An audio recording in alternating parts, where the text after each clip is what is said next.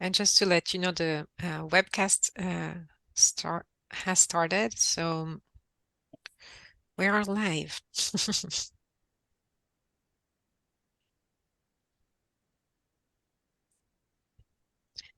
LEPA.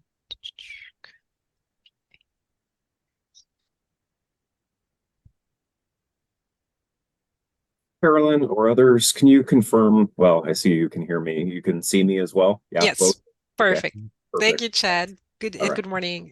Yeah, good morning.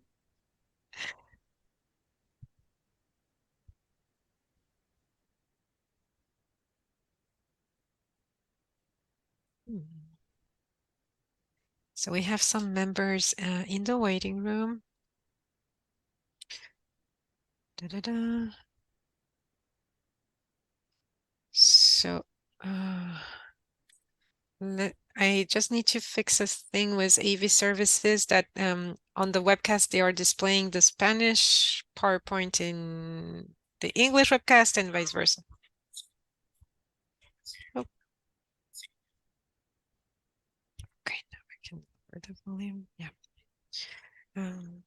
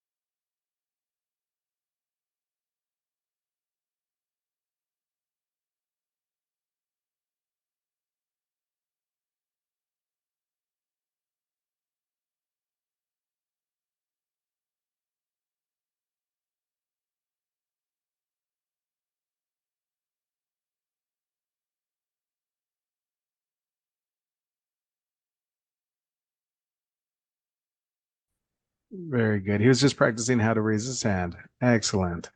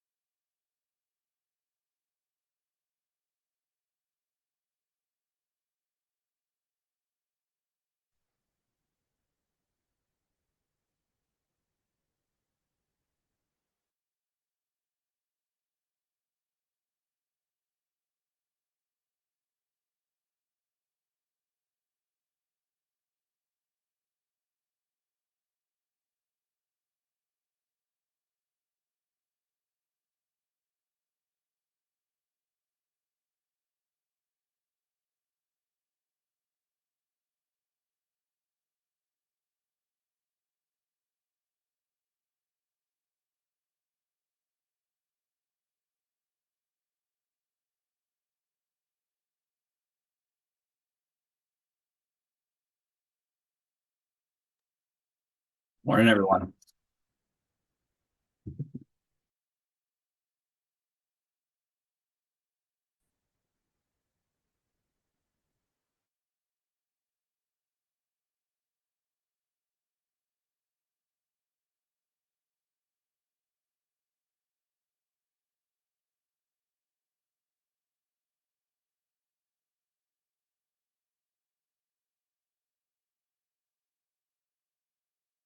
Era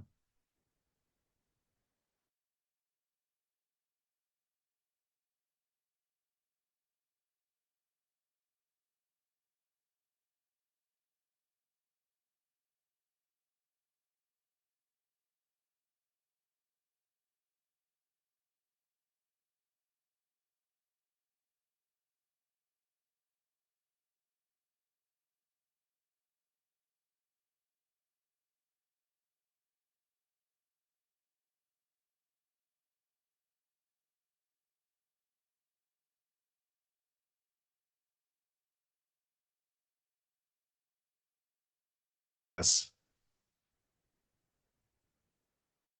I know.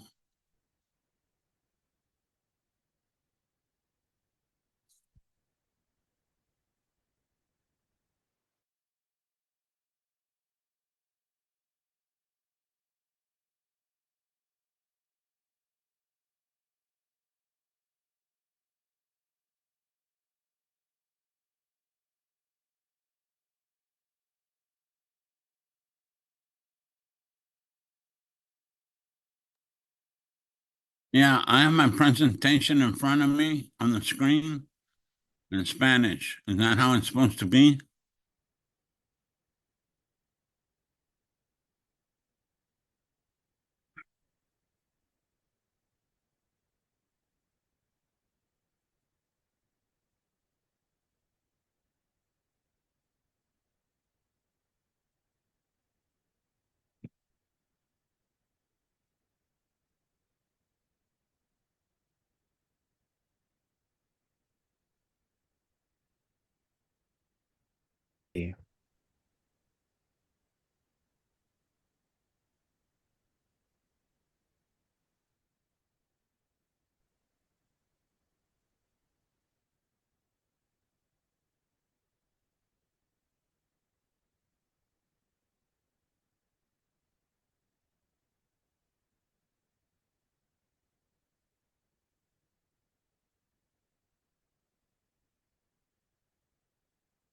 Meeting. Okay, now I got everybody on Zoom.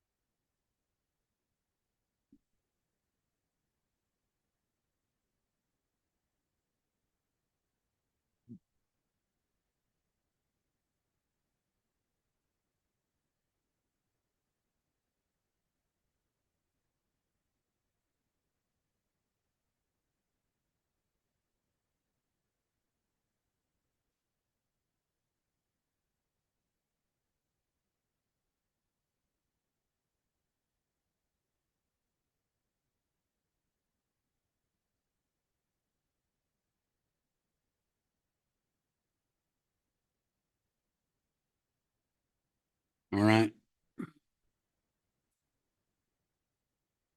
Okay. Thank you.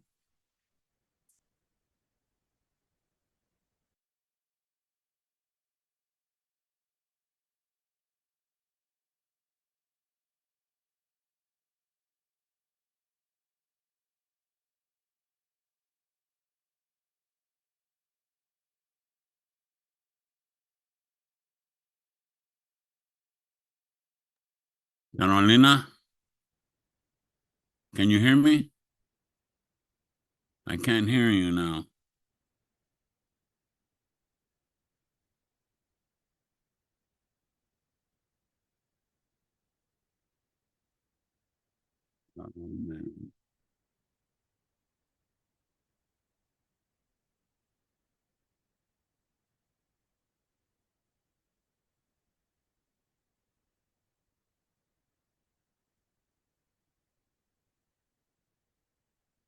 Can you hear me? Okay. I muted the audio, mute original audio, and then I lost you. Okay. Okay. Thank you.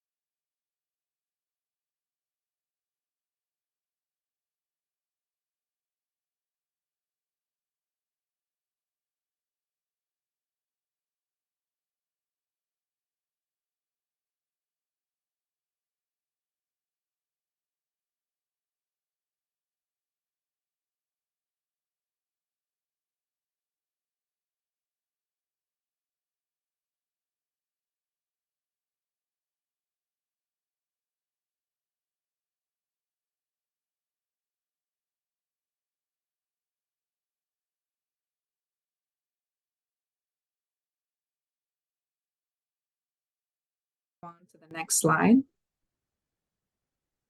All right. So for our meeting guidelines,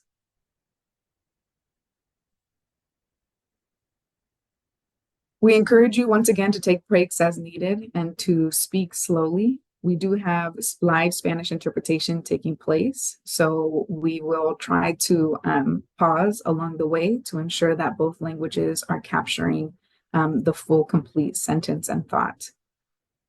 We ask that you raise your hand for any questions or comments. We ask that you keep your comments concise and to the point. And again, if you have any assistance, please email safer@waterboards.ca.gov. And then lastly, something that's not on the meeting guidelines is you all should have received the meeting materials packet. So we're going to be referring to that meeting materials packet throughout the day. So I encourage you to take this moment to pause and gather that packet.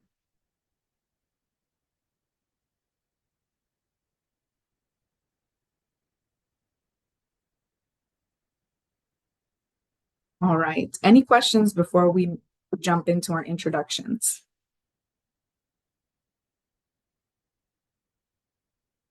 All right. Seeing none, we can move on to the next slide. All right. So for our meeting introductions, we're going to ask the SAFER Advisory Group members to please state their name, their affiliation, what location they're calling from, and then the question for today is, how did you celebrate the 4th of July? And we're going to go down the list of participants. So first up on our list of participants is, we've got Castulo Estrada, followed by Chelsea, followed by Eric, followed by Eva, followed by Jim. So first up, Castulo, then Chelsea. Hi, good morning. My name is Castulo Estrada. I am with the Coachella Valley Water District and the City of Coachella. I am calling from the City of Coachella in my office. And I celebrated by grilling some burgers for my kids and my family and some hot dogs and putting up with, I think, about 120 degrees. So it was fun. Yeah, it's definitely a hot week for sure. Thank you, Castulo. Moving on to Chelsea and then Eric. Good morning, everyone. My name is Chelsea Tu. I'm the executive director of Monterey Waterkeeper. We're based in the Central Coast. I did not actually celebrate July 4th with food or other things, but I celebrated in my heart. Awesome. Thank you, Chelsea. Moving on to Eric and then Eva. Hi, everyone. Eric Orellana. I am here representing Community Water Center, TA provider. I am calling in from my residence in Bakersfield, California. And also, I celebrated the 4th by grilling some carne asada and then lighting a little bit of fireworks just before realizing I didn't want to clean up a lot of fireworks, so I stopped shortly after. It was a good 4th of July. Awesome. Thank you, Eric. All right. Then we'll go Eva and then Edwin. There we go. Hi, everyone. My name is Eva Dominguez. I'm with Self-Help Enterprises. Today I'm in our Visalia office, and I kind of just stayed inside most of the day, and then I left about 6 o'clock, 7 o'clock to do some little splash pad stuff with my niece and nephew, but that was pretty much it. Thanks, Eva. It's always great to spend time with young kids during holidays, so thank you. All right. Next, we'll move to Edwin, then Isabel. Hi, Edwin Alonso. Just, I guess, a resident of Victorville, but over here, pretty hot. Celebrated the 4th of July with just watching the fireworks off in the distance and hanging out with the kids. Other than that, just having a good day. Thanks, Edwin. We'll move on to Isabel and then Jen. Hola, buenos días. Mi nombre Mi nombre es Isabel Solorio y vivo aquí en la comunidad del ENER. Afiliada a al grupo del SAFER para buscar ahí diferencias y cambios en mi comunidad. Como celebré el 4 de julio en casa con la familia, estuvo demasiado caliente. Y teniendo cuidado de cuando hacer los fuegos artificiales, que no hubiese un incendio alrededor, porque las áreas están muy grandes. Gracias. Gracias. Thank you, Isabel. Next, we've got Jim, then Kristen. Yeah, hi everyone. My name is Jim Sullivan, and I'm located on the northern coast in the town of Mendocino, and I represent domestic well owners. Our community of Mendocino relies on private wells for their water supply, and we currently are going through the SAFER program for a feasibility study looking for domestic or water supply sources, and kind of going through that public process as well for engaging the community. And what I did for the 4th, we have kind of a wonky parade here in Mendocino, and it's always fun to go see and watch, and that's what we did. Thanks. Thanks, Jim. And thanks for the update on your domestic well efforts that are taking place. All right. Next up, we've got Kristen and then Martha. Hi, everyone. I'm Kristen Dobbin. I'm with UC Berkeley and UC Agriculture and Natural Resources. I am calling in today from my home in Sacramento. And I celebrated the 4th of July with my new tradition, which is going backpacking in the wilderness. I was in the Kaiser Wilderness, which is northeast of Fresno. And we're doing that because one of our dogs is so terrified of fireworks that our life is really hard if we stay near the fireworks. So we went to the wilderness and successfully heard no fireworks. Congrats on your quiet 4th of July. I know your dogs probably appreciated that. All right, next up, we've got Marta and then Michael Prado Sr., and then Rami.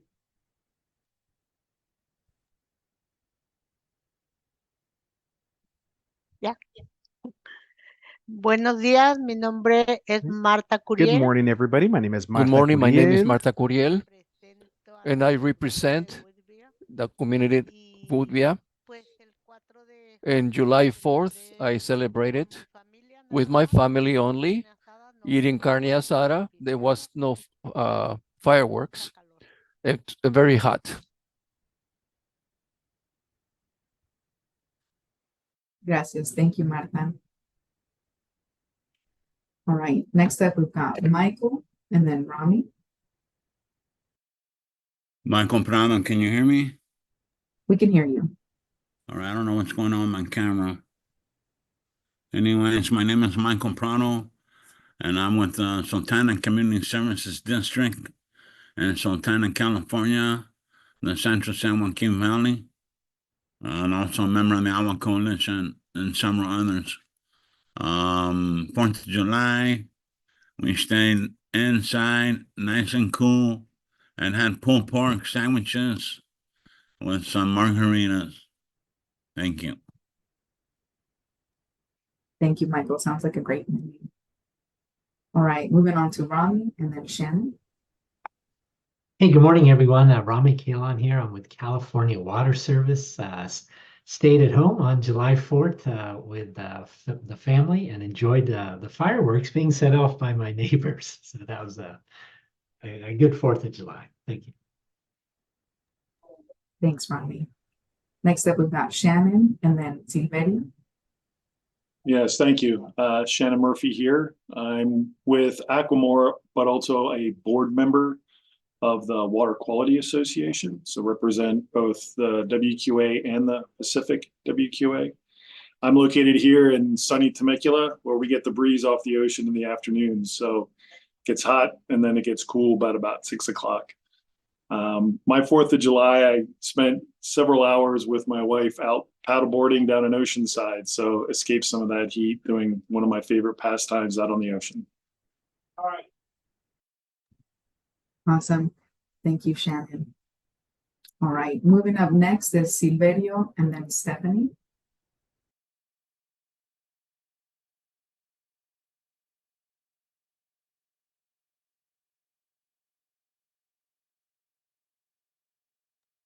And Silverio, if you can hear us, you are on mute.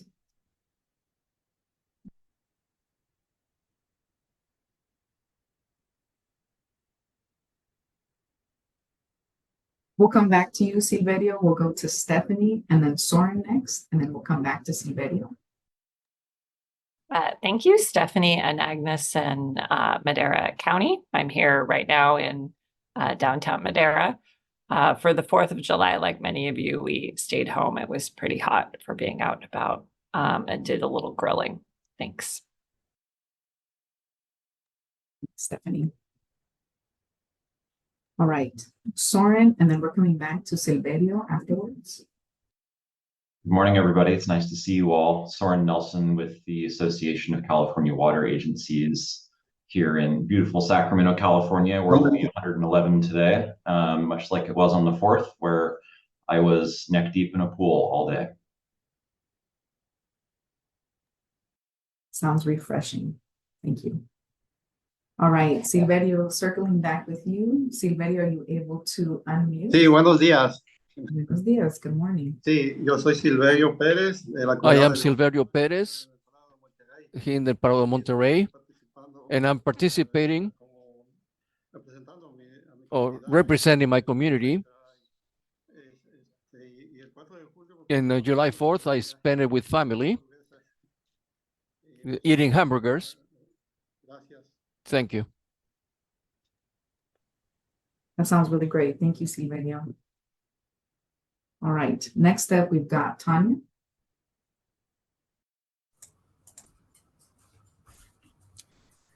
Hi, my name is Tanya Moreno, and I am with the La Grande community here in the Central Valley. We're about 20 minutes north of Madera. I represent the community.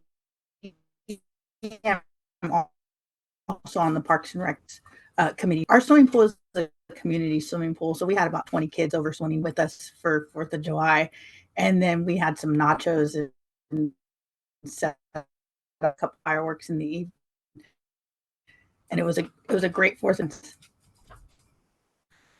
Thank you. Thanks, Tanya. That sounds like a great menu and refreshing as well. So thank you. All right. I want to just double check. Is there any Safer Advisory Group member we have not yet heard from? I believe we did, but I just want to double check. You can go ahead and unmute yourself.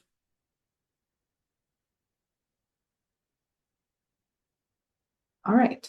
We're going to do a very brief round of introductions from the State Water Board team. State Water Board, we ask that you just share your name and your role. For the sake of time, we'll hold on your debrief of your 4th of July celebration, but we will begin with our 2 board members we have joining us. We'll begin with Board Chair Esquivel. If you want to come online and introduce yourself, and then we'll go to Board Member Firestone next. Yeah, thank you, Adriana. Good morning, everyone. Joaquin Esquivel here, Chair of the State Water Board. Thank you, Chair Esquivel. Laurel Firestone, a member of the State Water Board. Thank you, Board Member Firestone. And then we'll go with our Division of Financial Assistance. If our DFA staff would like to introduce themselves and their role. Good morning, everybody. Jeff Wetzel with the Division of Financial Assistance. And good morning as well, Matt Pavlicek with DFA as well.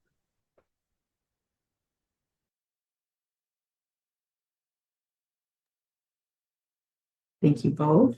All right, checking in with our Office of Public Participation.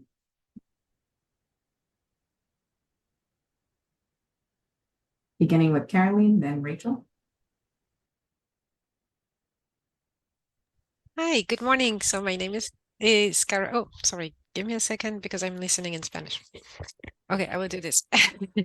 So my name is Caroline Prado Fonseca. I'm with the Office of Public Participation. And for the 4th of July, I think I just spend the day at home cleaning, enjoying a moment without working. Thank you. Hi, everybody.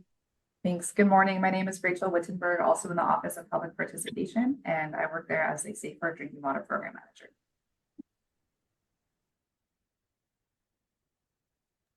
Julia, then Michael Ben. Hi, everyone. My name is Julia Glick. I'm also at the Office of Public Participation. I'm a Safer Engagement Coordinator.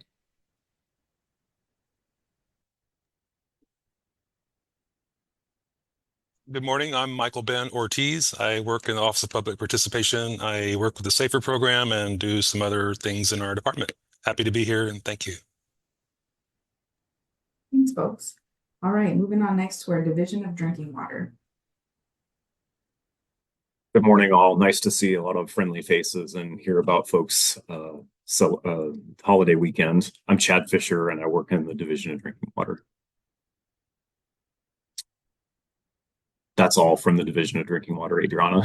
Thanks, Chad. All right, and then we've got our Office of Chief Counsel. Good morning, everybody. My name is Anthony Austin. I'm an attorney in the Office of Chief Counsel. I advise OPP on the SAFER Advisory Group. Good to see you all. Thanks, Anthony, and welcome, Dawn. We are just doing some introductions, so when you've got a minute to settle in, the questions that we have for our introduction is if you can share your name, your affiliation, what location you're calling from, and then how did you celebrate your 4th of July?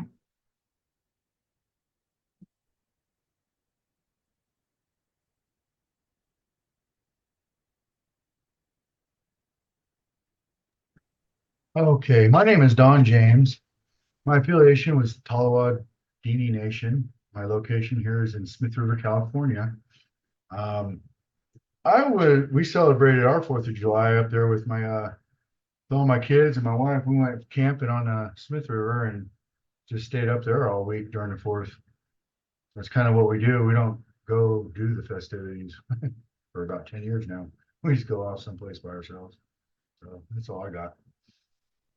That sounds like peaceful way to spend 4th of July. Thanks for sharing, Don. All right. I believe that's all of our introductions from our SAFER Advisory Group members and our State Water Board staff. With that, we'll go ahead and move on to the next slide.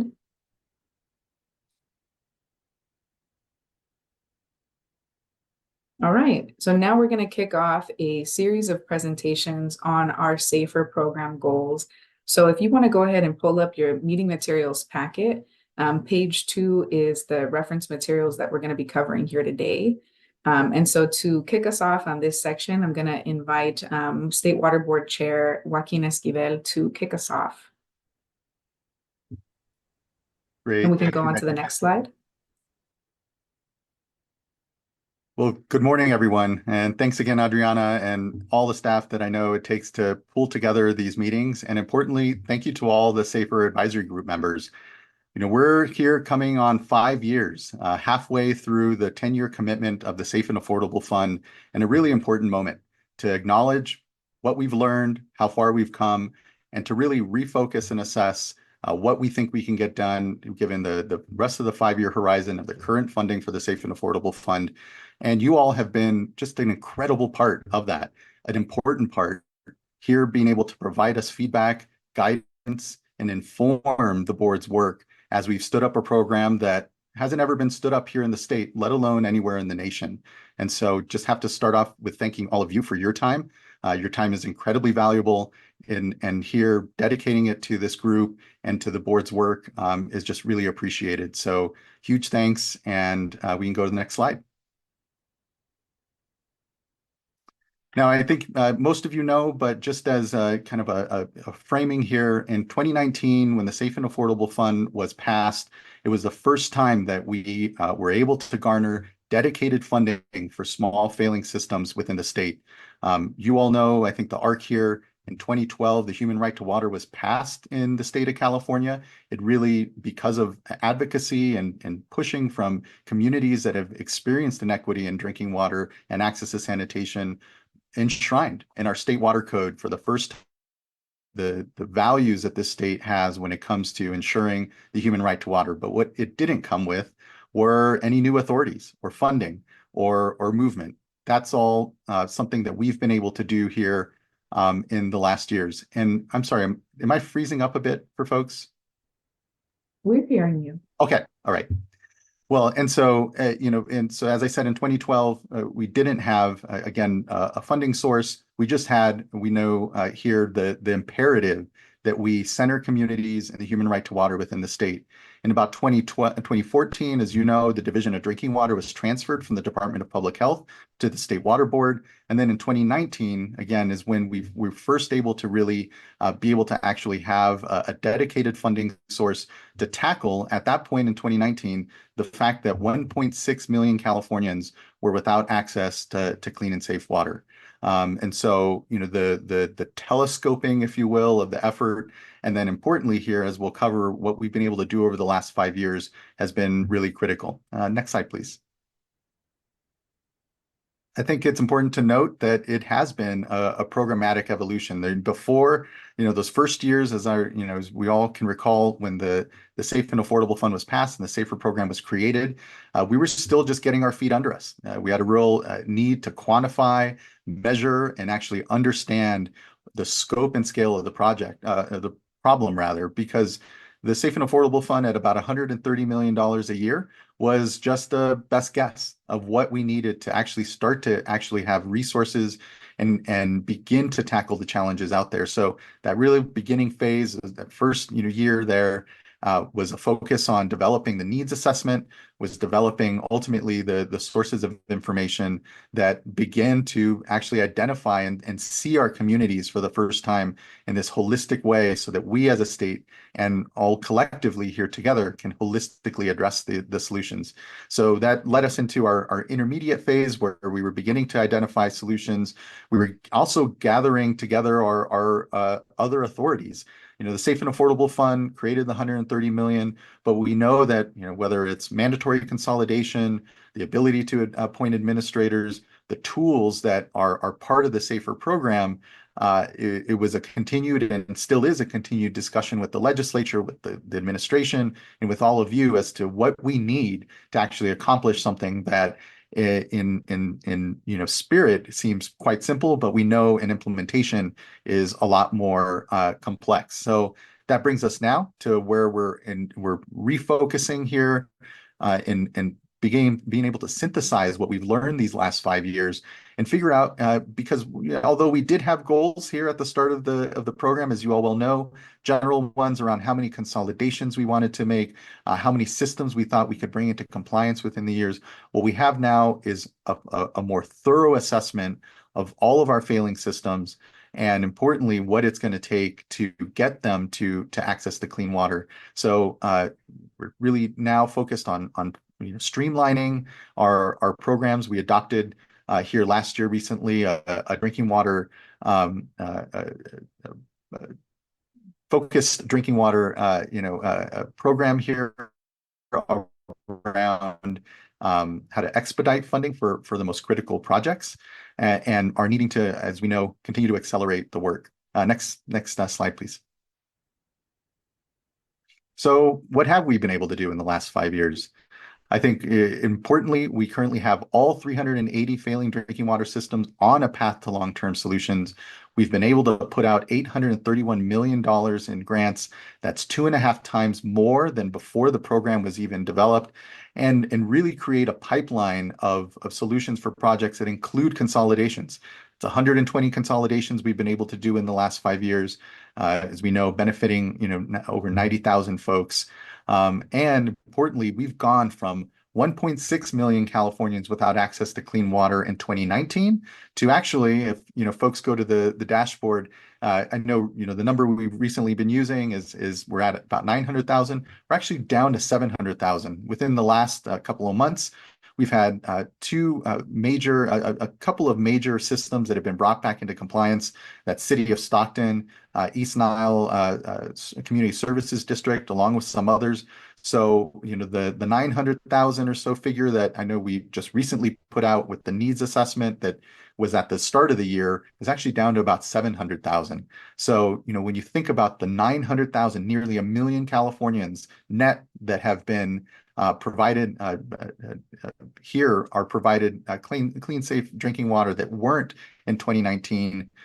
We have a lot of momentum.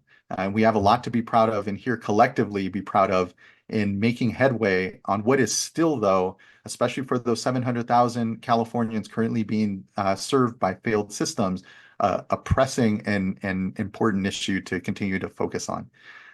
Next slide, please.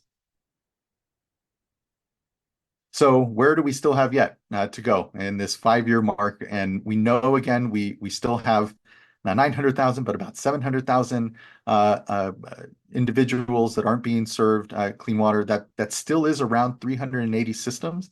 As we know, the challenge here really is for all the systems that we move off of the failing list, we have a pool of at-risk systems that are continuing to face challenges. They're one pump failure or a one emergency away from not being able to meet this goal of access to clean, safe drinking water. And importantly, we have to continue to get ahead of the problem, which again, thankfully, because of the authorities and the funding that we have, we're beginning to chip away, but we're not done. And certainly, as we look here and appreciate, I know Chad will go over our refined goals. We're looking to make sure that we address those systems that in 2019 were without, oftentimes, decades without being served clean drinking water, and continue to focus on those systems that begin to fail, to come onto the failing list. And so we still have a lot of work to do. We still have far too many small systems that are unable to continue to meet demands currently for regulations for maximum contaminant levels, let alone new ones that may be coming down the line. As we implement Chrome 6, we have PFAS and other emerging contaminants of concern. And so this will be incredibly critical that we continue to refocus our efforts, continue to put pressure on this challenge. But we are at a fortunate moment to be able to reflect back on these last 5 years, know that there has been success, know that we have a pipeline of solutions for communities, even as we continue to try to also reduce the amount of time it takes for those systems to come back into compliance. And importantly, secure those long-term solutions like consolidation. And there,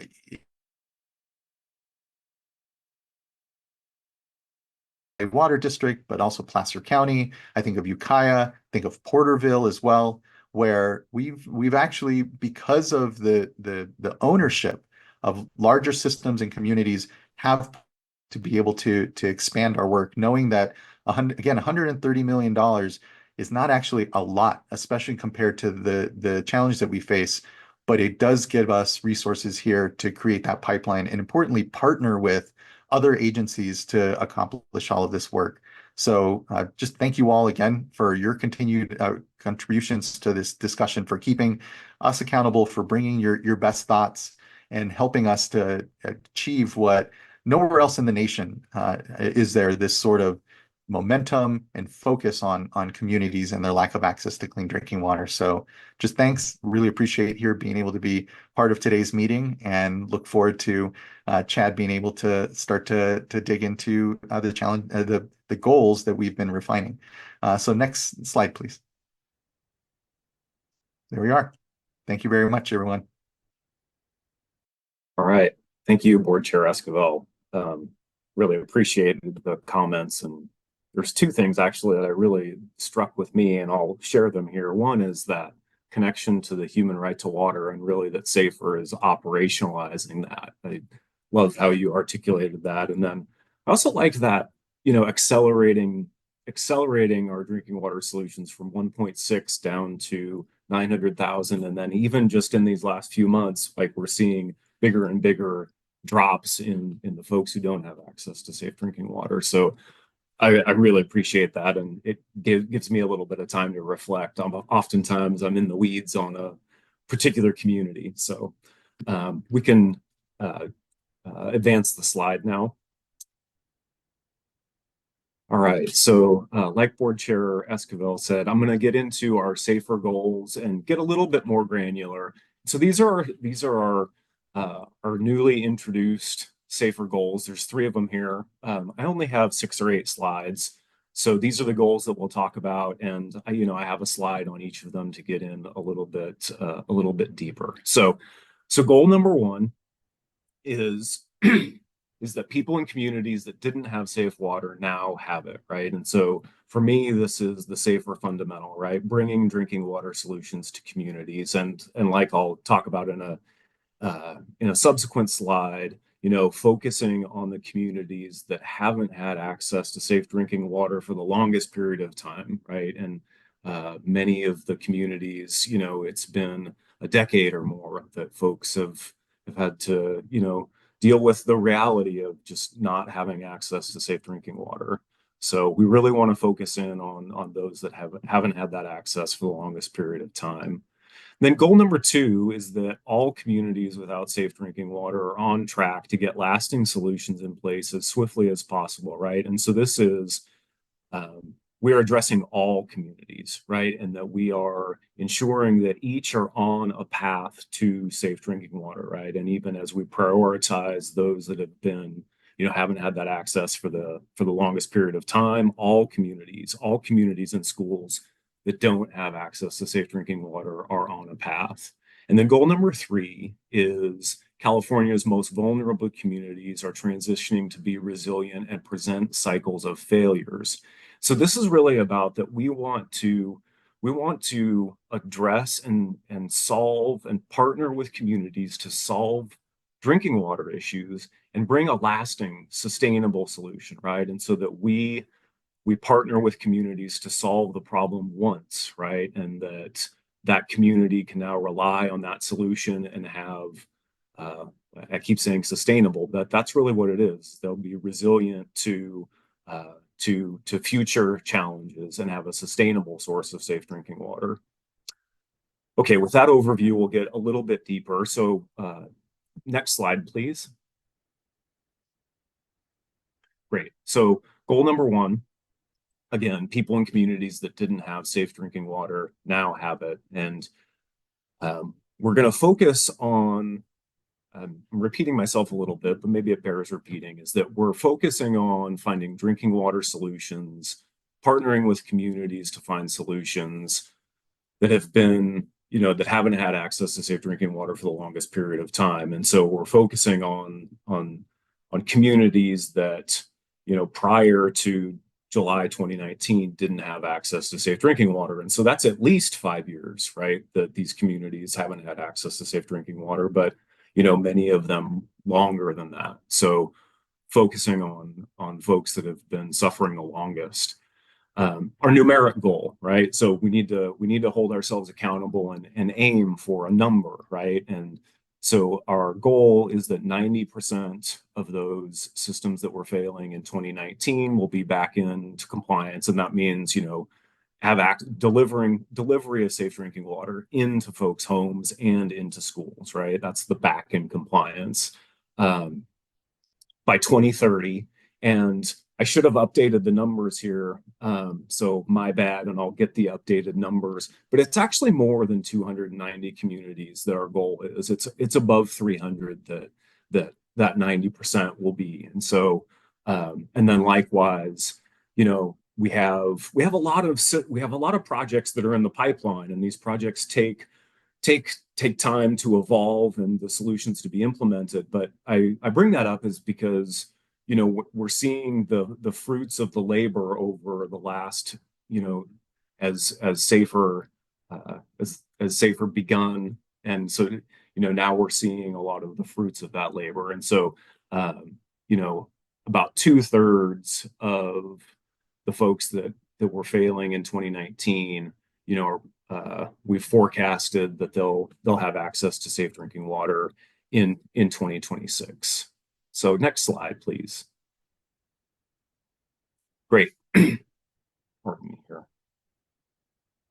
Goal number 2, all communities without safe drinking water are on track to get lasting solutions in place as swiftly as possible. So, so if we look right now, the average time that it takes from a violation that occurs to delivery of safe drinking water to these communities and schools is over 8 years. And so our goal here is to get that down to 5 years or less, right?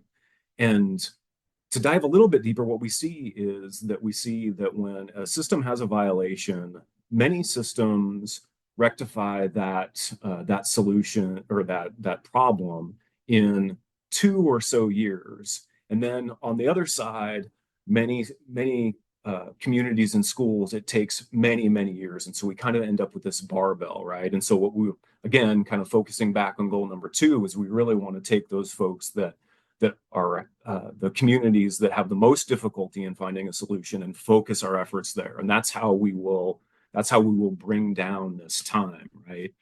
And functionalizing it a little bit is we want to, the second bullet, TA providers completing planning within 2.5 years or less. What that means is that from the time a drinking water violation happens, and right, and so there's a nitrate or an arsenic or another contaminant that's discovered in the community, if the time that happens until there is a project that's ready, that is shovel ready, that is ready to be implemented, right?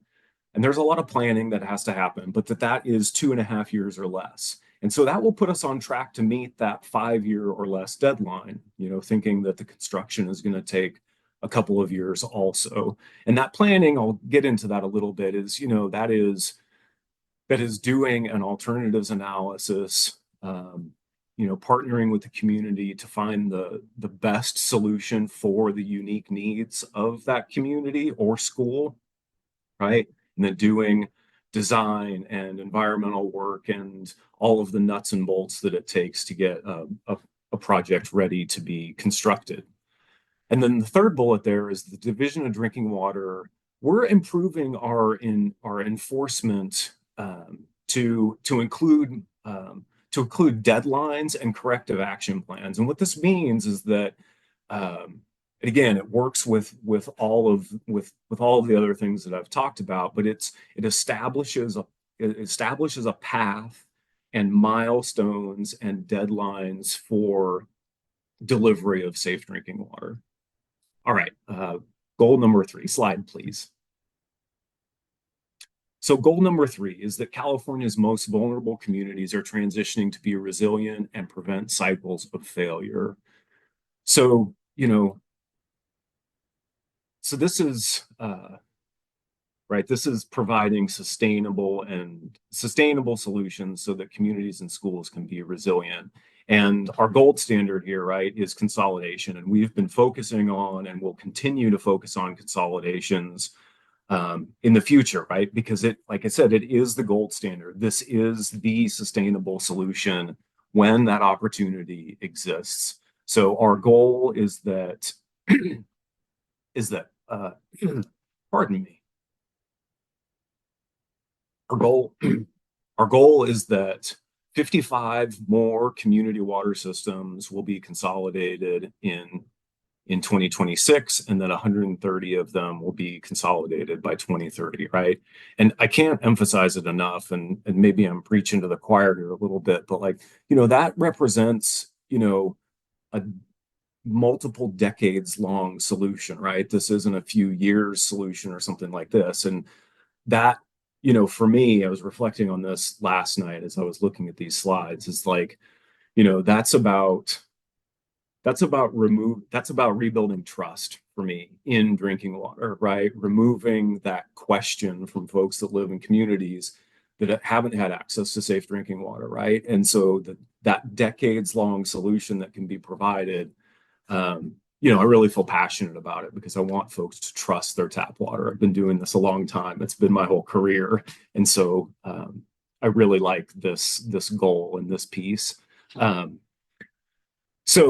to functionalize that goal a little bit more, we're going to do these consolidations, and we're going to reduce the number of water systems that fall back out of compliance, right? And so again, with consolidation or with other sustainable solutions, if consolidation isn't an option for the community or school.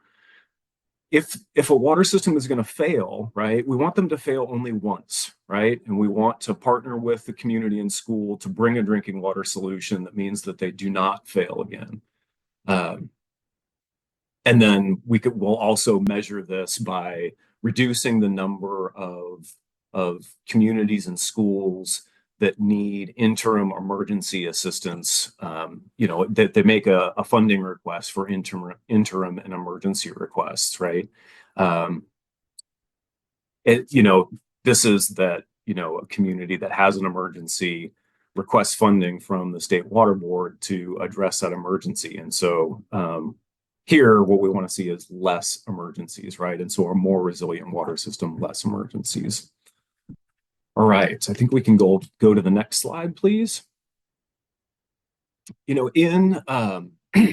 those are our 3 goals, but I wanted to mention, or we wanted to mention, that there's progress on domestic wells, and that it's happening in a multitude of different ways. And State Water Board and our Division of Financial Assistance, Division of Drinking Water, and OPP, and others, we're going to continue on our existing efforts, right? And that is implementing solutions in domestic well communities, that is doing on the ground pilot work with understanding solutions for the domestic well space better that can be scaled and brought into other communities, right? And this is getting into communities to understand unique needs around domestic wells. In addition to all of those efforts, there is the DRIP collaborative that has been formed, and it's formed out of Senate Bill 552. DRIP is Drought Resilience Interagency and Partners Collaborative. And I think for me, the interagency and partners part is the really interesting part, right? Because I think what it's saying is it takes everybody to address domestic wells. And I've listed the state agencies there, and then the groupings, I should say, of the 18 non-state members, and grouped them simply because didn't have room for all 18. I'll let people read those, but I wanted to say what the purpose of the DRIP collaborative is.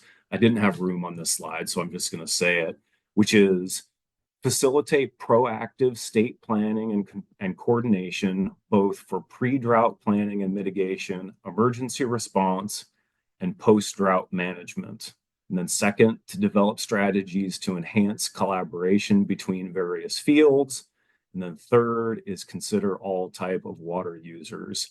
I'll paste those into the chat. You can also access that and other information on the DRIP collaborative in that web link that I provided there. So I know Board Chair, we could see Board Chair Esquivel sits on the DRIP collaborative for the State Water Board. You can see all of the other, like I said, agencies and stakeholders there. All right, I think that is my last slide, but let's advance the slide. Yeah, great. Awesome. Thank you so much, Chad, and thank you so much, Board Chair Esquivel. And then Chad, if you want to add those the goals in our Teams chat, we can translate it and then put it into the Zoom chat. Perfect.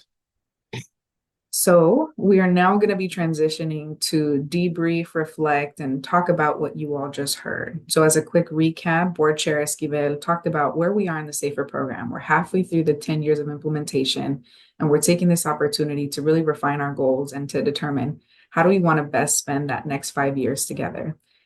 Chad walked through the 3 main goals and the metrics we're hoping to plan for, and also mentioned statewide efforts for domestic wells that are also taking place. So for questions, comments, and reflections, we're going to ask that you please use the raise hand feature under your reactions button. So the react is a heart at the bottom of your screen. You want to click on react and raise hand. We're going to ask for you to wait for your turn. I'm seeing so many people excited to jump in. And when we call on your name, you'll go ahead and unmute yourself. We ask that you try to speak slowly because we do have Spanish interpretation. And we ask that you limit your comments around 3 minutes, just so we have everyone an opportunity to hear from everyone. And then after you have shared your suggestions, your feedback, we ask that you go and mute yourself afterwards. All right. So let's go ahead and jump in. First hand that I saw up was Stephanie. Afterwards is Soren and then Eva. Thank you. That was really helpful and interesting. So just a question that's more of a reflection. I am wondering from both speakers what you see the role of Prop 218 in this process. And just for a sentence or two of background, what we find locally in Madera is that either our small systems or water agencies have people who protest increasing rates to get their systems in compliance, and they either can't pay, they don't earn enough to pay, or they don't want to pay and have issues with rate paying in general. And just your thoughts on that. Thank you. Yeah, I can offer some reflections. Rates and rate setting is not an uncomplicated matter within the state for sure. And I think when we think of our smaller systems, the lack of technical capacity to not just abide by Prop 218, but to go through all of that in a successful way is part of the challenge. As we know, many of these smaller systems don't have full-time operators, are here struggling, across a number of regulations to be able to maintain and meet them. But rate setting and rates are so foundational that, it is how you actually, as you well know, create even the resource to be able to try to address these. And when you have absentee boards, sometimes boards that aren't meeting regularly, don't have engaged members, it certainly adds to the challenge. And so, I think writ large, there's definitely a need to focus more in on rates. And here, to your point, even begin to help systems be able to go through rate making processes that start to better develop the resources. And there are ways of pursuing rates that don't have to impact those that can least afford, and importantly, focus perhaps more on high users that use more, in order to create more fair and equitable rate making to begin with. So it's a good point and a good question, and certainly part of what we should be thinking about when we think about supporting systems, because rates and rate making is so fundamental to a system being able to maintain and meet access. Thanks so much for your question, Stephanie, and thanks for your response, Board Chair Esquivel. Anyone else from the State Water Board want to chime in on reflections around Prop 218? It's can't really add to what Joaquin said. But one reflection that I had, it's on Prop 218 around affordability, right? And I sound like a broken record on consolidations, but one of the findings of our needs assessment, says if we look statewide, that on average a small water system ratepayers pay $32 more a month than a large water system. So, it's not exactly Prop 218, but I immediately go to rate setting and affordability, and that brings me, back to consolidation when the opportunity exists. Thank you.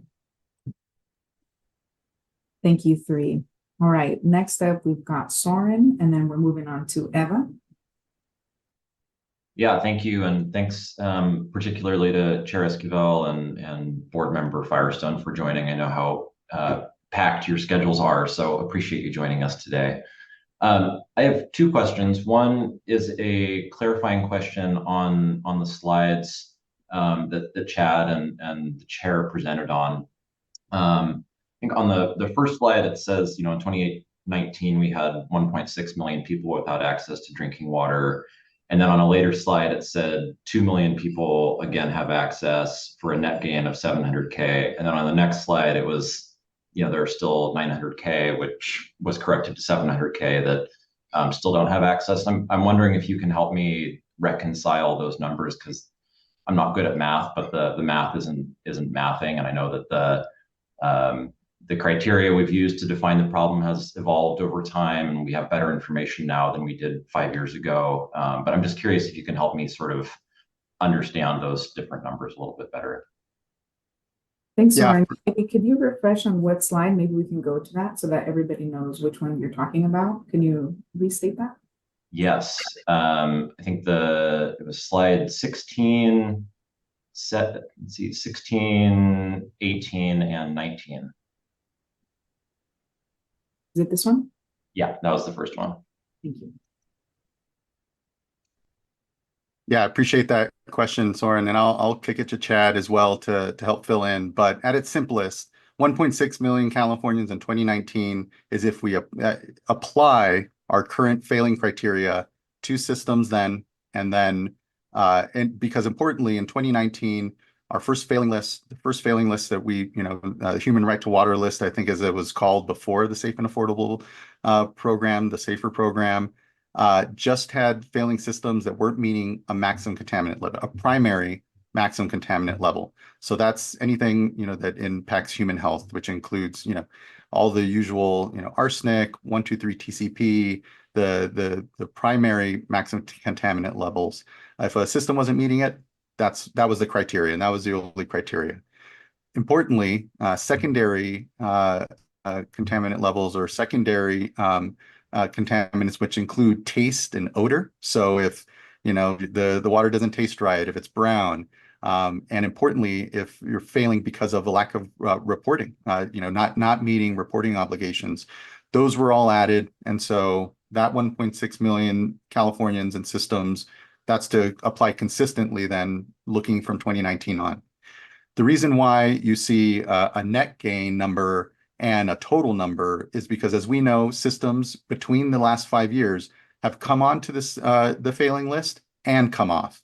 So even though they may not be currently failing, they were at one point within the last 5 years, and so that net number of systems that have been come off the failing list and the number of Californians then that have improved access is why you see two numbers, because even now, as we know, as systems come off, we have them coming on, and it creates, to your point, sometimes maybe a bit of confusion around the numbers. We try to keep as clear as possible, but it's such a dynamic issue here, which systems are out of compliance, which aren't, that we look at that cumulative net, how many systems have come off the last 5 years, and then also who still isn't on, and kind of be able to see, okay, what's the difference then between those numbers, even though, again, you'll see larger numbers for those that have improved access because they're no longer in the failing list, but maybe came on during that time. So hopefully that's helpful, and hopefully helps explain. And I don't know, Chad, if there's anything further you want to be able to fill in. No, that was perfect for me. So, well, maybe I could add, I think with it being complicated, maybe we could paste the link to our needs assessment, because it has a retrospective and goes through a lot of the numbers. But I think Board Chair Esquivel outlined it brilliantly. So yeah, it's obvious the program has made a ton of progress, and that's reflected here. And I don't want you guys to get shortchanged on the progress you've made just because there are so many numbers. So I appreciate the clarification. Thank you, Soren. And I would add, just as we've been thinking about our 5-year goals and our metrics, this question right here that you're bringing up is something that we've also wrestled with, right? How do we best communicate the progress that we're making when over time we're gathering more information about water systems? And as we learn more, we are expanding our concepts and our understanding of what is a failing water system. And as systems come in and out, how do we also track that in a way that makes sense for the public? So I think that this is an area where we would really appreciate the advisory group's help. How do we best communicate about this in a way that makes sense? We are making progress, and we're also learning as we go along. So I want to check in with the State Water Board. Yeah, and maybe before you hop off, Board Member Firestone, is there anything that you would want to add either about this or the SAFER program goals?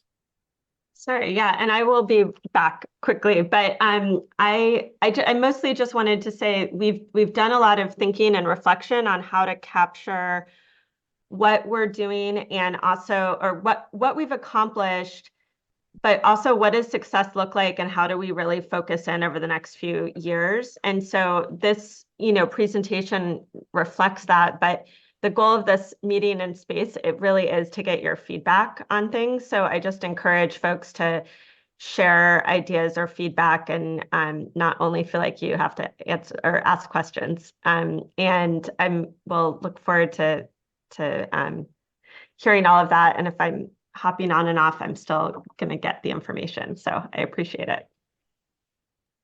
Awesome. Thanks, Board Member Firestone. Okay. Any other reflections on Soren's question around the 1 million people who lack safe drinking water and how we're communicating that? Okay, we can come back to it as well. So next up, we're going to hear from Eva, and then we'll move on to Chelsea. Hi. So my question is around, thinking of how to accelerate and accelerate solutions for people. And I feel like we've talked about it, like we talked about it last year. It's been discussed. There have been, the expedited funding that seemed to have come in last year, and I haven't really heard too much about it this year. There's discussions on like streamlining some of the processes, like around the funding, financial security package, things like that, or using administrators, partial scope, to help implement construction funding. Are we still looking at things like that to help accelerate? Like, what's the progress on that? I feel like we heard about it last year, and I don't know that I've heard as much this year of like, will there be more expedited funding available? Are we still working to streamline like the application process? I don't know that I've seen it on our end when we're doing applications. Like, we're still having to submit every single little document that's required in the full application. So I'm just wondering like the progress of streamlining like access to funding, because I feel like in some cases it's been streamlined, and in others we're like waiting, or yeah, hopefully that makes sense. But what's the progress in streamlining the things that we've heard from from staff last year? Thanks, Eva. I'm going to check in with Board Chair Esquivel. I know that you have to leave as well. If there's any comments you want to respond here, or any closing remarks, and then we'll go to Division of Financial Assistance. I appreciate the question, and here I look forward to Division of Financial Assistance talking about how many projects we're using that expediting funding for the process that is, and the new just more streamlined approach that we're trying to make. Just a lot of things. I'll try to be coming back in here after my quick 11 o'clock meeting, and look forward to the rest of the questions here as well. I wish I could stick around a bit more to make sure I add my thoughts here, but we'll definitely be tracking. And so thank you, Eva, and thank you. I know the incredible work that we were able to do with self-help across supporting domestic dry wells, but then also systems and outages. And here want to make sure we keep hearing what are you seeing insofar as consistency or inconsistency in the application of some of the streamlining work that we've done? Thank you. Thanks so much, Board Chair Esquivel. Thanks for joining us. All right. So maybe I'd like to pass it over to Jeff. Any reflections? Sure, yeah. Thanks, Eva. All good questions on that. I will report out a little bit later on my slides on the Expedited Drinking Water Grant Program, but that is being implemented and is continuing to be effective. I think there's been about 37 projects that have used that process, and there's been 3 rounds of facilitation or solicitation, should I say. And so we've made some good progress too. And when we look back on the round 1 projects, which we can kind of look at from start to end, our goal was to 120 days from an application received to an executed funding agreement. And the round 1 projects averaged 136 days. So we were pretty close to our goals, what we're trying to move for. And then with some of the financial packages and clearance there, we do have some process improvements in place that can waive those for a certain subset of projects, right? For 100% grants and some of the planning projects surrounding that. So we have been able to improve a subset of the financial clearance for certain projects. And then Eva, you did I step on somebody? I'm sorry. Go for it, Chad. Oh, Eva, I was going to say you mentioned administrators, limited scope administrators, to try to, with maybe the express purpose of facilitating a funding project. Or I will say for limited scope, we're in the process of appointing our first limited scope administrator. So I think there's more to come, and I certainly, well, one, like I think about that same thing, Eva, and so I think that we will see that happening. I'm happy to hear. I'm happy others share that idea, or that idea for that tool. So. Thank you, 3. And then maybe, Eva, when we get to the technical assistance provider presentation, maybe we can go deeper. I think we'd like to hear like what changes do you think have been helpful, and then what gaps still exist. We might be able to tease that out more this afternoon when we talk about technical assistance providers too. So thank you. Thank you. All right. Next up, I see on our list, we've got Chelsea and then Jim. Thank you for the presentations. I have a clarifying question on the goals, and then question and a concern about consolidation looking forward. So I was just trying to clarify my understanding of between goals 1 and 3. Is goal 3 kind of overarching here? Here's our, quantifiable timeline-based goals on providing safe drinking water, on failing systems, and then goal 3 is really focusing on lasting solutions like consolidation. Okay, so they probably overlap, but just have those different nature. Yeah, I think you're right on, is that goal 1 is maybe the bigger, and then the consolidation focus is a subset of that, right? Because we're going to partner with communities and schools to solve, many other issues that can't be solved with consolidation. So yeah, thanks for pointing that out. I think that's helpful. I'm glad that my understanding is not too far off of what you guys are trying to do. So focusing in on goal 3 and thinking about consolidation. This has a little bit to do with like earlier Prop 218 and like maybe larger funding questions. I know a question around just kind of average or range of amount of money it takes to take for consolidating between like a smaller community and then sort of nearby larger community. I'm sure that the range is quite large, but just some numbers would be really helpful here as examples. And then thinking about just how much money it takes to do consolidation projects. And I'm worried, I'm sure others have been worried too about how much funding currently SAFER has to actually financially support consolidation projects, which, as we talked about, is really the gold standard and ideal if possible. And then how are those consolidation numbers being considered in continuing SAFER beyond the 10 years? That was more than one question, but I hope that all makes sense together.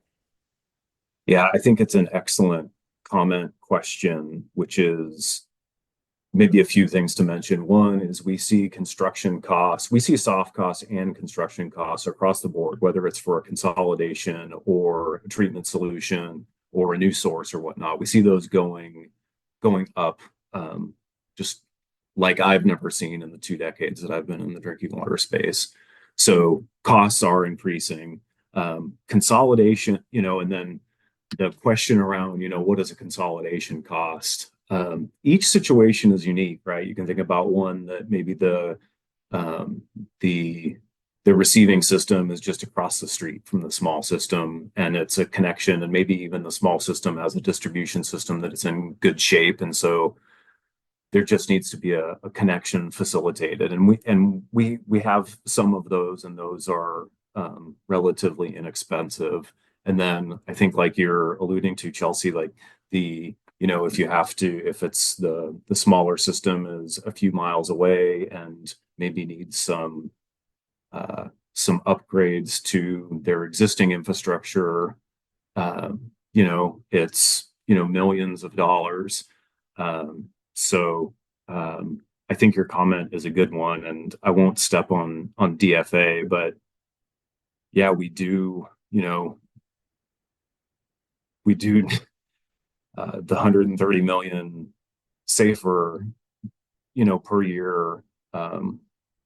It's a lot of money, but these projects are expensive. We're seeing projects that come in at, 10 or more $1 million. And it's like, wow, like that's a lot when you have hundreds of communities in need. So I'll stop there.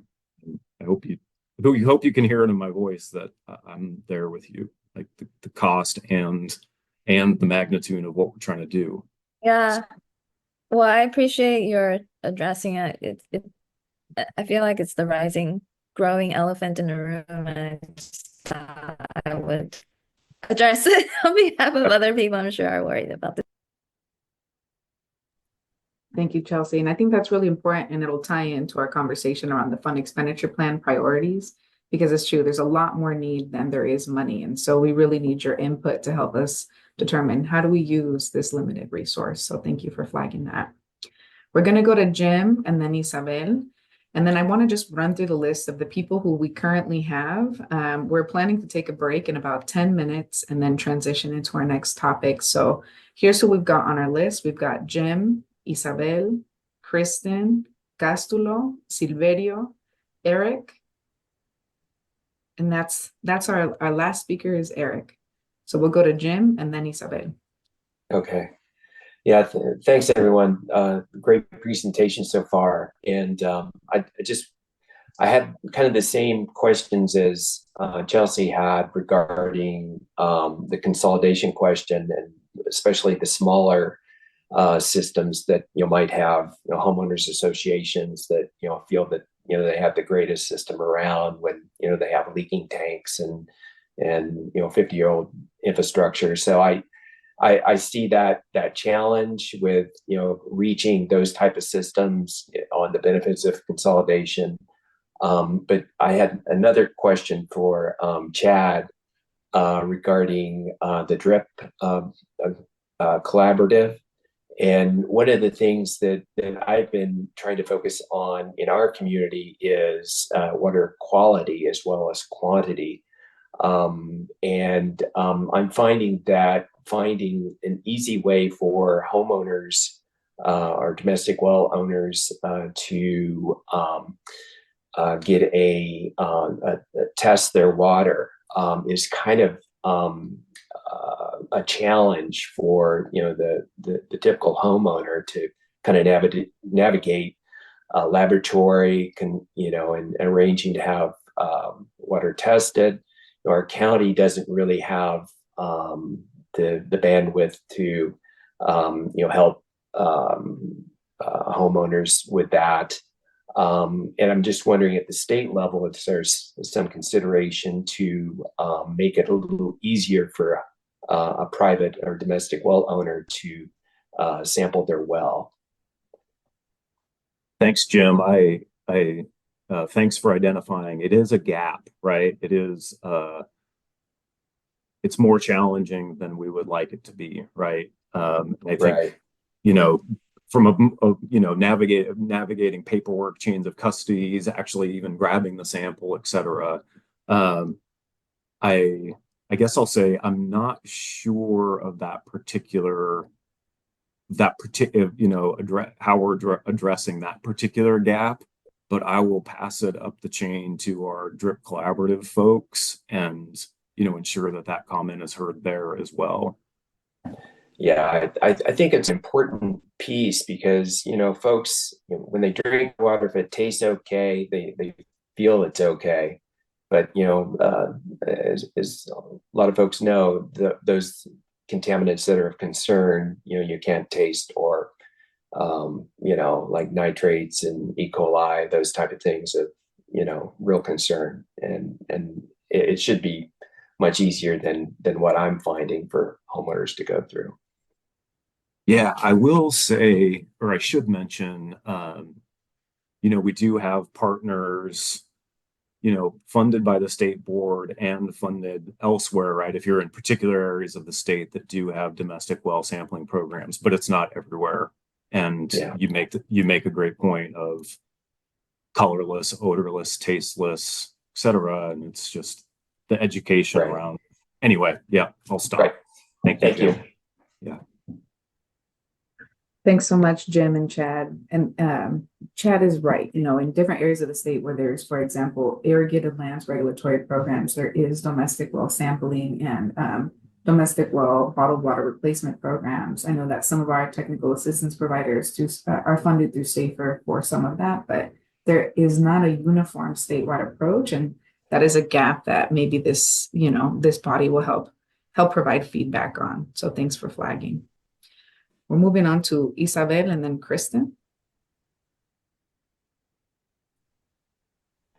Hola de nuevo y hello again.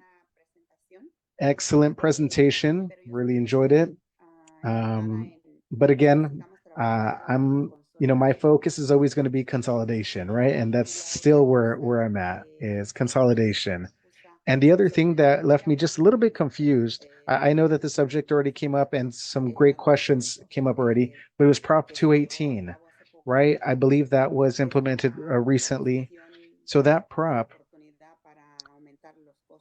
it allows the increase of costs, which I understand is necessary, but I feel that there's an inequity, right? People, right, with 30, somebody with 30 acres counted as 30 votes, right? So where does that leave other community members where, let's say I only have 1 acre, so that means I only have 1 vote, but the other person has 30 acres, and so his vote counts as 30. And most who have approved it have 30 or 40 acres, then where does that leave the rest of us, right? With small properties in the communities. For example, I pay underground water, right? Sigma. I pay canal water. I pay community water, and I pay for bottled water. I'm paying four different prices for water, and I only receive 2, which is the one that I pay to receive, right? Bottled water, drinking water, and then of course the water that I use in my home. The other 2 are underground water, which was approved by Prop 218. Obviously, that's the water that we all have to do our part to take care of, and then canal water, which unfortunately I pay for, but I don't receive. So it's a huge problem for rural communities because people are paying more and receiving less. So that's my comment. Thank you.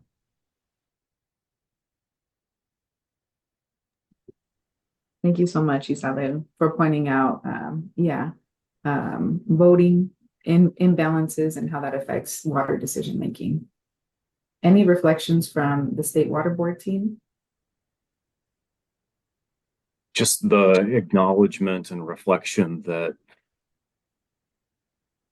just the unique and complicated, issues for each different community, and that inequity does exist. I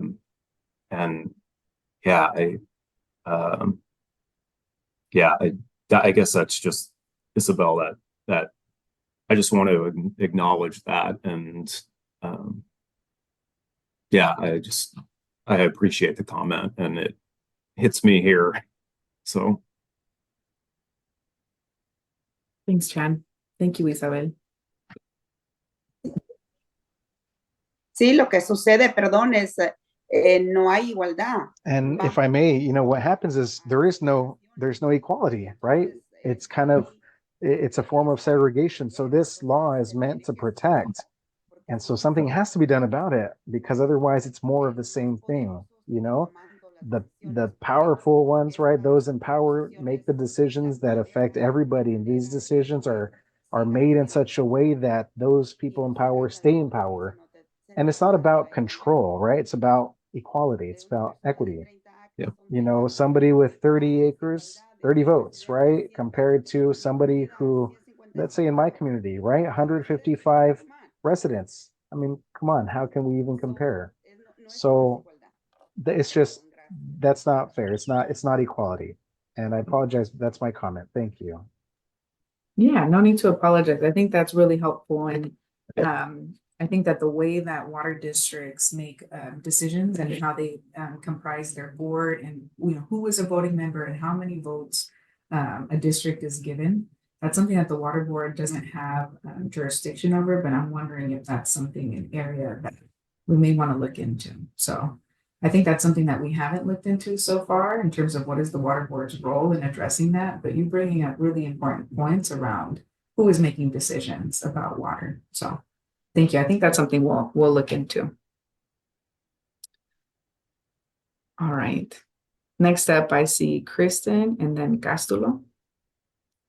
Yeah, thanks. I'll be really quick. And just before I get to my comment, I think Isabel's point is really important. And to me, it speaks to goal 3. Right now, the measures are like for the goal 3 are really focused at the system level, but there are a lot of things happening to systems that are outside of their control. So we can't get to that resiliency if we're not also looking at how we're supporting systems, setting them up for success in like the watershed groundwater basin. So I think, thinking about what the board's role is there broadly about the things that are happening around systems and to systems, to me, makes sense as part of an integral part of goal 3.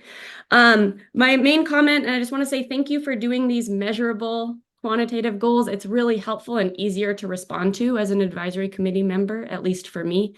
My main comment is I really recognize the point that the drip, like domestic wells, were really in our infancy about how we address them.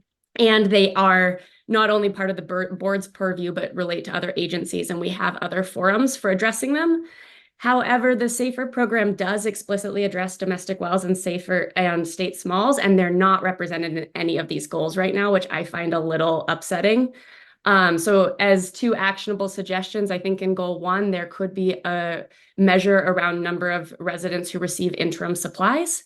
And I know interim solutions are not the long-term goal, but they're an important part of what SAFER does, and to recognize people in communities having safe water, even if that's through interim supplies, I think would be a place to recognize domestic wells. And then in goal 2, I think like the number of domestic well communities working towards long-term solutions could be another goal and way to bring in those communities into these measures. Awesome. Thank you so much, Kristen. And I see that Soren has diddled your comments regarding domestic wells in the chat as well. Thank you for that. Okay, moving on next, we're going to Castulo and then Silverio. Yes, hi. I wanted to make a comment, not necessarily a question. Well, maybe it's a comment and a question, and I was hoping that the board members could also hear this. So I think this is more so for the staff, but I wanted to make sure that we're thinking about the chromium 6 stuff, and I know that it was mentioned earlier, but I wanted to point out that, for example, the city of Coachella and the Coachella Valley Water District over the last years have done a lot to try to consolidate systems that are failing within their kind of general area. The city of Coachella, as an example, is a disadvantaged community entirely, and it kind of went out of its way to try to be helpful, and has consolidated a system. It's in the process of consolidating 2 more. And then the chromium 6 regulations coming in, that's going to completely put the entire system out of compliance, which the same people that were consolidated are now going to be out of, they're not going to have safe drinking water because the entire system is going to be out of compliance. I think a similar thing is possible with the Coachella Valley Water District. The problem is just so big, and the timelines that are being provided for these systems to come into compliance, I don't think are going to be met. For example, in the city of Coachella, we're estimating that for us to implement a project would probably be around $90 million. We are going to move as fast as we can to be in compliance, but eventually we're going to be out of compliance. That's kind of my guess. And so, my comment was, what are the thoughts and what are the strategies that staff is thinking about on, being able to provide financial assistance to these systems that have kind of tried to consolidate other systems, but now they themselves are going to find themselves out of compliance. It's a hard one, and so I just don't know if you have any thoughts on that. I'll share one thought, and then I don't know if Division of Financial Assistance also wants to share. Actually, I'll share a couple thoughts. One, I want to recognize Coachella Valley Water District as the excellent partner that they are, and not only for the State Water Board, but for their community in doing these consolidations. So I want to recognize that. And then the second one is, one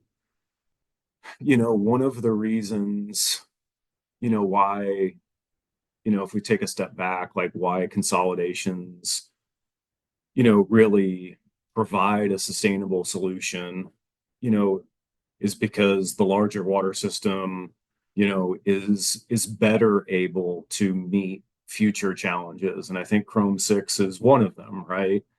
And because of the technical, managerial, and financial capacity that the larger water system has, and their, better ability to access funding and implement a project, rather than the fragmented infrastructure of, smaller, a group of smaller systems. I said better. I'm trying to recognize that I'm there with you, Castillo. Like it's an issue, and it's a big obstacle for many systems, but certainly a huge obstacle there in Coachella Valley. Thank you. I might chime in because I did hear your question, Castillo. And sorry, I had to jump off and missed a couple, but I will just say, I know we're going to talk about the fund expenditure plan. We have later in the agenda. We have a workshop coming up, public workshop on both the fund expenditure plan and our intended use plan, which really outlines our funding guidelines. But you'll see in that it's really important to our board that even though Chrome 6 has compliance periods where we're recognizing that these things don't happen overnight and it takes a while to get new infrastructure in.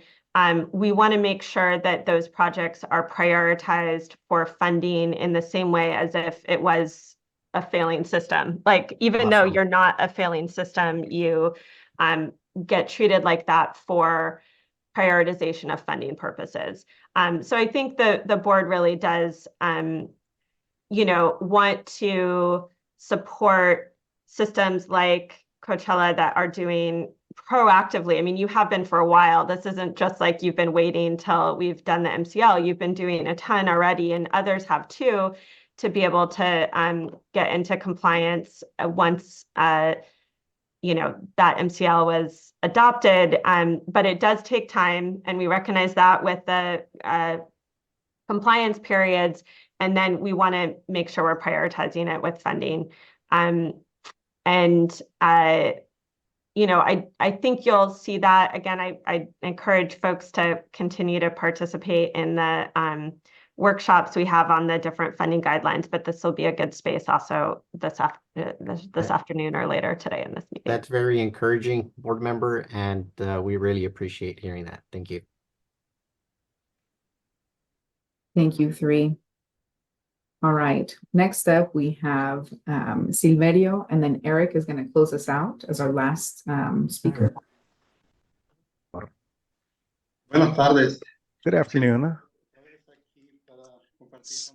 So this is Silverio here, and I'm here just to share a little bit of what's going on in our community. We've worked so much to help. We have a lot of help, for example, from the Safer Group, you guys, but also our Clean Water Coalition. We have, for example, bottled water as one of our temporary solutions, and we're very, very grateful for it, as was mentioned, as Señora Isabel mentioned, but we also don't want that to be it, right? We don't want that to be the only solution. We want to be able to progress and move forward. And so, we want to try to have a vision, right? And I guess that's my question. What is that vision? What is that goal that we could try to reach, right, in addressing these different contaminants in our community? Because all the material that you sent, and I have here in front of me, it looks great, and I love receiving it. But those of us who use domestic wells, we're the ones facing these issues, and honestly, it's very hard. It's very hard. I mean, we just don't, we don't want to get left behind. We don't want to stay stuck there, right? We want to be able to progress. We want to be able to move forward and see these solutions that are on paper. I think it's up to us to do something about it, and I just, believe me, I'm 100% in. I'm available. I want to help, and I want to work with all of you who are willing to support us so that we can try to see these solutions. Thank you guys for hearing my comment. Thank you so much, Silverio, and thanks for your leadership in your community, and also for flagging that you're right. In these safer goals, we do have a gap of not including domestic wells. These three are really focused on public water systems, and I think you're bringing up a really important gap. Like, what is our vision for domestic wells? And I'm curious if Board Member Firestone, if there's anything that you want to add in terms of the state's role with being a partner in the domestic well solution. Yeah, I totally agree. This the goals as we've articulated them here for the refinement of our safer goals are focused on public water systems and schools, or communities and schools. But the overall goals of SAFER, and when you look at the fund expenditure plan, we do include prioritizing communities that are on domestic wells to be able to transition to a more sustainable solution.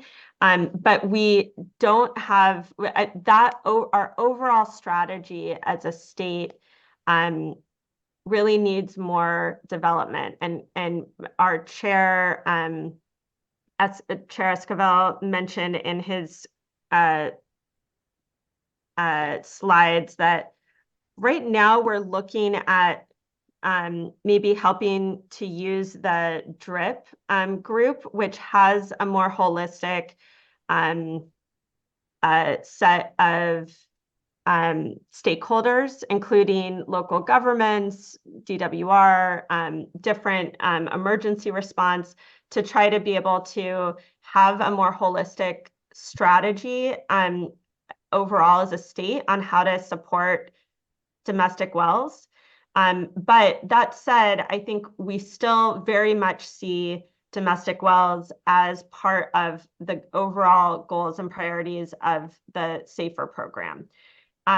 So specifically, you'll see we are funding and continuing to fund especially planning and feasibility studies for domestic well communities, where they're developing what is the best solution. As you said, what are the options for your community long term? And so making sure that we are continuing to support technical assistance providers to be able to develop that is really important. And then I think a big challenge for us as a state, one of the many challenges, is that domestic well programs or projects are so much more expensive because there was never the initial investment in building the pipes from each individual household to a centralized system. So the overall dollar amounts are a lot, and they're really important for us to make sure can happen. But it also means that when we look at our overall budget in terms of our funding, the money doesn't go as far. And so we're having to, I think this year for the first time, start to look at how we're prioritizing money because we don't have enough to go to every single project out there. I think those issues will only become more difficult in the next few years. So this feedback, I think already today around making sure that, you know, we are supporting development of goals and what is the overall strategy, state strategy around domestic wells, and then also making sure that we're articulating maybe more than we've have so far on how that fits into the SAFER strategy, I think is really helpful feedback and definitely how I see it as well. And I appreciate that. Thank you, Board Member Firestone. All right, we've got two final speakers and then we're going to break for a lunch. We've got Eric and then we're going to close out with Michael Prado Sr. Eric? Thanks, Adriana. Well, one, I really wanted to appreciate and give really a virtual round of applause to the State Water Board in terms of these goals that are outlined. I think one, the overarching goal of goal one, to have communities with safe drinking water who've failed to have that in the past. Goal two, to reduce the timeline for communities to have safe drinking water from what it's historically taken. I think that's another commendable step. That's a significant goal to reduce it from 8 to 5 years on average. And then I think consolidations as well is a great goal. I think we want to see more of that. So happy to see that. My concern, and it's a quite a big concern with these goals is what's been mentioned so far from community members and other members of the Safer Advisory Group, is that these goals leave out domestic well communities, and it fails to provide a vision for those households who don't have access to safe and clean and resilient drinking water. The 2024 needs assessment identified nearly 150,000 domestic wells who are at risk.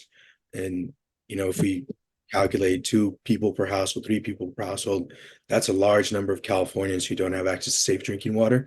And the concern is, as you know, my fellow colleague from the Northern California region, a lot of these households lack the expertise to adequately monitor their water, install the treatment that's necessary, and many times in the sampling that Community Water Center has done with these communities, the level of contamination that these communities face are far higher than what many water systems have to treat for. And so I just am very disappointed to see these goals continue to leave domestic wells out. And I think that 5 years into the SAFER program, when the SAFER program was, you know, one of its main goals, one of its main charter in its charter in the legislation is to consolidate domestic wells. For us to leave that out and say the vision 5 years remaining does not include that, I'm unhappy to see that. I would like to see that changed. And I'll just quite frankly say this program has the most funding dedicated towards domestic wells or available to domestic wells.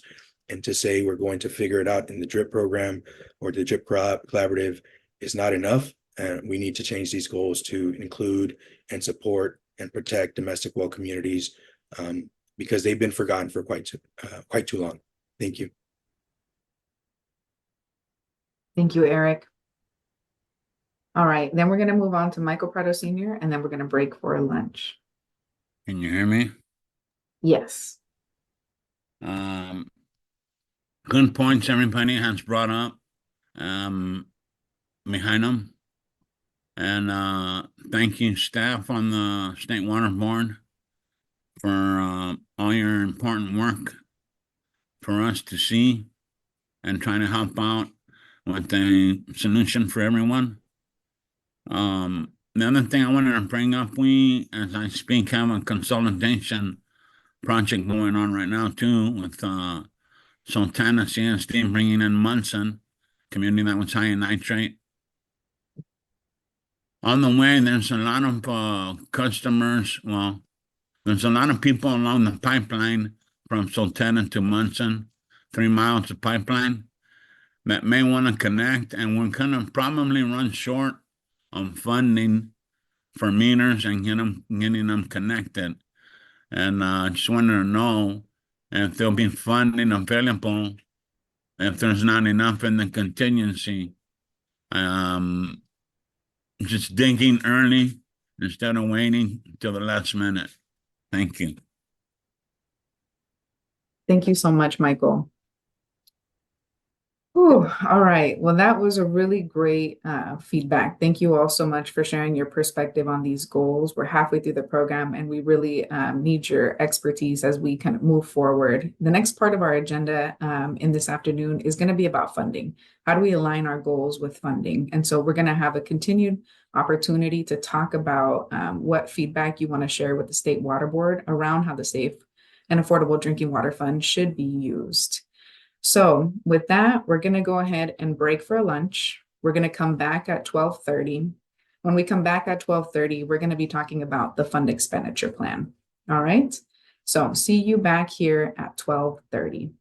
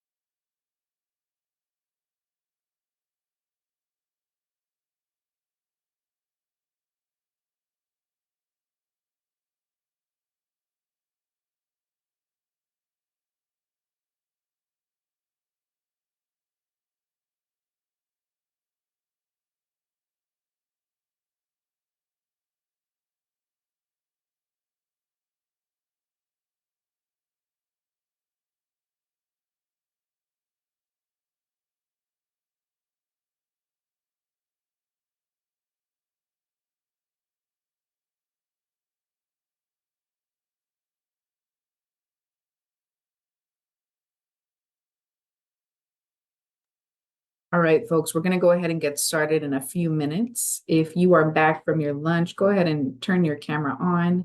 If you are still finishing up your lunch and you want to be off camera, feel free to do so and just go ahead and hit a reactions button to let us know you're here with us. Thanks, Edwin. Thank you, Kristen and Stephanie, Shannon and Marta. Thank you, Isabel and Rami and Silverio. Thanks, Michael Prado Sr. All right. I'm going to check in with our folks just to make sure that our webcast is on. Yes. Okay.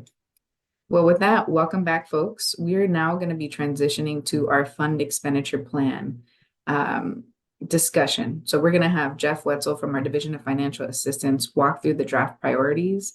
And I want to remind everyone once again, the discussion that we had on our SAFER goals is really tied to this, right? We talked about overarching where are we headed in the next 5 years. The conversation in this next section is about how do we allocate funding for the next year. So with that, I will pass it back to Jeff to kick us off. All right. Good afternoon, everyone.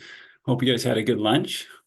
Like Adriana said, I'm Jeff Wetzel, Senior Engineer over the Safe and Affordable Drinking Water Unit in the Division of Financial Assistance. And today I'll be talking about some of the anticipated funding amounts for the SAFER program going forward, some of the SAFER program performance, and then also talking about the draft fund expenditure plan for fiscal year 2024-25. And that will include some priorities and the funding targets. And I'll also just highlight right here too, because it kind of plays back to the discussion that we had before lunch. One of the funding priorities you will see in the plan is continued existing support of our domestic wells and state small programs. So just wanted to highlight that at the top. Next slide, please. So when we refer to the SAFER program, these are all the funding sources that we're talking about. So the SAFER program includes all the funding sources that the State Water Board administers that can fund drinking water projects. And these range from capital planning and construction projects to non-capital projects, such as interim water supplies, emergency repairs, technical assistance, administrators, and operation and maintenance funding. The SAFER's program array of funding sources include various general fund appropriations for drinking water infrastructure, some that address PFAS and others that address urgent drinking water needs. And then highlighted at the top for good reason is the Safe and Affordable Drinking Water Fund. And then the SAFER program also includes drinking water bonds like Prop 1, 68, and 84 from prior years. And then it also includes portions of the Drinking Water State Revolving Fund principal forgiveness and funding pots for emerging contaminants. So as we begin fiscal year 24-25, the majority of the anticipated funding available for the SAFER program will be from the Safe and Affordable Drinking Water Fund and Drinking Water State Revolving Principal Forgiveness, because we have seen some reduction, some reduced funding available from prior general fund appropriations and general obligation bond funds. Next slide, please. So this slide shows all the funding sources that we have available for the SAFER program this year to go toward drinking water projects. So in total, around $855 million is available for this fiscal year from the Safe and Affordable Drinking Water Fund, plus the other complementary funding sources. At least $668 million is available for capital projects, although it's important to note that around $450 million of that is for projects that address contaminants of emerging concern only, and those projects may have additional eligibility requirements. Next slide, please. So the previous slide showed anticipated funding for the upcoming fiscal year. So it also makes sense to describe the existing funding that is remaining in our current multi-year programs. Those programs include our regional domestic well programs, our technical assistance agreements, and the administrator master agreements. So there's roughly around $177 million in all three of those combined. There's roughly $98 million in the regional domestic well programs, $56 million in technical assistance capacity, and then $22 million remaining for administrators. Next slide, please. So the next couple slides will show some SAFER program performance numbers. So this slide looks at the SAFER program performance cumulatively since 2019. So for interim solutions, we have provided those to 290 communities and about 4,600 households. Technical assistance projects for 490 communities. 92 of those have been planning via technical assistance.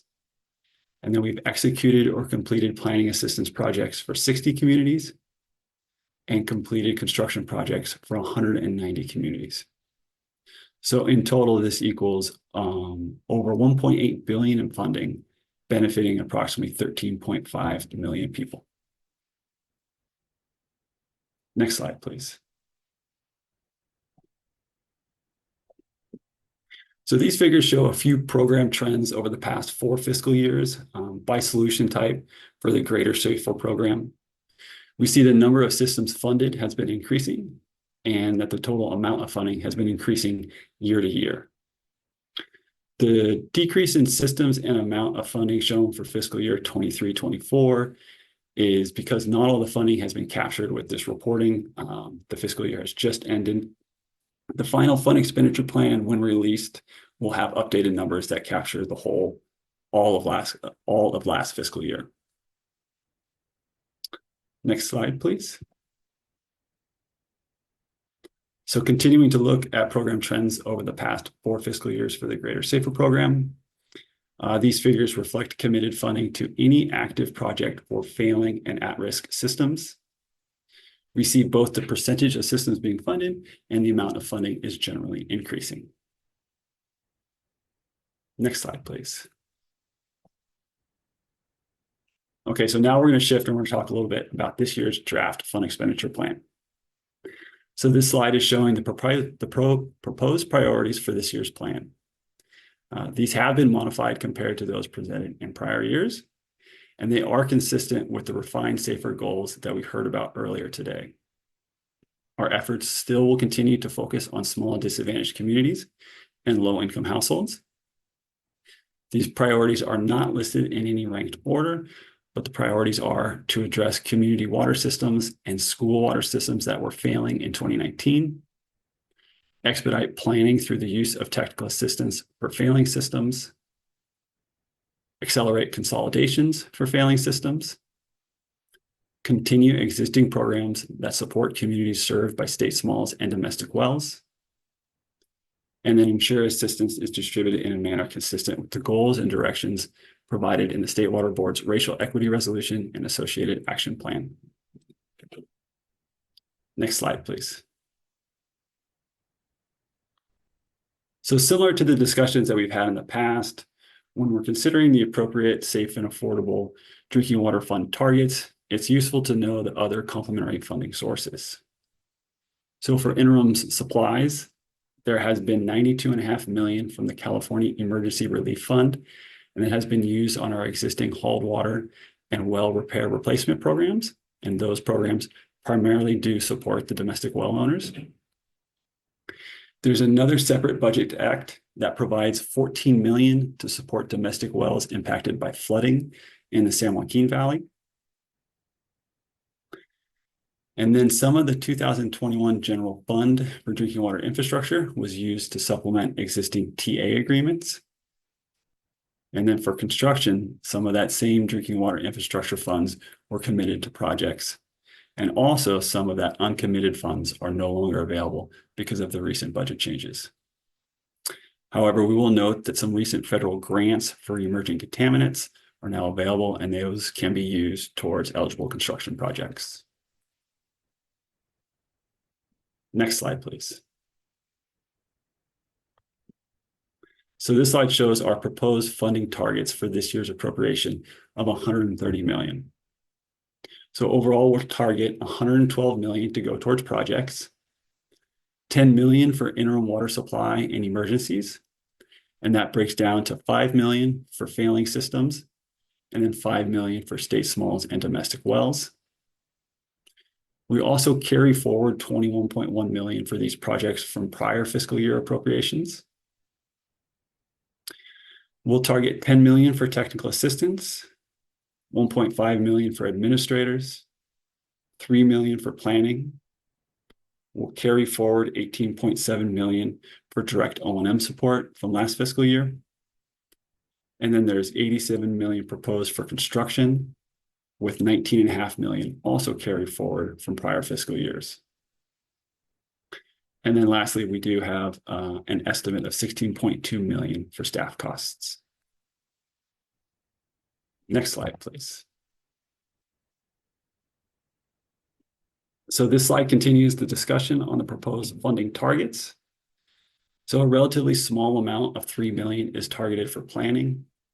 This is intended for projects that will need planning activities that won't be completed via technical assistance. We have 88 million is proposed for construction.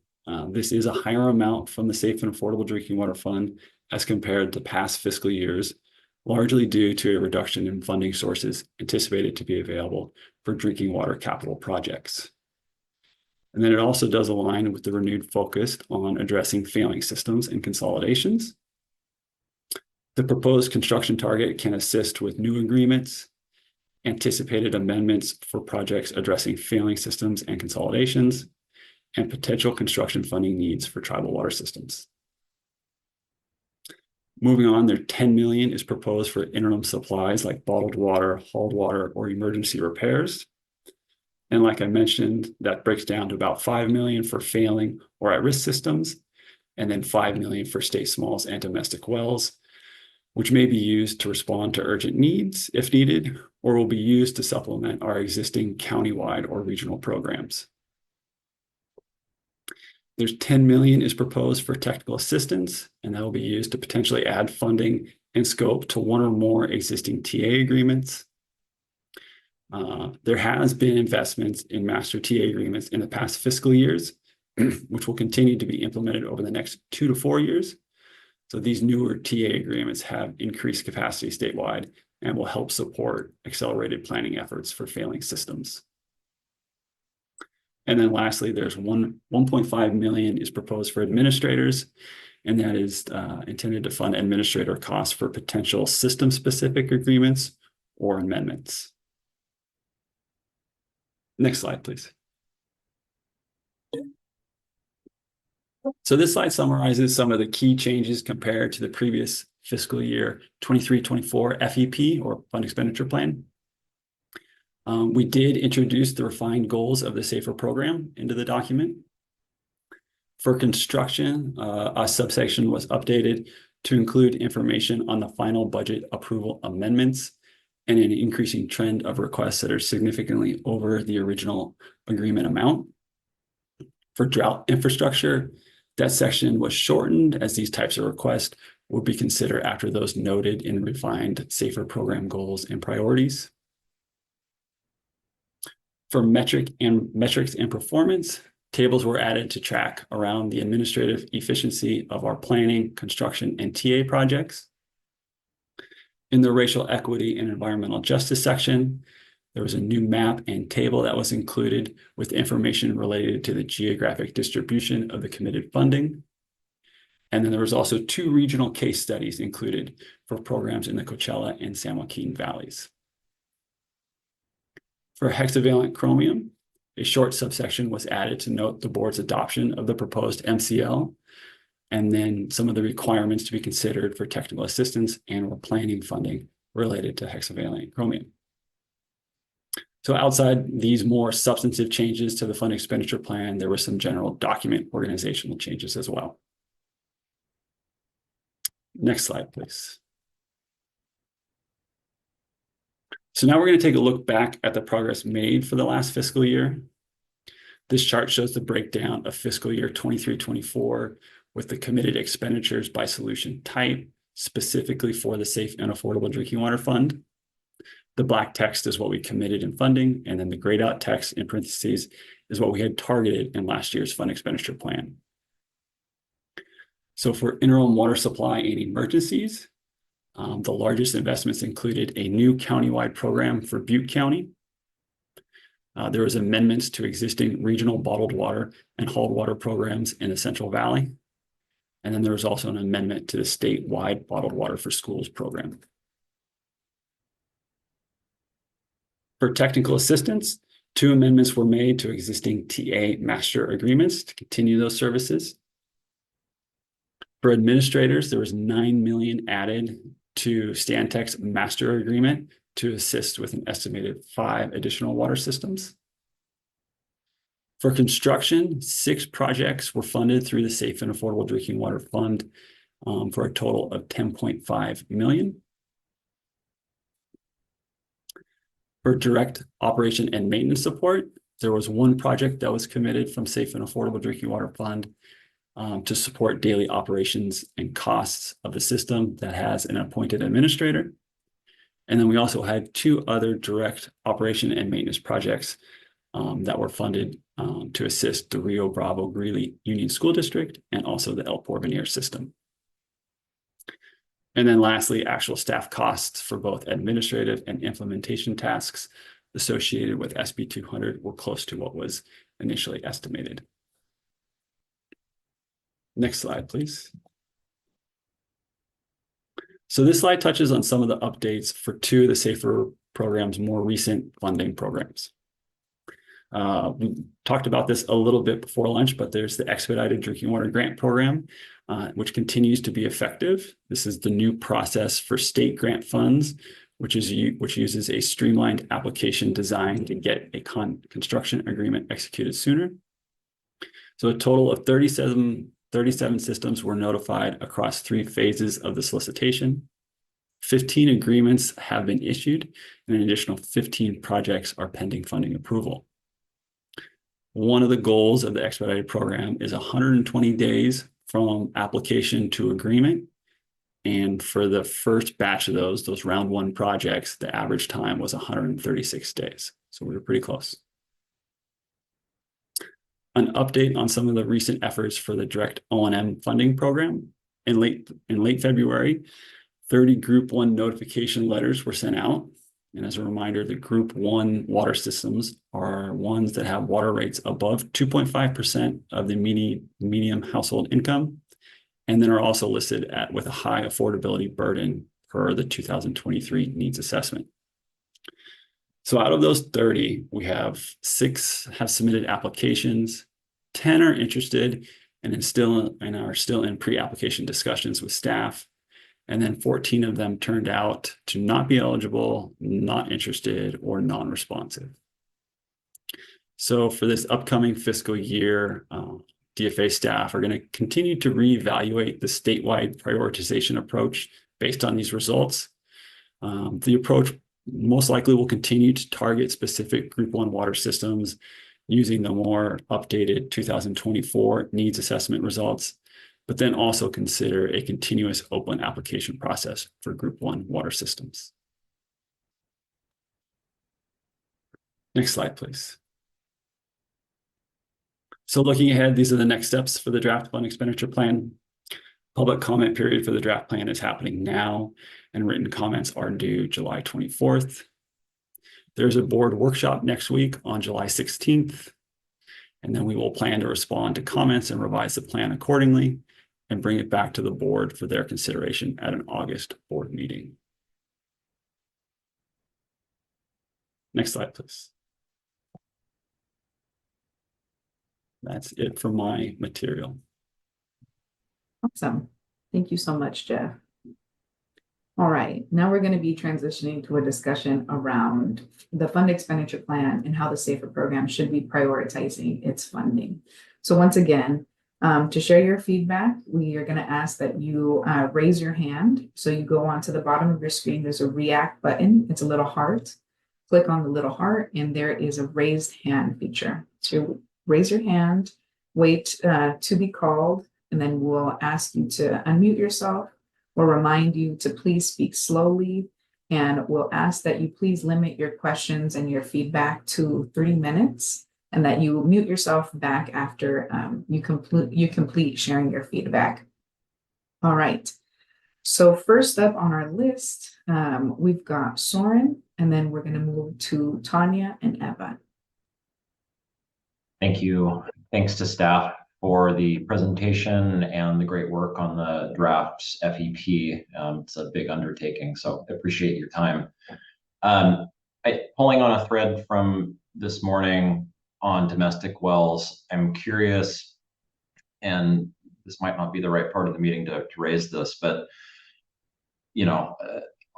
on the topic of domestic wells, I was a little surprised to not see any reference in the plan to SGMA or the domestic well mitigation programs that are, I think, starting to get some traction in parts of the state where domestic well issues are particularly acute. And so I'm curious if staff can speak to where they see the dividing line between the role of this program addressing domestic wells. Where does this program stop and domestic well mitigation programs under SGMA start? And is that something that would be appropriate to speak to in this document? Thanks, Soren. That's a great question. I'm not sure I can give a concrete answer on where that line is. I know we have lots of discussion with our partners on how these programs kind of bleed together and touch each other.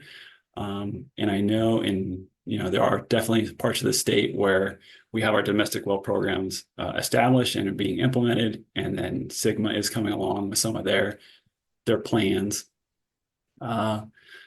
I think it does make sense in somehow to touch on it in our document, especially as SGMA becomes more developed and those mitigation plans are concrete in what they're actually going to be doing.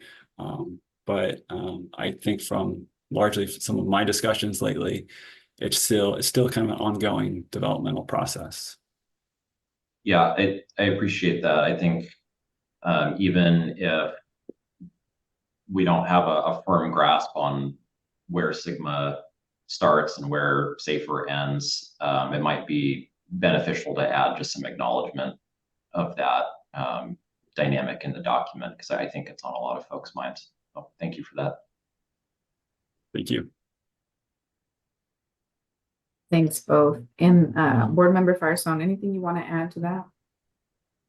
I think that goes to, there's also CV salts. There's a number of different programs that fund different pieces of private wells, which is, I think, goes to the point of why we didn't feel like we were ready to define private well goals yet in this document, and wanted to be able to develop an overall picture of the different roles and responsibilities from local governments, GSAs, emergency response, water board, and others, so that we can all have a holistic picture of that, because it's not very clear. So I think agree. I think this whole conversation today just continues to emphasize, I think we need this space to be able to define that better.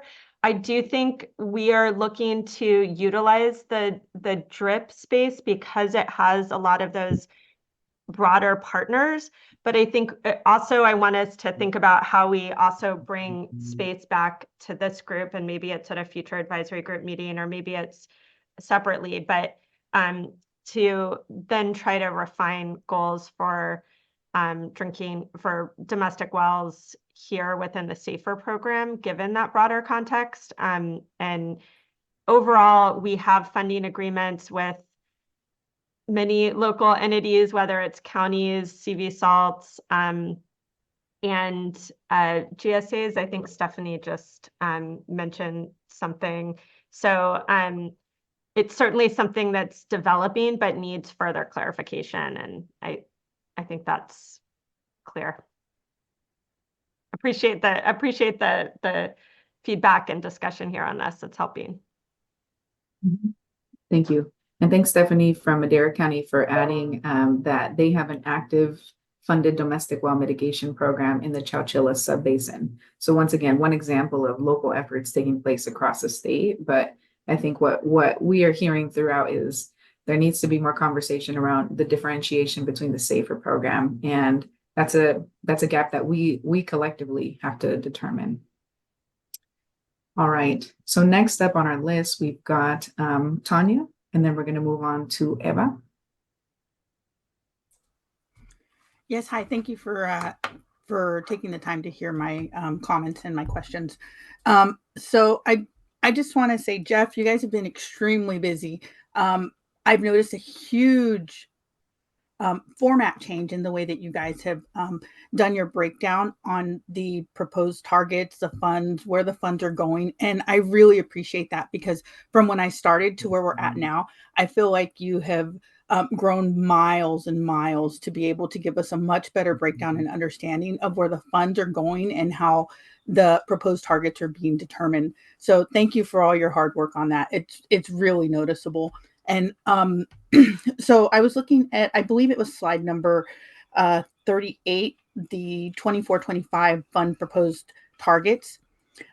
With the funds on that, one of my questions was, if you run short on funds and you find that, I think it's one right before this one, the slide right before this one. If you find that you're running short on these, where your funds are more available and the targets were lower limits than what you actually had proposed, are you transferring those funds to other areas, or are you just eliminating those funds and they're no longer being rolled over? And then I also wanted to state that I really appreciated how in the pie graph you had shown that the TA assistance was one of the areas I had been looking at for technical. And I like that dollar fundage has been brought into a more of a reasonable scope to fit within the pie range of what's been allocated for us. So that's actually a really huge improvement compared to what I'd seen last year, where the TA assistance was almost 3/4 of the pie as opposed to where it's at now. So that's a really huge improvement that I'm seeing, where the funds are being allocated towards projects and planning and operation and items of need that are more valuable to what the program is being designed for. And one more item I wanted to jump in on was, I agreed with Isabel on her previous conversation about the Prop 218 with the small systems and management of funds. And I'm just wanting to see if there's something that's being considered or addressed to be able to help delegate to some of those small systems where you find that their mismanagement of the funds is creating large financial loss to the communities that they're affecting. So thank you very much. I appreciate your time. Thanks, Tanya. Those are all good questions and points, and I'll try to piecemeal my response here. And first of all, yeah, I think the information provided in the FEP has come a long way. There's a big group at DFA that works on that, and then we also have our partners at OPP and DDW. So it's really starting to show in the document. Your second question was that question saying that if we don't commit funds to the proposed targets, that then the funds go away? Was that your second point, your second question? Yes, that's correct. Do the funds just get eliminated, or do we transfer them into another area within that same year, or are they lost funds?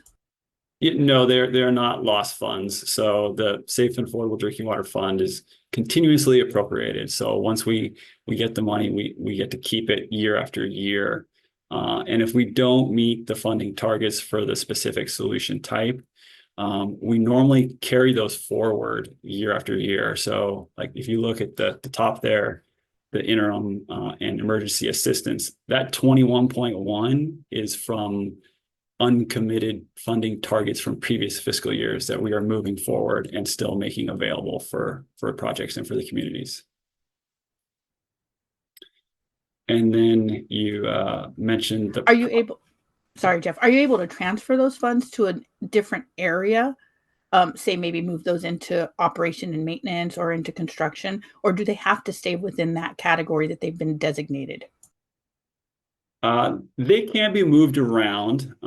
We use the fund expenditure plan and these proposed targets to obviously to kind of reflect what we hear from our stakeholders like you guys, also what we're seeing on the project level, and then present that to our board. But there is no like statutory requirement that those funds would have to stay within that solution type. It's just what we aim to do as we've proposed and laid out, but there's no hard requirement. And sorry, I'm trying not to talk too much. You can see that in some of the slides where you can see the fund expenditure plan last year said, oh, we're aiming, our target is a certain amount, but some of them were a little bit different, and that's okay. This is really targets. So these are not hard lines that can't be crossed depending on how things evolve over the year. Thanks, Tanya and Jeff and Board Member Firestone. I think the last reflection I have on Tanya on what you shared is I think you're highlighting the transition in the SAFER program as well. So in the change in how much is being allocated to technical assistance, I think in the beginning, there was a lot of need for planning. Like, what are we going to do? How do we assist small water systems? And what you're noticing now is we're transitioning more to construction. Projects are being ready to be implemented. And so there's a shift that's naturally happening that you're highlighting. So thank you for that. All right, we're going to move on to Eva and then Marta. So I have 3 questions, I think. So the first one is on the TA funds. So it's reducing the total amount going towards TA. There's no plan to like reduce the contracts that are already in place, right? Because, you know, we're actually kind of maxed out and a little over allocated on our contract, and we continue to get new assignments. And so, you know, I just want to make sure we're not looking. I know DFA has worked to, you know, look at putting projects on hold that are not the priority projects, things like that, like really focusing on the failing systems.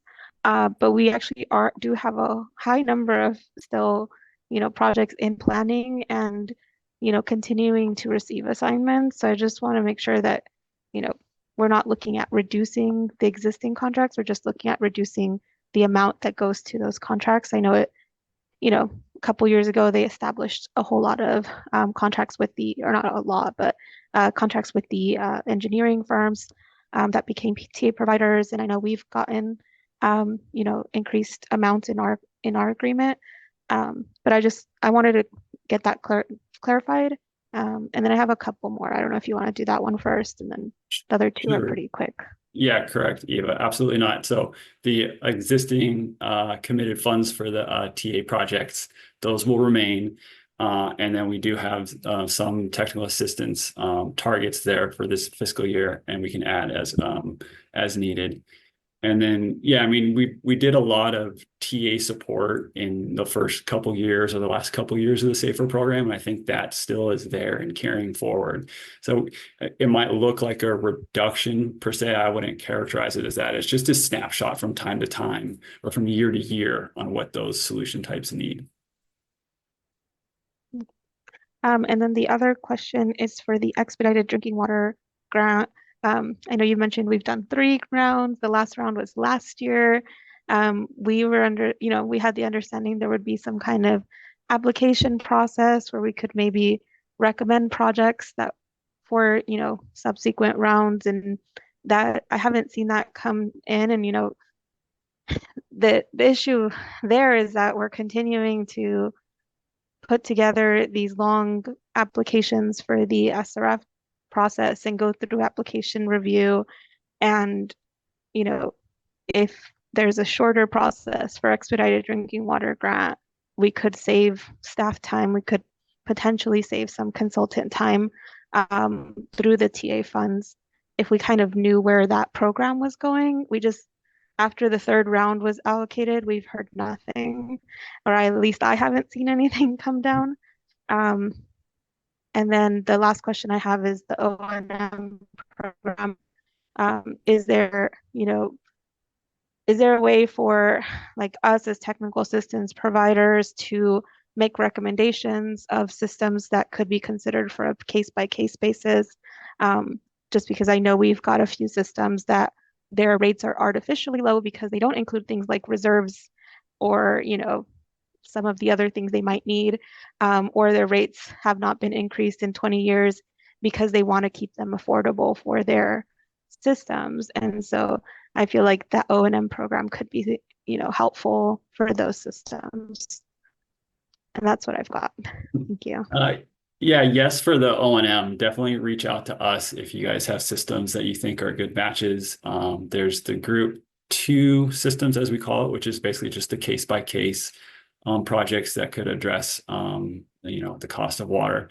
And we're definitely interested in hearing about systems that would be good matches and systems that are ultimately interested in receiving that type of funding. And then for the expedited drinking water grant program, basically the round 4, we'll have to connect basically offline or on the side. That's some of my partners here at DFA do that. I think last I heard is the round 4 was being kind of considered for either another specific solicitation, depending on the need of in-house projects, or depending on that, maybe open it up for an open enrollment application process. So we'll have to connect with you on that one. Sounds good. Thank you. Thanks, Eva. Thanks, Jeff. All right, next up, we've got Marta, Shannon, and then Shannon afterwards.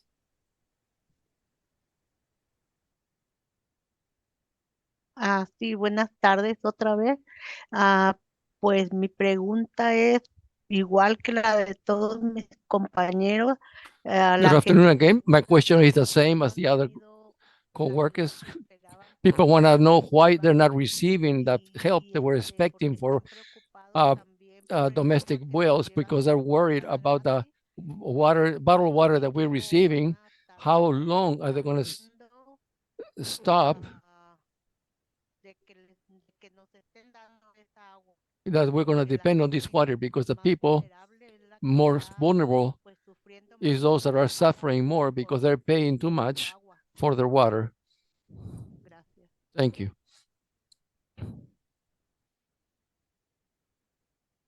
Yes, thank you for the question. We have committed a good amount of funding to our domestic well programs that do support, bottled water and hauled water and some of the other long-term solutions like drilling or repairing a new well and connecting them to a system if it's convenient. So to some degree, yeah, we have continued our support and bolstered those programs, and they're still in place with services available.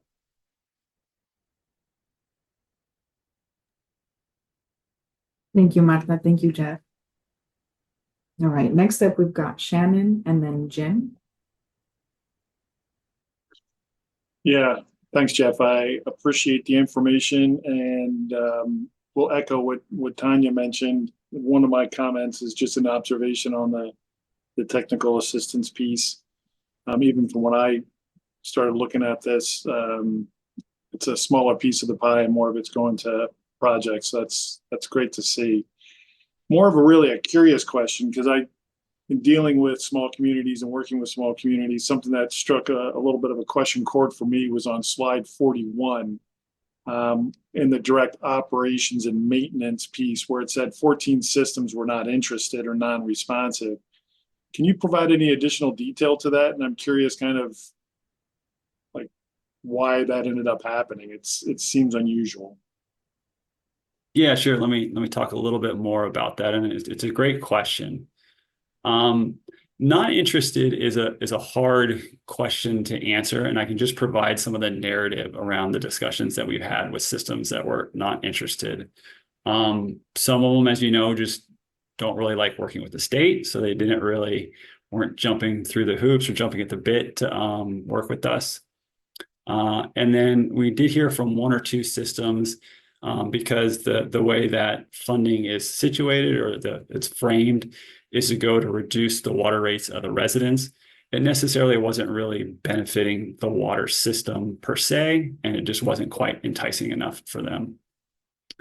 Non-responsive is just non-responsive. We just didn't really hear back or have movement there. And then not eligible was a couple different reasons. We used the 2023 needs assessment data to target specific systems. So as we began working with those systems specifically one-on-one, there's a couple things that popped up. It turned out that they were not a disadvantaged system, which was one of the requirements. It turned out that the rates were actually below 2.5% of the MHI. And that was largely due because of I think the reporting, some of the reporting that came in on the needs assessment grouped combined utility rates. So the numbers that were being reported were for water and sewer. So after you tease out just the water, it was below that threshold. And then in a couple situations as well, the communities did have a high second home percentage, which was another eligibility criteria or a consideration for us for moving forward.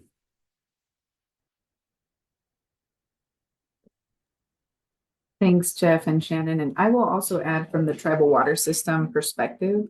We've had several instances where we're working with a tribal water system that might benefit from operations and maintenance. And I think that the non-response that we receive, I think that's really connected to staff capacity, right? There's so many different things taking place in the water system that even if this funding were to be even if this funding would be helpful, there's a lot of other priorities that they may be prioritizing instead. So I think this is an area where we'd also appreciate help, how to address that.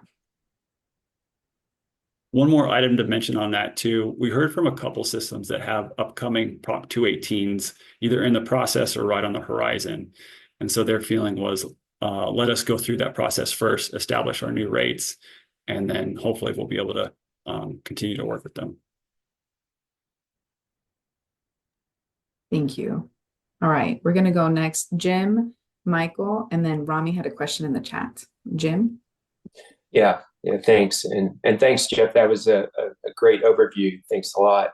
I'm going to get back to the domestic well question that kind of has been going through. And one of my concerns regarding the domestic wells and state smalls is that it seems like it's more of a reactionary response to a lot of these type of systems. They're largely unregulated. And so they're the biggest unknown to the state as far as the concerns that might be out there. And I'm going to get back to the need for maybe some kind of more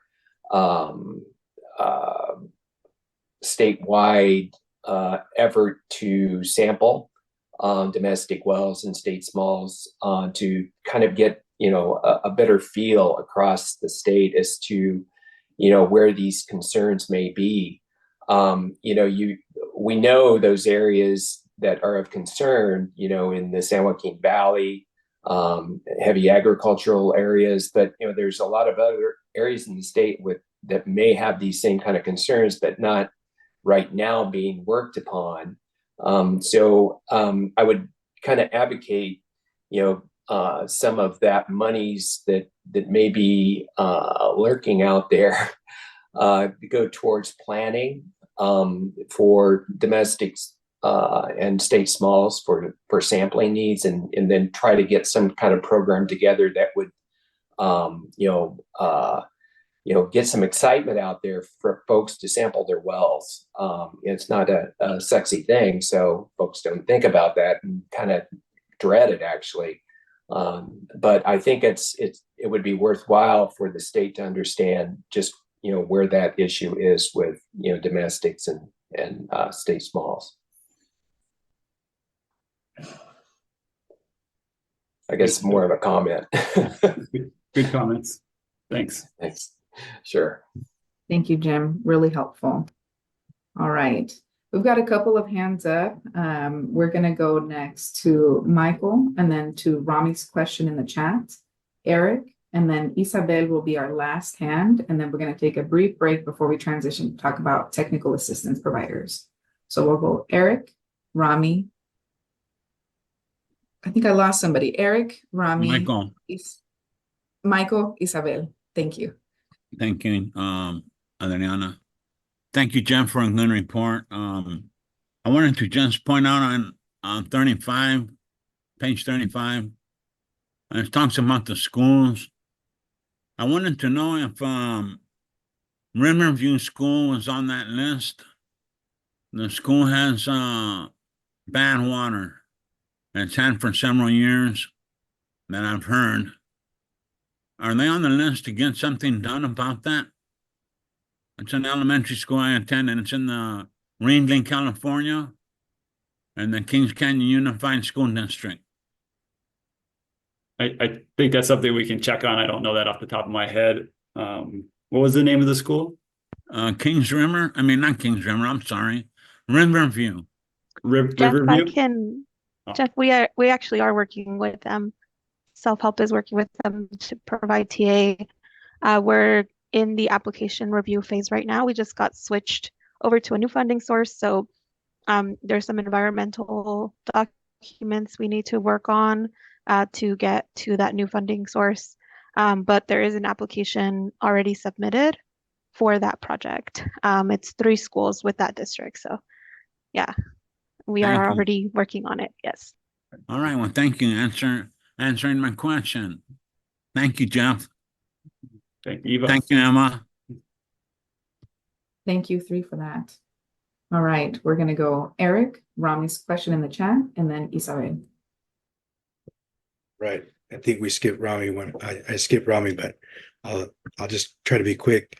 Well, I just wanted to uplift again the issue around domestic well consolidations and projects that really focus on domestic wells. I think a lot of the projects that the SAFER program has funded that include domestic wells are domestic wells that are on the purview that are on the periphery of existing projects. So they'll take advantage of the fact that projects are happening in the area.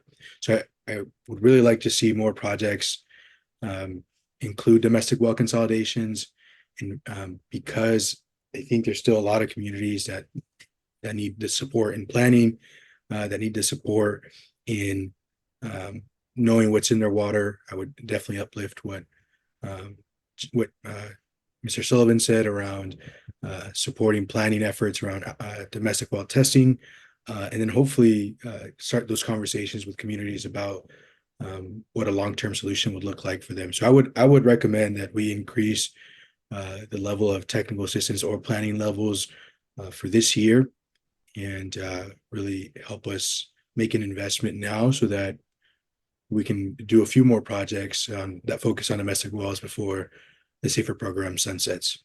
So that's my feedback. Thanks for the opportunity. Thanks, Eric. Thanks for that, Eric. All right. So sorry about losing you in the queue, Rami. But the question is, Jeff, can you explain the difference between the fund expenditure plan and the intended use plan? I think at its simplest, Rami, is that the fund expenditure plan is required as per SB 200 and for implementation of the Safe and Affordable Drinking Water Fund. And then the IUP, or the intended use plan, is the required planning document for implementing the Drinking Water State Revolving Fund. Thanks, Jeff. Quickly, is the FEP then a subset of the IUP, or are they different? They are different. Related, of course, because they're all addressing drinking water problems, but different documents. And I can add to that. Just there's a the federal funding from the state revolving fund, that is also including all the bill funding that you may have heard by bipartisan infrastructure law funding. All of that is governed under the IUP, the intended use plan guidelines. And then it's just the 130 million that is the Safe and Affordable Drinking Water Fund. That's a totally separate fund that has the fund expenditure plan. That said, as you see with the fund expenditure plan, we are looking at this as SAFER. We're looking at all of our funding, and so the fund expenditure plan gives that fuller picture of how we intend to use and integrate all of that federal funding grant to meet the needs and priorities that we're setting here. So what we try to do is integrate the two. But from a legal standpoint, we have to have 2 separate documents. One's the intended use plan for the federal funding, and one is the fund expenditure plan for just the Safe and Affordable Drinking Water Fund. But the the goal with our fund expenditure plan is to give that bigger picture of how they both fit together for safer goals for drinking water. But the federal funding also funds loans. So the intended use plan has all of the loan information and fundable list for loans for federal funding. And last thing is we are going to be considering them both at the same board meetings, both for our workshop and for adoption, to help with trying to put the pieces together, because I know all these different acronyms and documents are confusing. Wonderful, thanks. Thank you, three. All right, next up, we've got Isabel to close us out.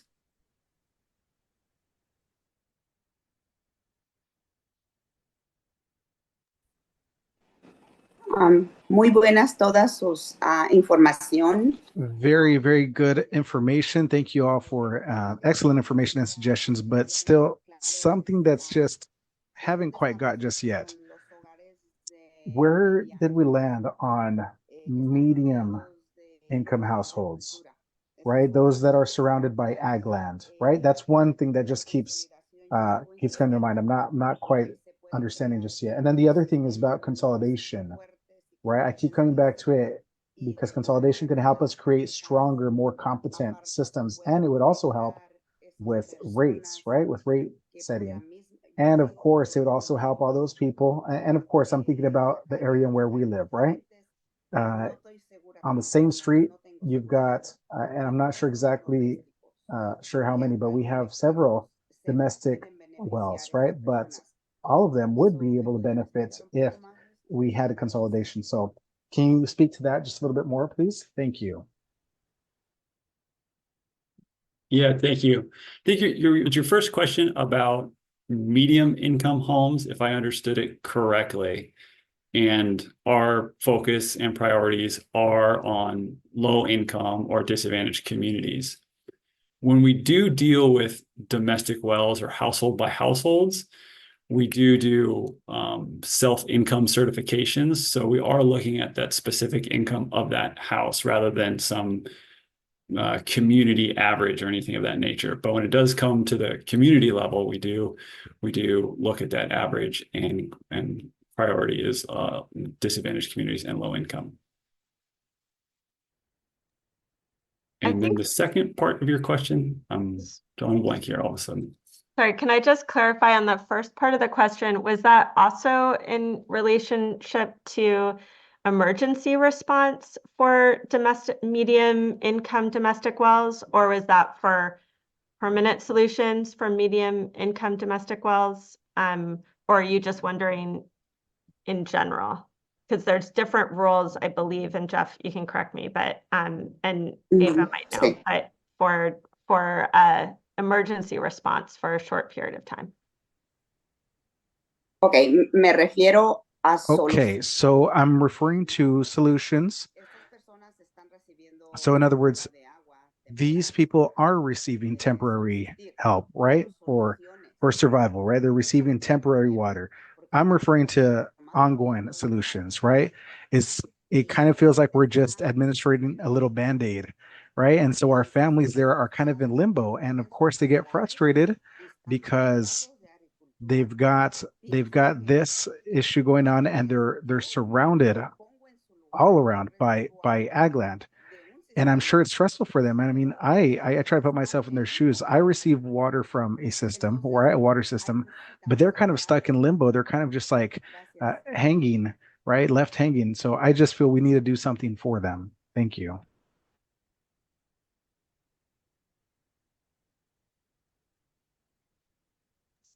So the consolidation part of this, is that where, yeah. Yeah, and then Jeff, can you speak about what funding opportunities exist for communities that aren't low income, either for consolidation or long-term solution? Yeah, correct. So let's see. This is laid out in our intended use plan, but which is out right now as a draft for public comment. But if I recall correctly, we can support consolidation projects and A through C projects for non-DAX below a certain threshold. I think it's 150% of the MHI.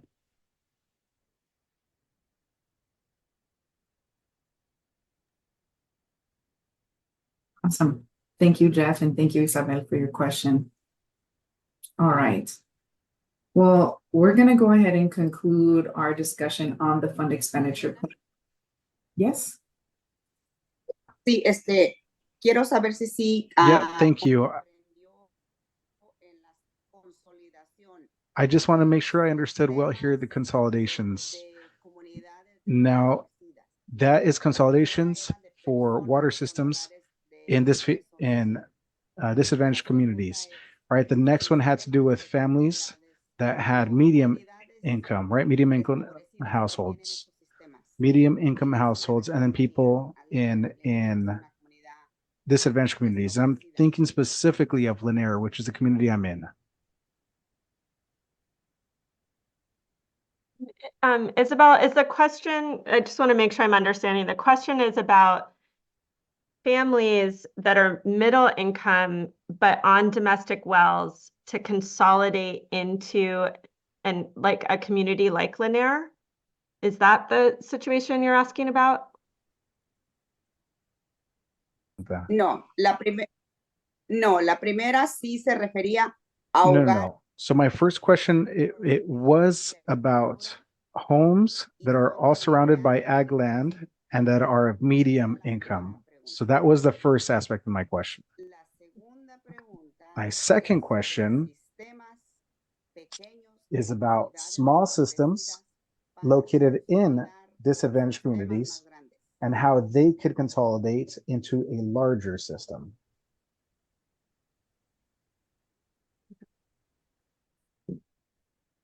So, Gracias.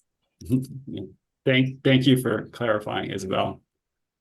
Yeah, so the second part of that, if it's a small non-disadvantaged system that wants to consolidate into another one, depending on its income level, it should be eligible if it's below the 150% mark.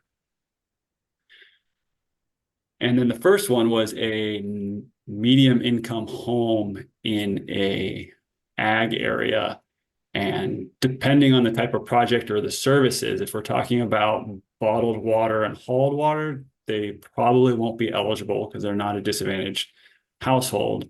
But then, yes, if you start thinking about some of the longer term solutions for them, there could be some potential projects.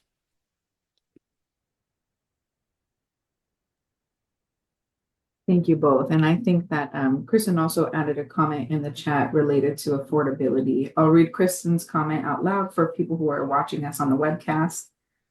Kristen shared, this well owner income issue also came up at the last meeting, looking at RCAC's, the Rural Community Assistance Corporation's well loan data for California.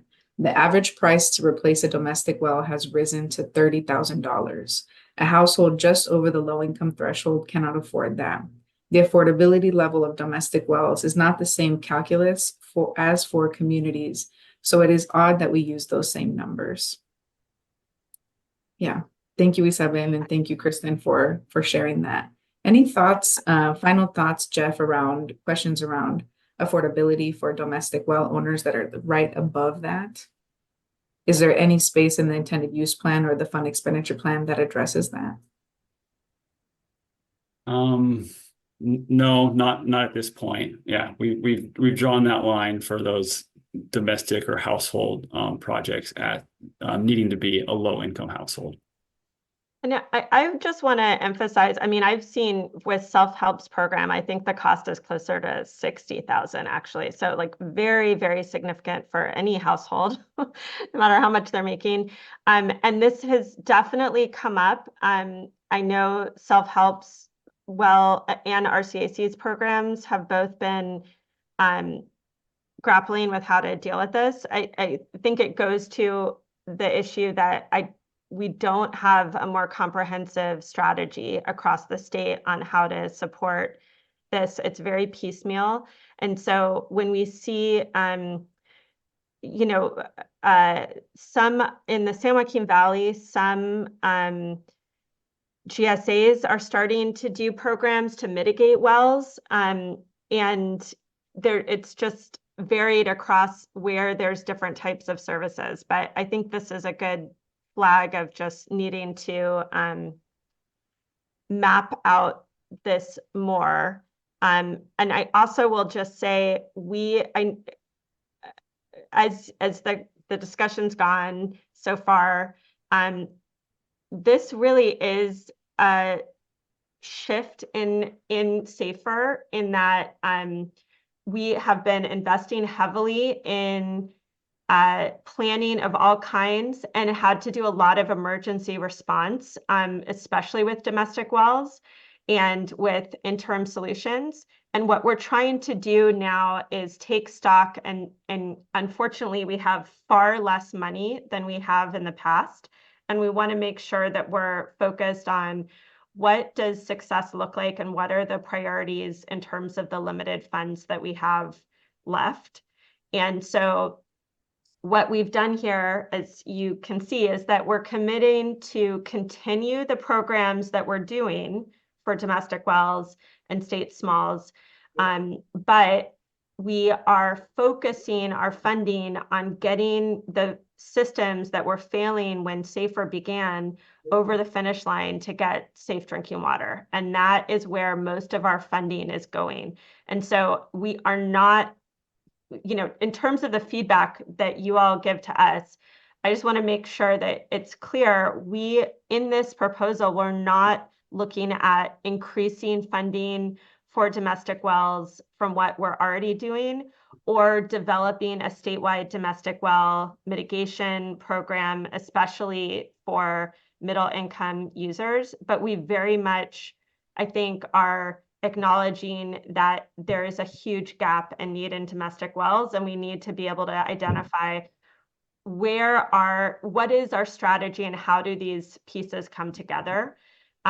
So, this is the time to give feedback, and I heard a lot of good feedback about wanting to maybe switch that priority a bit and have more investment in domestic wells. But I will say domestic wells are very, very expensive, as you know. And so if we're not, if we have a limited fund here, if we are expanding funding into one area, it means we're reducing funding in another. And right now, I think what we're saying is we want to make sure that the pipeline of projects that we've invested in terms of planning and developing solutions, that those get over the finish line as our top priority, especially if they were failing in 2019 or before then. So that just gives you my summary of where things are right now. But this is super helpful, and I feel like one of the many takeaways from this is just having some more space to maybe come back and dig in more on private wells, and how we grapple with the various pieces of that challenge.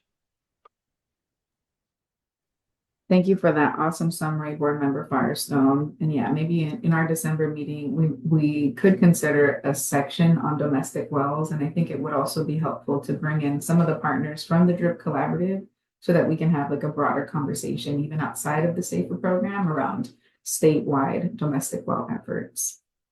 So with that, we are going to be taking a brief 5-minute break. When we come back, we're going to be transitioned to our technical assistance provider presentation. We have a couple technical assistance providers who have joined us. Thank you for your patience here. We'll connect with you offline, and we will see everybody back at 1:40 p.m.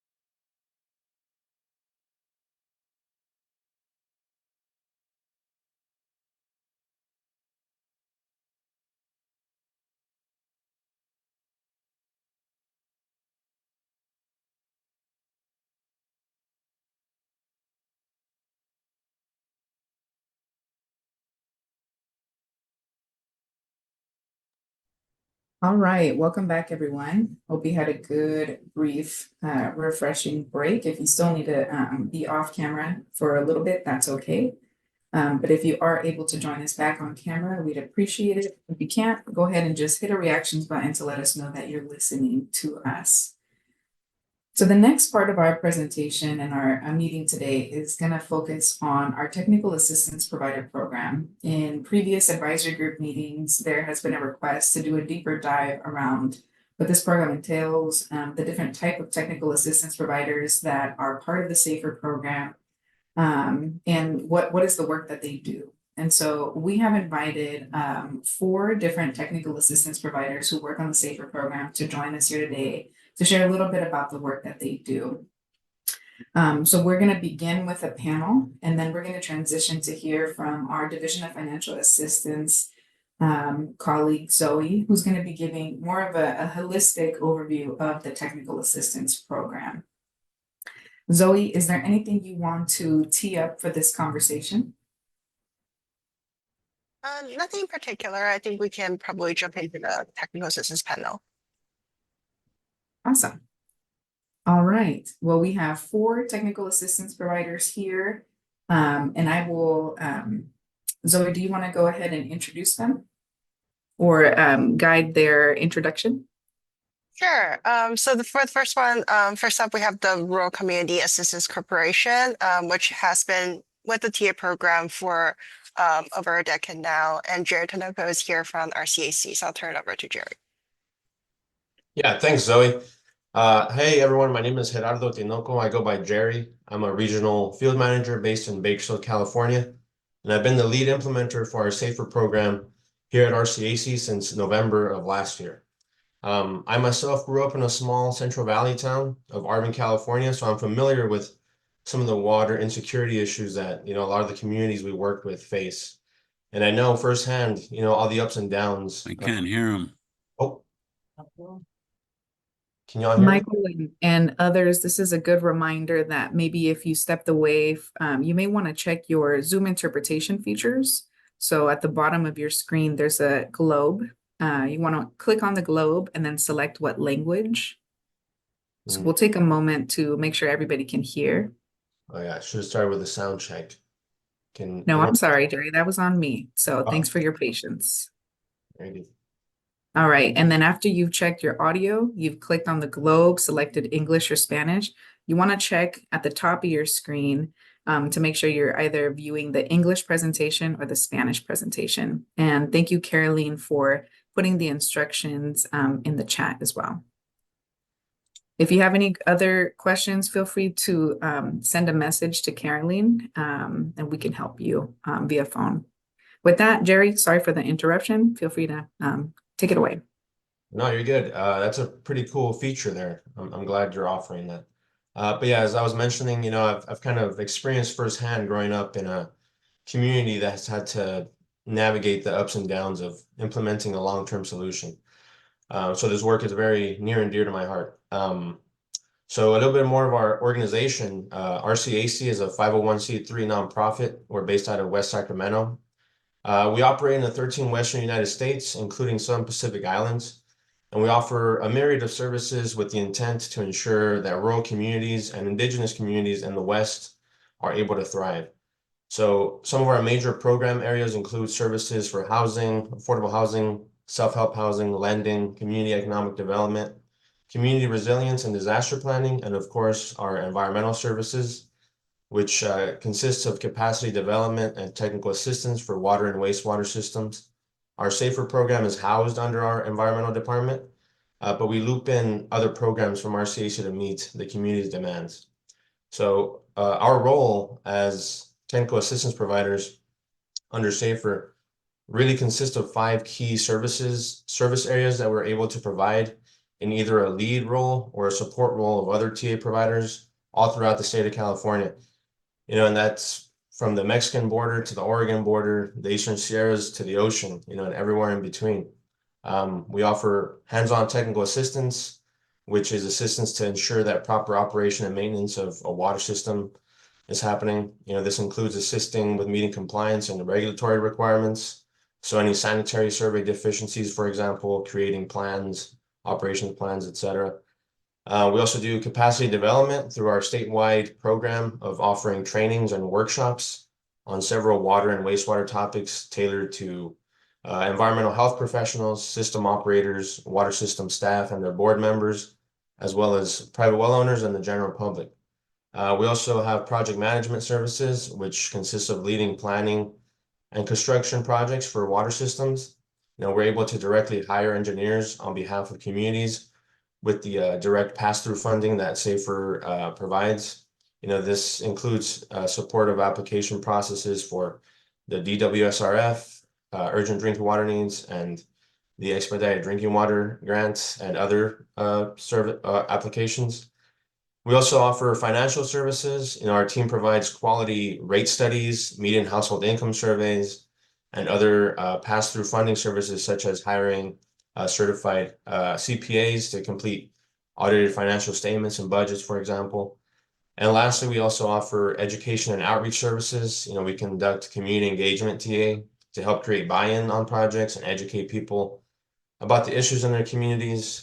Our outreach effort also includes participating in the SAFER circuit riding program, where our TAPs reach out to at-risk or failing water systems and educate them about the SAFER opportunities and encourage them to submit TA requests to get their foot in the door of this funding opportunity. Some key projects I'd like to share. Through SAFER, we're working with dozens of communities on projects ranging in complexity, and they're all very unique. No two are really the same. There is no routine or one-size-fits-all approach, and it takes a lot of creativity and a lot of combining of other funding sources to get the job done. So, we work with communities, exhibiting extreme cases of environmental justice, and it takes a lot of services and funding to get them to the place where they need to get. We have projects where we're working with the ACLU to address environmental racism issues up in Northern California. We have others in the Central Coast working with farm worker housing. But the one I'd like to highlight today is another one of our projects that's about 10 miles from the Mexican border. This project is a bit further along than the others and has already gone through construction. And it also highlights the complexity of a lot of these projects and the web of resources to get these systems into compliance. So the project is Lake Marina Views. It's AR 6474. It has 130 service connections, and they came to us with high nitrates and the presence of uranium in the water. RCAC initially helped them receive funding through the San Diego Irwin program for new storage tanks and permitting their nitrate removal plant. That tank replacement project costs about $990,000. And because Lake Marina struggles with cash flow, our TAPs were able to connect them to RCAC's loan fund department to provide that emergency bridge loan, bridge funding to help cover about $663,000. And that also included a temporary $20,000 loan to jumpstart the bottled water program while the urgent drinking water needs application was processed. RTA under this work plan also includes ongoing operation and maintenance support with the nitrate removal plant.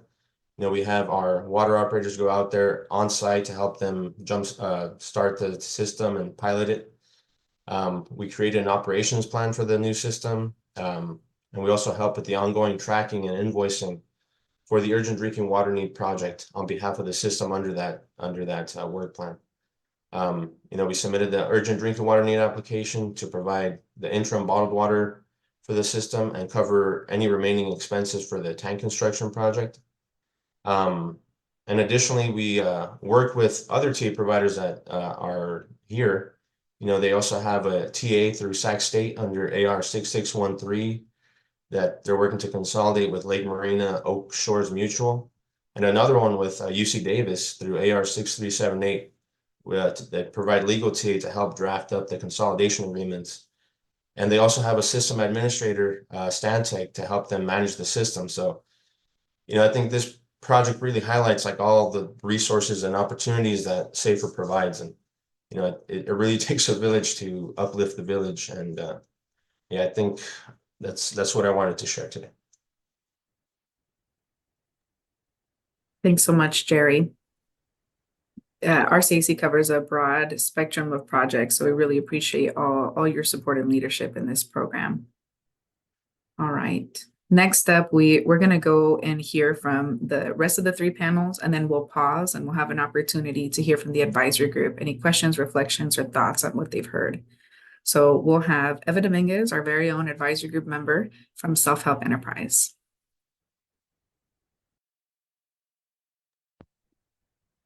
Can we come back to me? My Zoom keeps like malfunctioning, so I think let me see if I can figure it out and then come back and do my part. Sorry.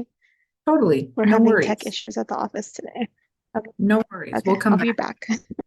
We'll go then to Randy Marks with the Office of Water Program at the California State University, Sacramento. Hi, everyone. Good afternoon. It's Randy Marks. I work at Sac State Office of Water Programs. Guys hear me okay? All right. Yes. So Jerry raised a good point. We do work closely with a number of different TA providers on projects. I'd say maybe a third or to half our projects. We have other TA providers on the line helping the same community. So that is really important. I think we work with Adam and GHD on about 12 projects. So lots of overlap there. I think that's really helpful. So our organization, we're kind of a unique business model here. We're on campus at Sac State. There's about 70 of us that work here. And we are technically a nonprofit, but we are totally self-supporting. So we have lots of contracts and fund ourselves. Our organization does two things. We run a water operator certification program that some of you may know about. So if folks want to get licenses to be a water operator, we have a nationwide program to help with that. And the second thing we do is really pretty much act like a consultant. We have contracts with folks to assist with water-related projects, mostly state agencies, Caltrans, CWR, State Water Board, and we even do some research. I'm actually in the lab right now because we have a water lab back here, so we fool around with some research also. So it's a great place to work. We have maybe 10 or 20 students that are here half-time while they go to classes, so it's fun to mentor them and let them get involved.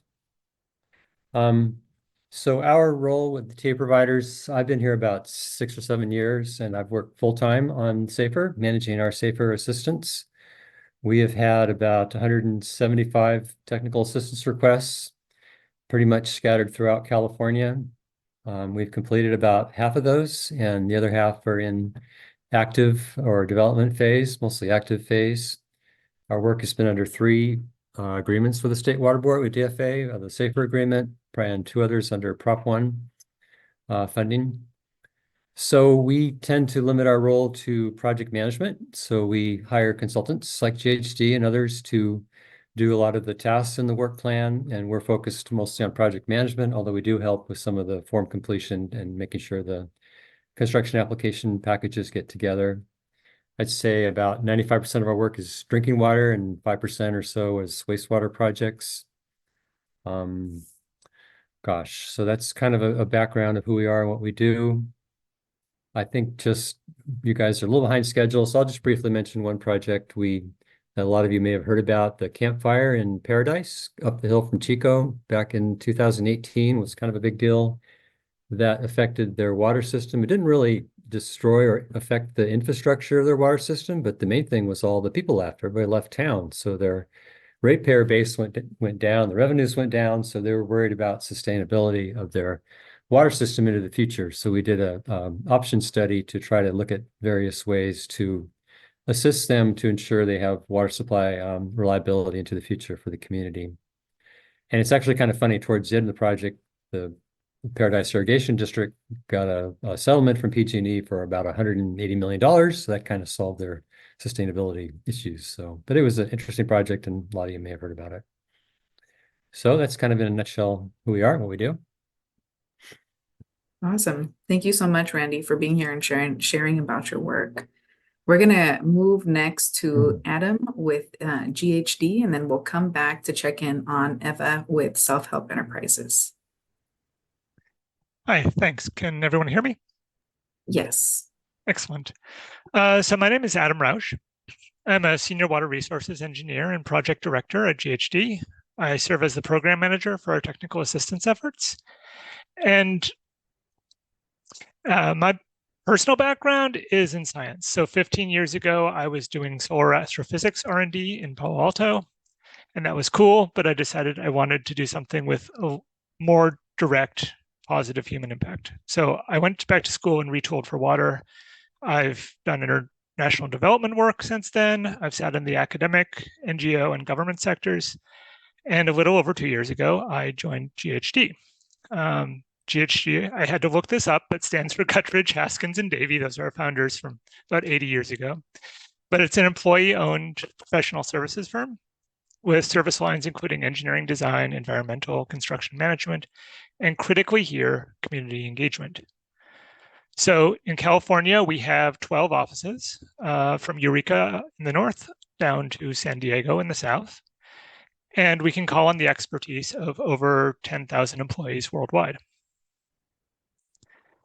In this realm, GHG began working first for municipalities applying directly for funding, mostly Prop 1 at that point, via the SRF applications. We then began providing professional services, mostly engineering, for some of the nonprofit technical assistance providers, including some of my co-panelists here. And in April of last year, we began as a direct TA provider. So in that TA role, we've provided mostly technical and community engagement services. The technical includes feasibility studies, alternative analyses, environmental design for water infrastructure, and then funding development, including the DWSRF and CWSRF, the State Revolving Fund applications. Community engagement includes in-person efforts. So that's either individual conversations, household to household, or community meetings, correspondence, mailers, door hangers, and online efforts like websites. Less commonly, we've provided managerial and operational services. So step in as an emergency operator for some system.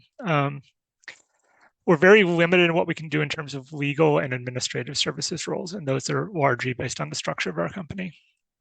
So to date, we've been assigned as a TA provider on 19 projects and have worked with other TA providers on another 25, which comes to 44 if I can do math. I'll echo Randy that about 90% of these are drinking water projects, and probably less than 10 of them, 10% are wastewater. And I think that's probably just a reflection of where the funding is right now. In terms of projects, I'll second Jerry's point that no two projects are the same for these. That's one of my favorite parts about it, but there is no standard project. If I want to just highlight one of them quickly, we're working with Pescadero High School. So they showed up with, they had nitrate issues and call forms, both above the respective MCLs. We worked with the Office of Water Programs, with Randy's group, to design a pipeline to a local, to the high school. This is basically a consolidation with San Mateo County CSA. That project was transferred to the Expedited Drinking Water Program, and a grant was awarded. And we're now working directly with the County of San Mateo on the construction phase. And we're kind of celebrating that because that's the eventual impact for the community is really what we're all after.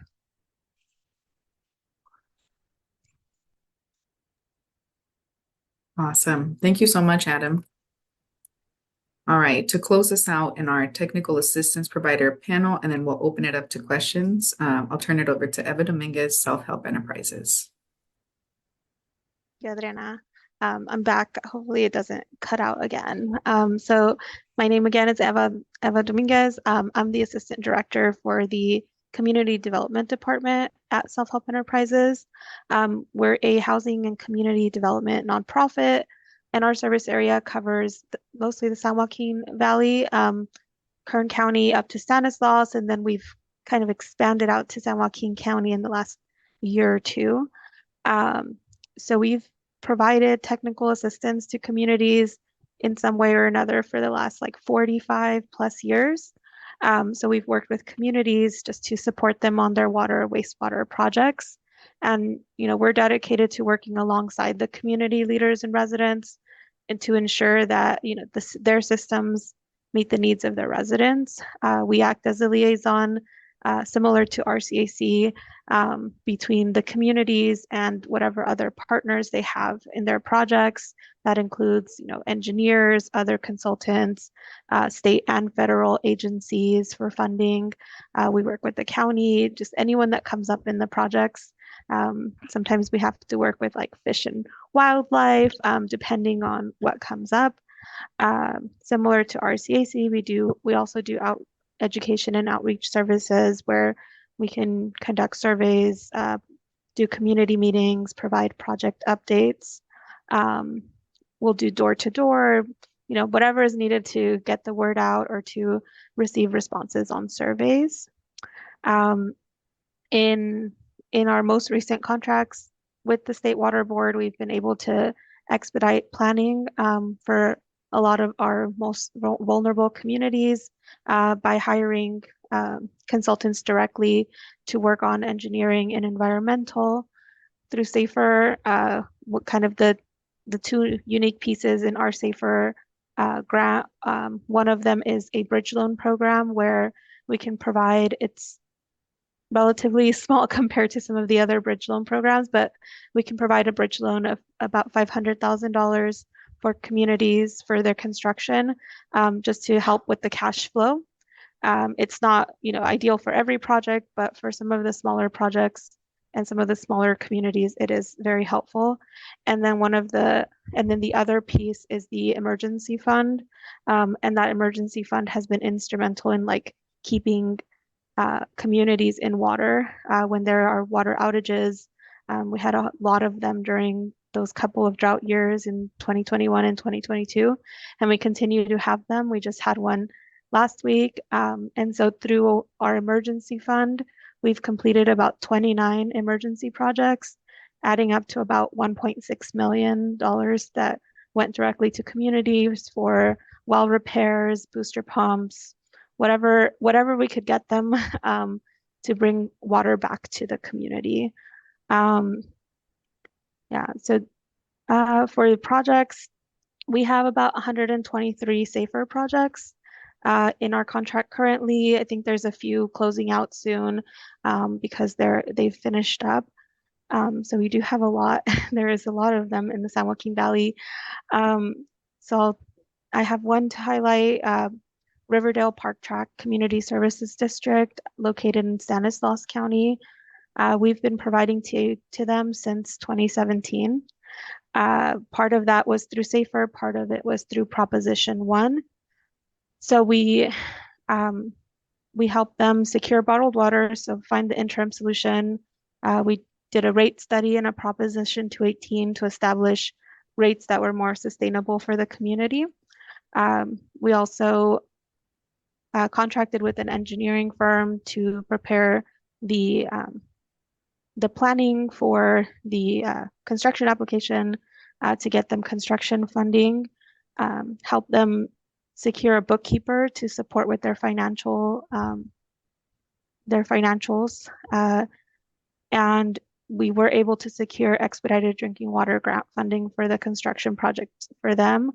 The district will consolidate to the city of Modesto, and then the residents will become direct customers of Modesto once that construction project is finalized. And during the construction, we're also going to help the district get ready to dissolve, because I believe that's the only service they provide. So once the residents become direct customers of the city of Modesto, then we don't need, that water system is gone and we're good to go. So it'll be about 2 years for that construction to be completed, and then everyone will be connected and have a safe and reliable supply of water. Awesome. Thank you so much, Eva. And really impressive. But amongst the 4 technical assistance providers here, there are hundreds of projects in motion. And I just want to emphasize how grateful the SAFER program is to be able to partner with such strong organizations and entities as the ones that we're talking with today. technical assistance providers have a lot more flexibility in the way that they're able to approach their work. And as a government agency, being able to rely on partners to help with that planning, it has been really instrumental. And there's a lot of love in the chat. I'm going to read some of them out loud for those who are watching on the webcast. Stephanie from Madera County has mentioned, I've taken RCAC drinking water classes and they are great. Don also mentioned, Don James from Talawedini Nation mentioned, RCAC has been great for my career. Jerry from Rural Community Assistance Corporation has mentioned that he has about 4 of the Sac State textbooks in his office. And then Don James again has stated the Sac State books and the drinking water distribution and wastewater collection treatment have been really essential to pass his exams. So just wanted to read those out loud as a testament to the power of these organizations. So thank you. We have a couple of minutes if any advisory group members would like to ask any questions of our panel or share any reflections. And then after our brief reflections, we're going to turn it over to our Division of Financial Assistance to give you more holistic background on this program. Again, if you'd like to share feedback or questions, you can raise your hand. We're going to go first with Gastulo and then Tanya, and we're going to cap our discussion at about 10 minutes here. Hi, I just wanted to get a sense of what your, like the size of the agencies that you're providing technical assistance to. Is it do you provide technical assistance to public agencies? And if so, what is the typical size of that agency? Well, I'll just go real quick. It's all over the board. It's mostly very small, some private entities, some small public water districts, probably 3/4 or maybe half to 3/4 public and a quarter private, something like that, from everything from mobile home parks to schools to very small communities. So it's really all over the board. It's very few real large communities. It's mostly small disadvantaged entities. Okay, thank you. Thank you. I can add, we may not be able to provide technical assistance for larger communities, but we do work with larger communities. Like we have the city of Fresno, they are applicant for a few projects that are bringing in disadvantaged communities to their water system. So situations like that, we could get assignments because it benefits a disadvantaged community, a small disadvantaged community. So I don't know if that's helpful, but that's something that we can look at doing. Do any of you have an example where a public agency reached out to you for you to put the plans and specs together for a project?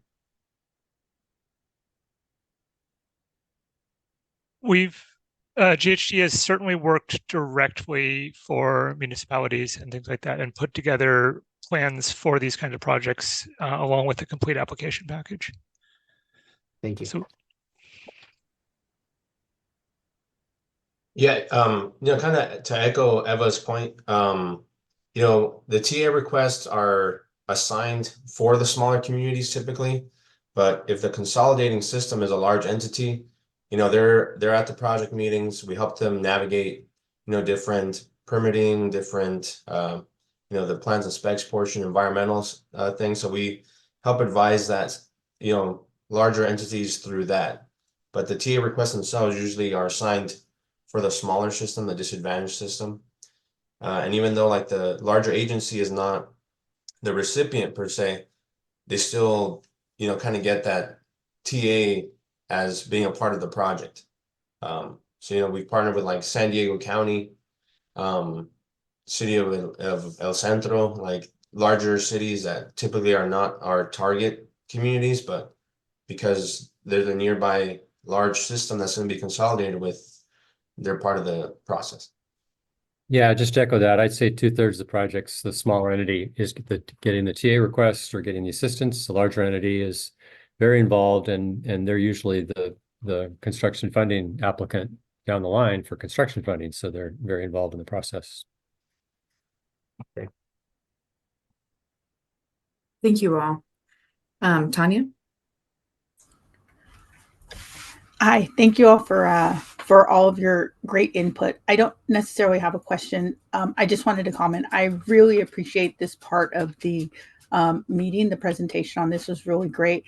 It was wonderful to hear from the TA providers and in the scope of what they actually contribute, how they're working towards being able to provide safer water for a lot of our smaller disadvantaged communities. And I really appreciate the deeper understanding on being able to hear from their perspective and how the funds are benefiting them. So thank you very much for this section.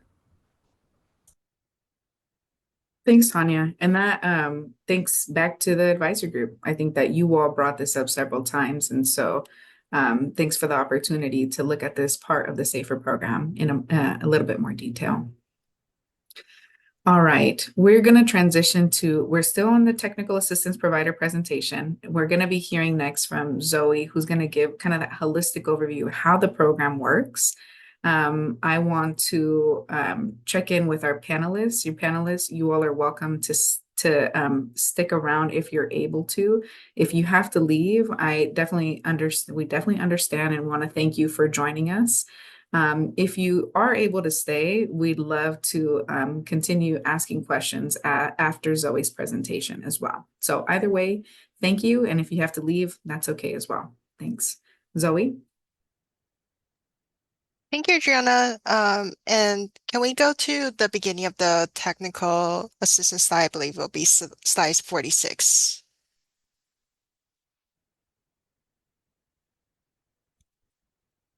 Great, thank you so much. And good afternoon, everyone. So again, my name is Zoe Yu. I'm the senior engineer with the Technical Assistance Funding Program at the Division of Financial Assistance. And today I will be giving a summary of the technical assistance efforts under the SAFER program. Next slide. So beginning with what is technical assistance, technical assistance helps develop and implement drinking water, wastewater, and stormwater solutions for communities with a focus on small disadvantaged communities. The Office of Sustainable Water Solutions branch at the Division of Financial Assistance administers the State Water Board's Technical Assistance Program, and this is done through grant agreements with technical assistance providers, some of whom you just met. These organizations can include nonprofit organizations, universities, as well as engineering consulting firms. There are currently 11 qualified technical assistance providers working on drinking water solutions regionally or statewide. Next slide. Going to the purpose of the technical assistance program. So small communities often struggle with maintaining adequate technical, financial, and managerial capacity. The technical assistance program really focuses on assisting small communities with accessing available funding resources, as well as building their capacity to improve their long-term sustainability. Next slide. Drinking water technical assistance specifically is implemented as either capacity development or under work plans. Capacity development entails single tasks assigned to technical assistance providers to support building technical, financial, and managerial capacity. Activities may include funding applications, rate studies, income surveys, conducting a technical, managerial, financial assessment, preparing electronic annual reports, conducting trainings and workshops, as well as other activities supporting capacity development in general. Drinking water technical assistance can also be implemented under work plans, which typically are supporting a larger project. Each work plan will detail the scope of work and budget and schedule for the technical assistance work to be performed for the project, and specific tasks may entail administrative, technical, legal, operational, managerial assistance, or community engagement. On the technical portion, this may entail engineering, planning, and design work, as well as conducting environmental studies. Additionally, work plans may also include some of the tasks that are under capacity development, but goes towards supporting the overall project. Next slide. So I want to give you a bit of a background on what the technical assistance program looked like prior to SAFER. Prior to the SAFER program being in place in 2019, the State Water Board had historically provided technical assistance using what is called set-aside funding from the Drinking Water State Revolving Fund. The technical assistance provided with this set-aside funding is typically limited to capacity development activities. In 2016, the State Water Board formally established a multidisciplinary technical assistance program after the passage of Proposition 1. The Office of Sustainable Water Solutions at the Division of Financial Assistance was designated to implement this program, including conducting a solicitation of technical assistance proposals. The State Water Board funded agreements with 9 technical assistance providers under Proposition 1 funding, specifically for supporting drinking water infrastructure projects. Next slide.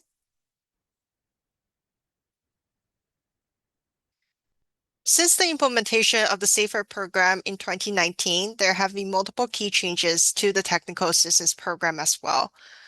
Under the Safe and Affordable Drinking Water Fund, the State Water Board has increased its investment in new drinking water technical assistance agreements, as well as increased the staff who work at the State Water Board who work on the technical assistance funding program.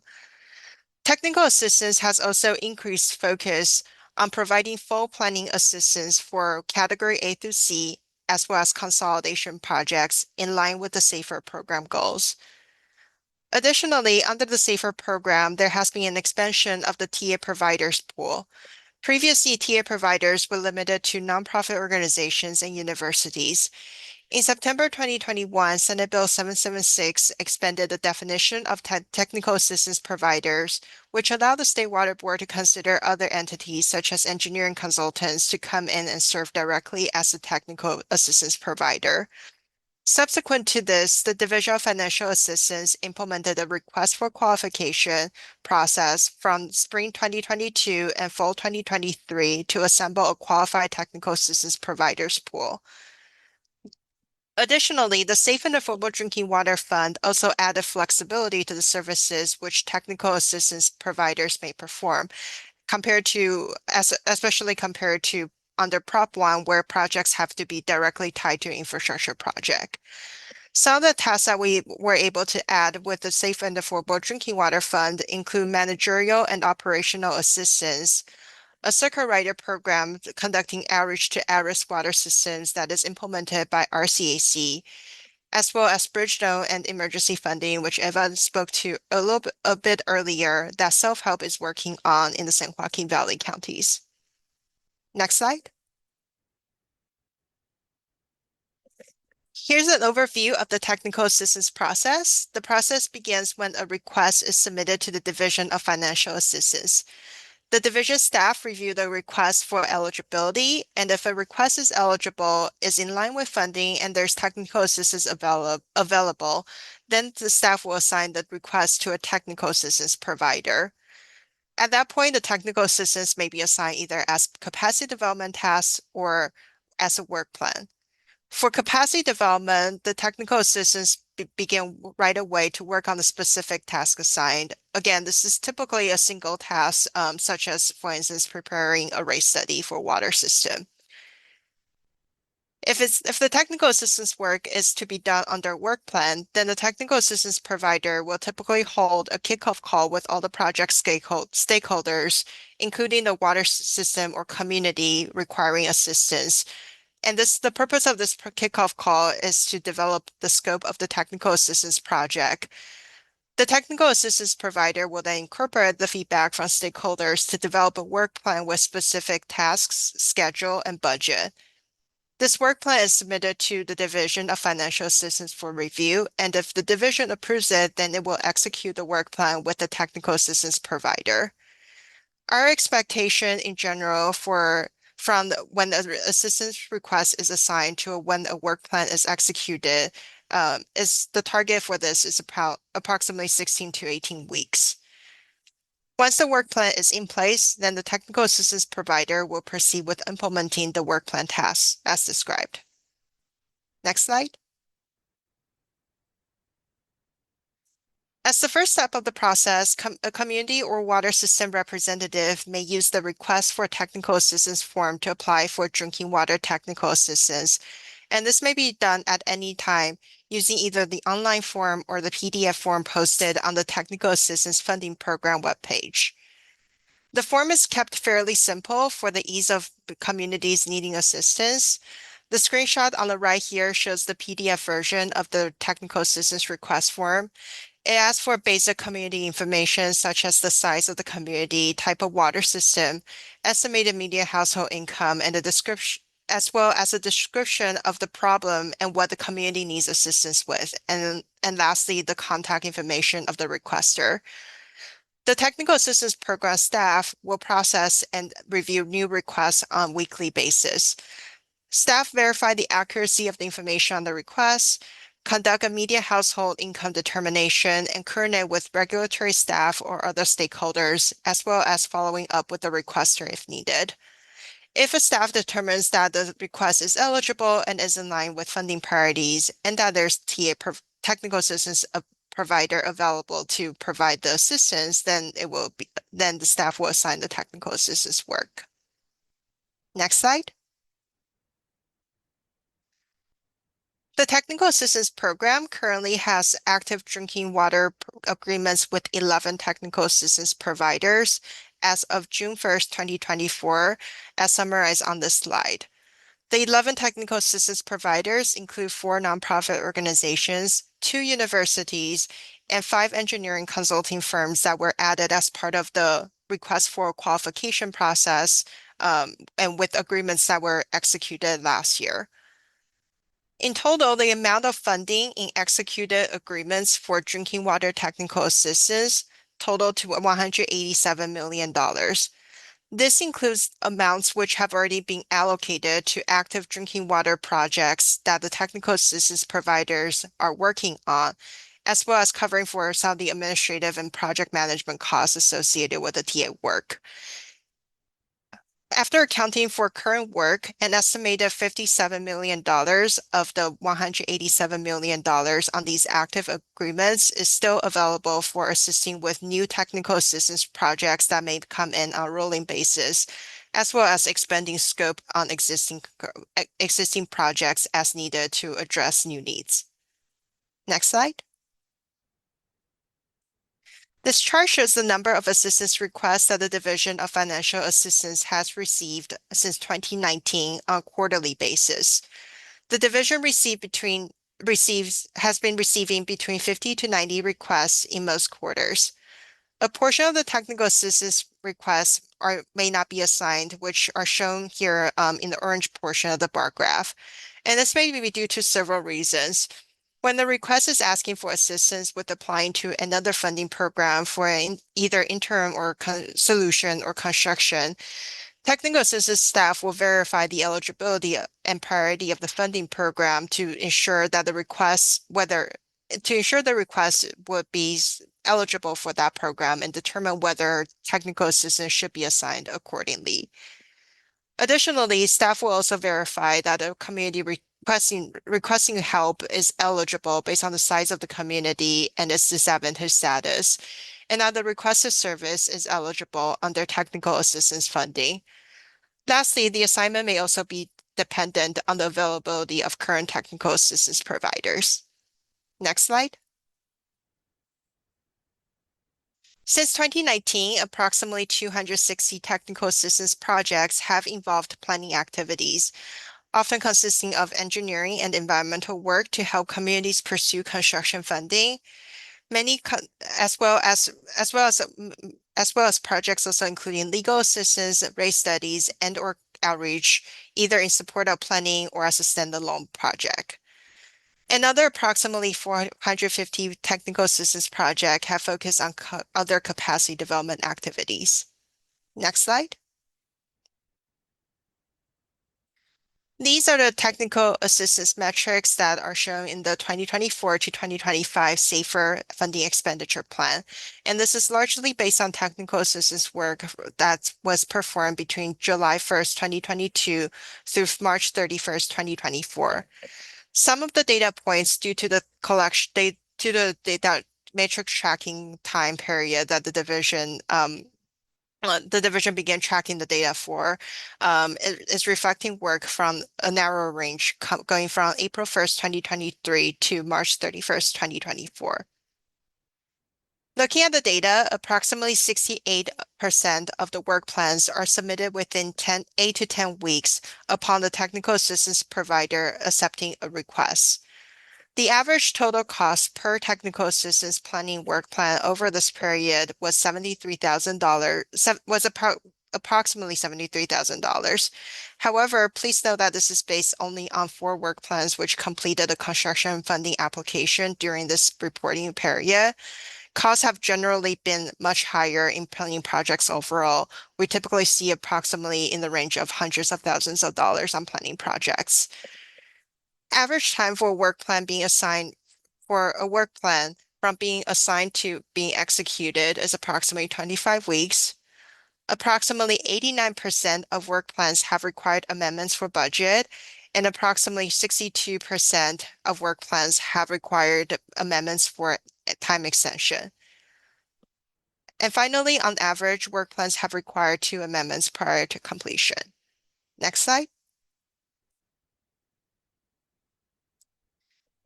Based on the technical assistance projects completed since 2019, work plans have taken 1.4 years to complete on average, and work plans specifically for planning work have taken 2.2 years to complete. However, just as in the last slide, I do want to note that this data is for completed projects, and it is skewed a little bit towards the simpler projects that have already been completed. We do have projects that are still active planning work that have been going on for longer than 2.2 years. In addition, capacity development projects, which are typically for simpler tasks, have taken an average of 0.7 years to complete. Next slide. Here's a breakdown of the types of systems and communities with active technical assistance as of June 2024. Most of the communities with active drinking water technical assistance are public water systems. Roughly a third are failing systems, and the remaining consists of 16% at-risk systems, 10% potentially at-risk systems, and 27% not at-risk systems. Technical assistance for these non-failing systems are largely for consolidation planning or addressing technical, managerial, and financial capacity needs. Another 13% of the communities that are currently receiving technical assistance are those that are not served by a public water system, including both state small water systems, as well as communities that are on domestic wells. Next slide. Of the approximately 400 failing systems as of June 1st, 2024, as shown in the pie chart on the left here, close to half currently have active technical assistance project in the works. Do note that this is looking at the complete list of failing systems, so it does also include larger systems on that failing list that might not be eligible for technical assistance, as well as water systems that may have other funding available or are in construction funding phase. Likewise, the pie chart on the right is showing the same data for at-risk systems. In total, there are approximately 560 at-risk water systems, and 15% of these have active technical assistance projects. Next slide. This map is showing the distribution of failing systems which have received technical assistance in the last 5 years, and the amount allocated to the technical assistance work for these systems by county. The failing status is based on the water system status as of June 2024. As you can see on the map, there is a higher concentration of systems in the San Joaquin Valley counties in particular, and the highest total funding amount by county is in Tulare County. Next slide. Similarly, we have a map showing the same data for at-risk systems. The distribution of the at-risk water systems are a little bit more evenly distributed throughout the state, but there's also still pretty high need in the San Joaquin Valley counties. So the county with the highest dollar amount here is the Fresno County. Next slide. And then finally, we want to show kind of a diagram of where the technical assistance work over the past 5 years have ended up. So since 2019, the Technical Assistance Program has assigned technical assistance providers to assist with 1,135 drinking water requests in total. Of these, 516 were implemented as work plans and 619 were implemented as capacity development. As of June 2024, 146 work plans have been completed, and this includes 38 construction applications submitted under technical assistance. Of that 38 construction application, 10 are still under review, 13 have executed agreements, and 5 have completed construction. Additionally, there are also currently 314 active technical assistance work plans, of which 223 are assisting with planning projects. And that concludes my presentation today on the technical assistance program, and so I'll turn it back to Adrian. Thank you so much, Zoe. I learned a lot. I really appreciated your presentation. Once again, let's keep this slide on so that we can continue digesting it. And we're going to transition to a discussion on feedback from the advisory group. There's a question in the chat, and just a reminder for people, you want to go ahead and use the react button. It's a heart, select react, and then raise your hand. So the first question that you have is from board member Firestone. Given how many work plans are under other capacity building activities, can you give us a sense of why there are so many of those and what those look like? Yeah, so the capacity building activities may also include things like assistance with applying for the URGE program at one point when, after COVID, when there was URGE funding available for water systems, technical assistance was involved in the effort for helping water systems apply for URGE funding. We also help with things like electronic annual report, helping to ensure that systems fill those out correctly and on time, as well as with job reporting. So with a lot of those technical assistance activities, they're fairly brief activities. And so there's a pretty large demand that we see with those single tasks, but they tend not to add up as much in time and budget. And in addition, I would like to add some things that there are things like new programs such as the direct O&M or technical assistant also assists with some of those.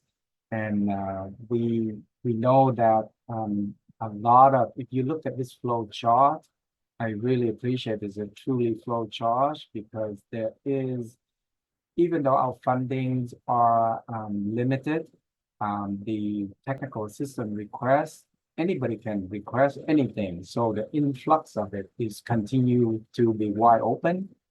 And so, and not every request, a lot of time, you know, the difference between grant or loan is come down to like raise the income survey, for instance. So income survey is something that fall under the capacity development side, and rate study, and a lot of time building system capacity. The TMF is fall on that side. Also, you know, we had a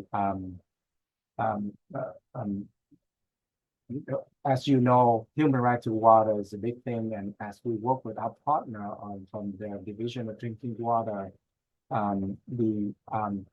who gets on the human right to water if systems are not monitoring. If they don't monitor, we don't know what kind of contaminant is or is not there. So therefore, they end up being that they would require assistance from us to something that small that would fall under the capacity development side. And so and then the other thing that I know when we open up and do the desire, we all know that for these smaller systems to sustain, they have to consolidate. They have to cease to exist. And so when we open up, it used to be the technical system is very clean. We help small disadvantaged water system. But when we make that change and we say that you either A2C or consolidation, the or consolidation in our IUP 2 years ago, I think 2 or 3 years ago, we changed it to include water systems that are between 80 and 150% of the statewide MHI. So we include those non-disadvantaged systems that lack the ability to operate and maintain their water system, lack the TMAP, so they therefore now eligible for grant funding. So that what it does is increase the pool and it increase the demand for income survey and things like that, because even though our pool used to be smaller, if you're close to the DAC or non-DAC, the 80% of statewide MHI, that represents, but now we increase and include people that are closer to the 150. So the influx of additional work under capacity development increased quite a bit, and they are not going to stop. And so I really appreciate when I work with staff on this number and the flow chart. There's very few times that you can truly say it's a flow chart, and we're trying to make it like water, the flow, the influx of it, and what's coming out of it for a 5 construction projects to be completed. You see, we still have, there's 38 applications, and there are, this 500, we still have like this 314 active work plan that are under this. So it's a lot of work. And I wanted to add one thing, Zoe is one of 3 teams, and we used to only have 2, so we added another unit. But so the total staff I have is basically, we have 15 engineers and a few other students. So the section that does technical assistant is quite small, and we are so busy. And I had staff that transfer, come and work, and when they find out how much work there is in technical assistant, when the individual left and come back to DWR, they told me in the exit interview that while it's so exciting a technical assistant work, but they feel like if they stop to catch a breath, they're behind.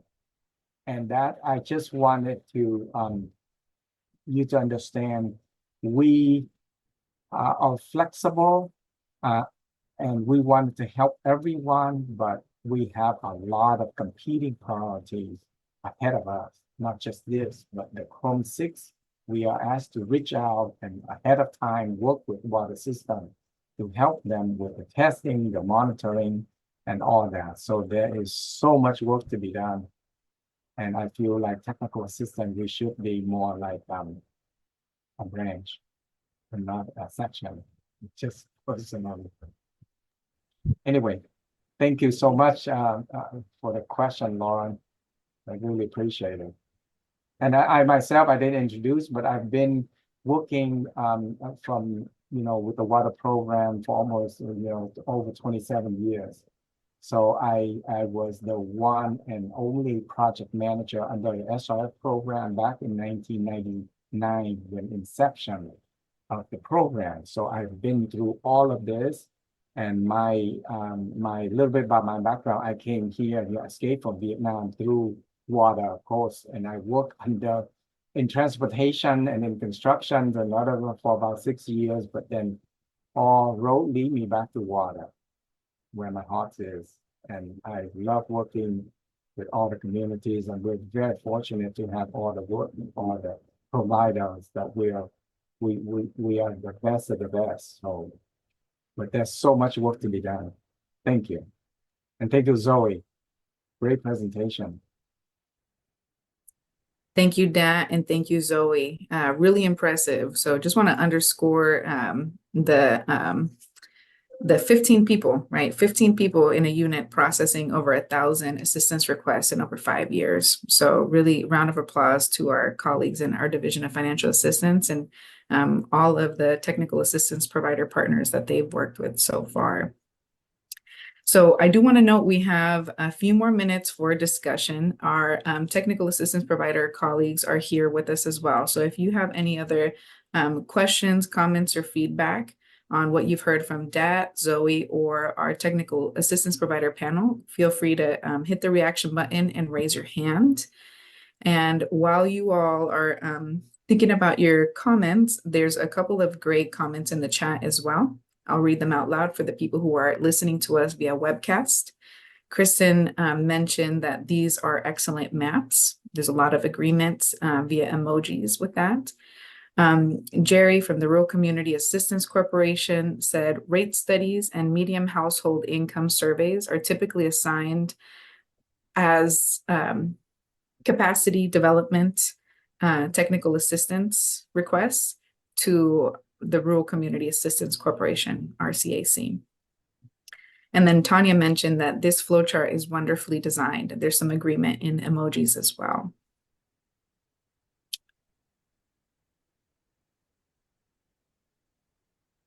All right, I'm not seeing any hands. I'm going to give a few moments. Otherwise, I want to check in with either our technical assistance panel or our Division of Financial Assistance colleagues or board member Firestone if there are any closing thoughts around technical assistance, the technical assistance program.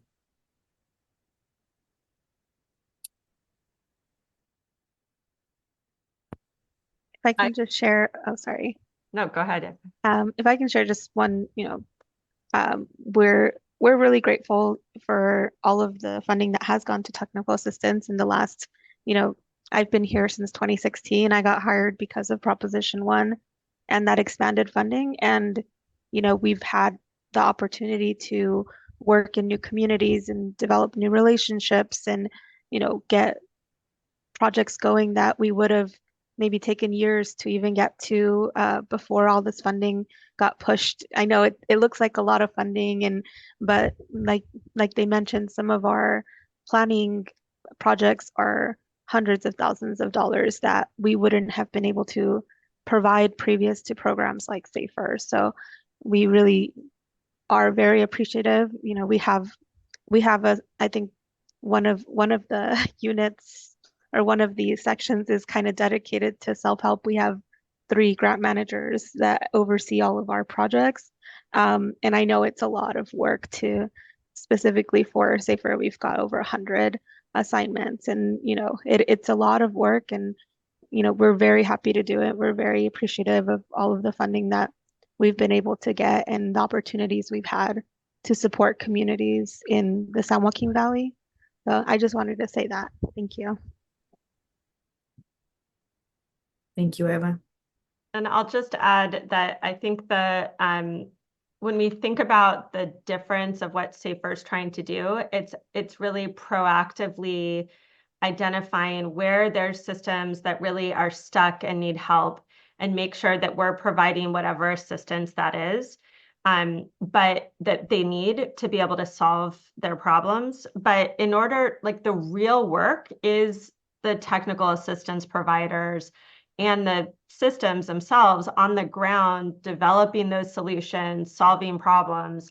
And we're really just trying to make sure that we can direct the resources to do that in responsive and appropriate, responsible ways.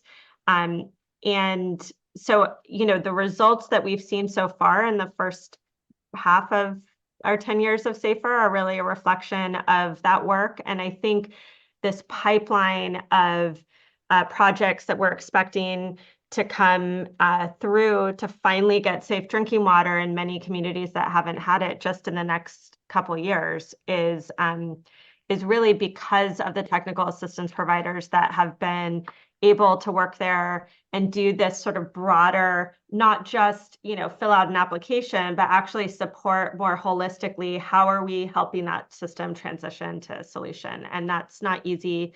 And I just big shout out and thank you to everyone that is part of both the technical assistance providers and the DFA team supporting that. And then lastly, I really look forward to digging into how we can continue to accelerate success here with technical assistance providers, with our funding processes, with getting solutions on the ground. And this is a really great foundation of understanding of kind of where we are now that I think can help us continue to work on that. Thank you. Dan? I just wanted to add one last closing comment. If you look at the focus on the number 223 planning projects, these are the actual full scope planning project that normally would have been over at the regular funding where you have planning and construction. And because our funding programs are all reimbursement programs, the small and disadvantaged water system do not have that funding to carry out a project. And I am hoping at some point when we have our advanced funding, that we're able to do, but even that is not possible. They can't, advanced funding is only if you already have an executed funding agreement for us to advance the fund. So technical system, that number still continue to grow. Not only that, any of the regular funding or construction application that are submitted on the regular funding side, and they are not to satisfaction or their problem, they are not going anywhere, we all know where they're going to go. They end up going over to technical assistance. So our technical assistant planning, full planning projects will continue to grow. And so we are now at a point where we have to prioritize what we can and cannot do. So there are projects that we're holding. And so with all that, what I'm trying to say is that it does affect. We think that technical assistant is going to be able, if you compare planning projects over regular funding versus technical assistant, some may question, why is technical assistant not faster? Well, we received the more difficult project that was stuck over there. The timeline is messed up. So when we are working here, even though we have that timeline, that matrix and everything we're doing, please keep that in mind.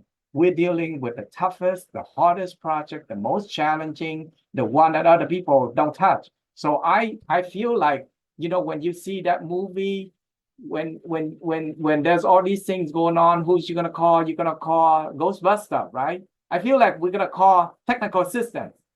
When you can't get water out there, you can't get a bus to take people here and there, like the meeting we're gonna do, who we relying on? Technical assistance. So we are trying to be flexible and go every which way possible. And we are not, I know that I talked to Jasmine and others about, we got to find a way to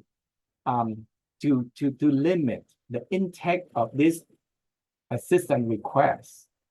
Because I know my team meet for 3 hours every Monday to go through all the technical assistant requests that come in for that week.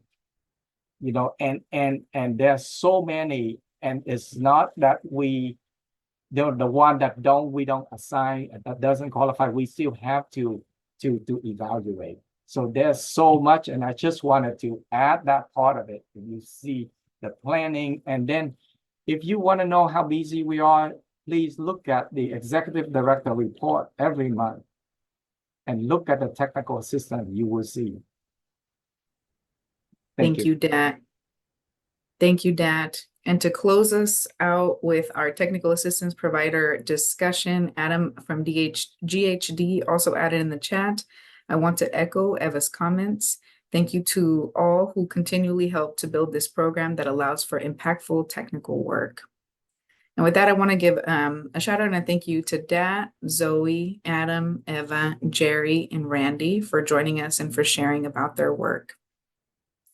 We are now going to take a brief 5-minute break, and we're going to come back to close out our meeting with our SAFER program updates from the advisory group members, and our public comment. So 5-minute break. See you back at 2:55.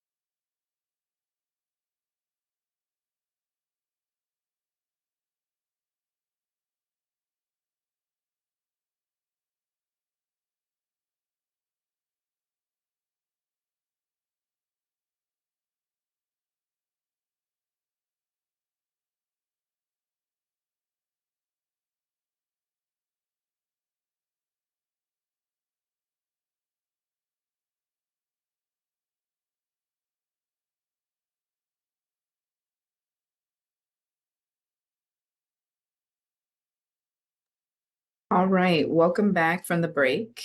You are welcome to turn your camera back on if you're in front of your computer, or hit a reactions button to let us know that you're back with us.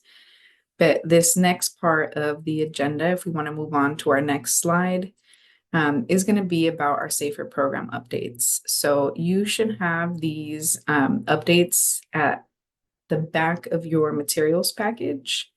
I believe it's on page 13 in English and 14 in Spanish. So if we can move on to the next slide. I'm going to pass it over to Caroline to walk through a couple of advisory group application updates, as well as the timeline for what to expect for the remainder of the year. Caroline?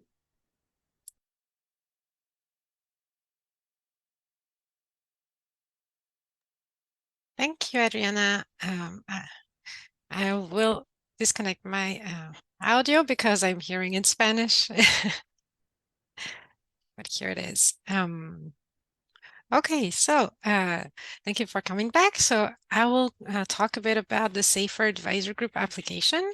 So next slide. So yes, perfect. Thank you. So the Safer Advisor Group is accepting applications for the advisor group since July the 2nd, and that will be until August 31st.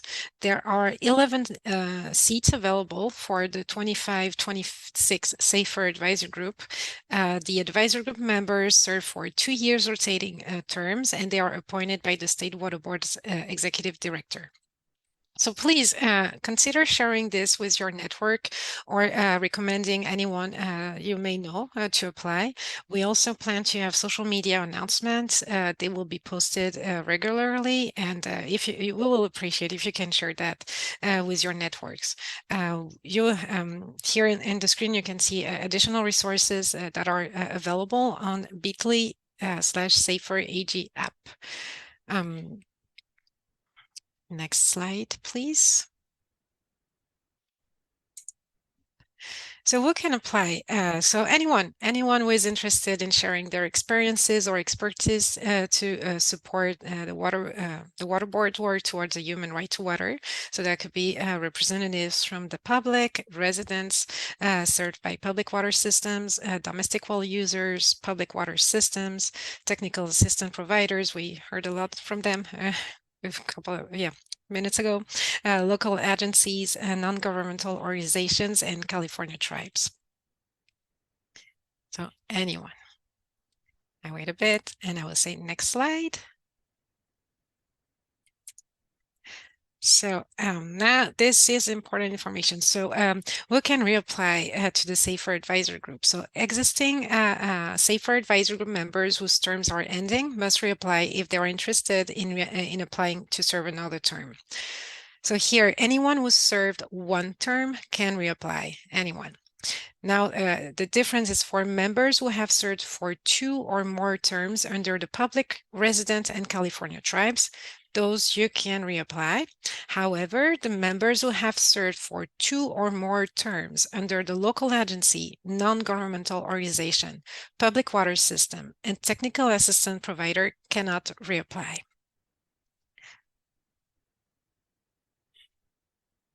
I will wait a bit for Spanish, and I'll say next slide. And so if you have questions or need more information, you can review the Safer website, and you can also contact my colleague, Vanessa Soto, at safer@waterboards.ca.gov. And I see that, Anthony, you have your hand up, and I will have to put back the sound, sorry. Sorry, can you go back one slide? Sorry, can you go back one slide, Caroline? Can you repeat what you said? Current members who have served 2 or more terms may reapply if they are tribal representatives. Yes, if this or residents of a DAC, state small water system, or domestic well. Yes, and member of the public. Okay, and then this third column, public representatives from? Yeah, so these are the member of the public. So you It have looks like, I see your question, Anthony. It looks like the Mhm. bullet points, we may Mhm. have gotten an older slide of the bullet points Yes. that add in additional categories.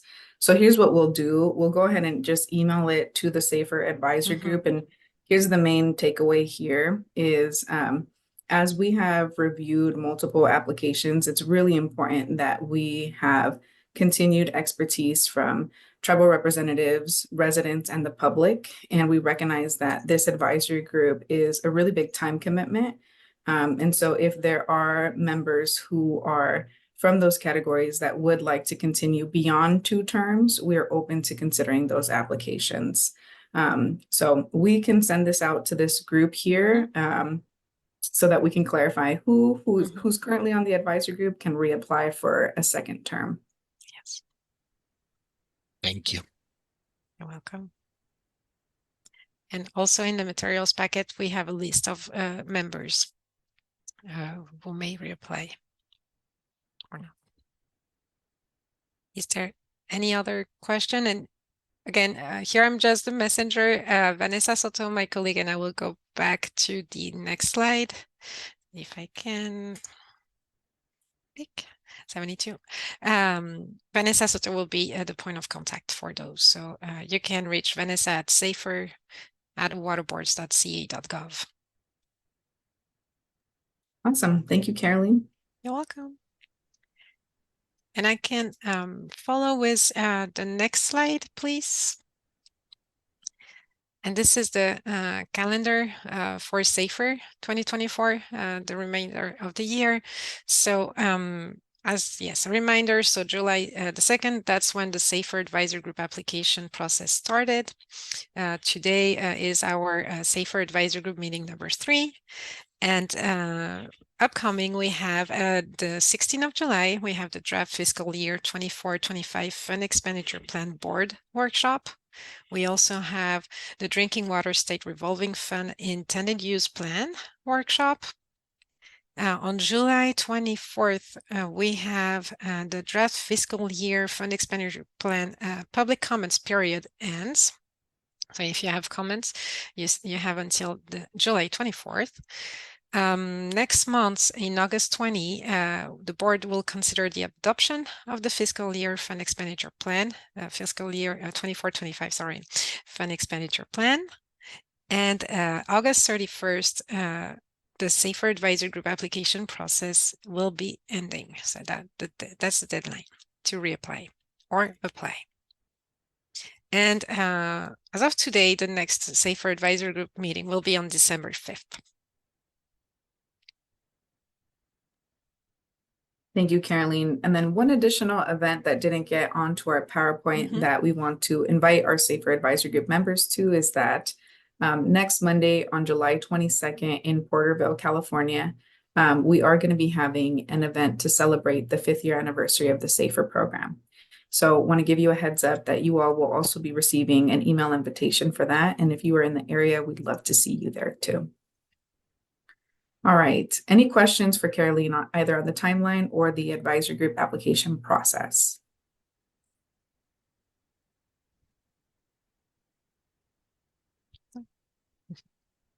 Awesome. All right. Thank you, Caroline. You're welcome. We can move on to our next slide. And now I believe we have another slide, or maybe it's just this one. But now this is an opportunity for any advisory group members. If you all have either a project or an event that's coming up and you'd like to extend an invitation to the rest of the advisory group or the public, this is your opportunity. We ask that you please limit your announcement to around 3 minutes. So if you have an announcement, you're welcome to hit the reactions button and raise your hand.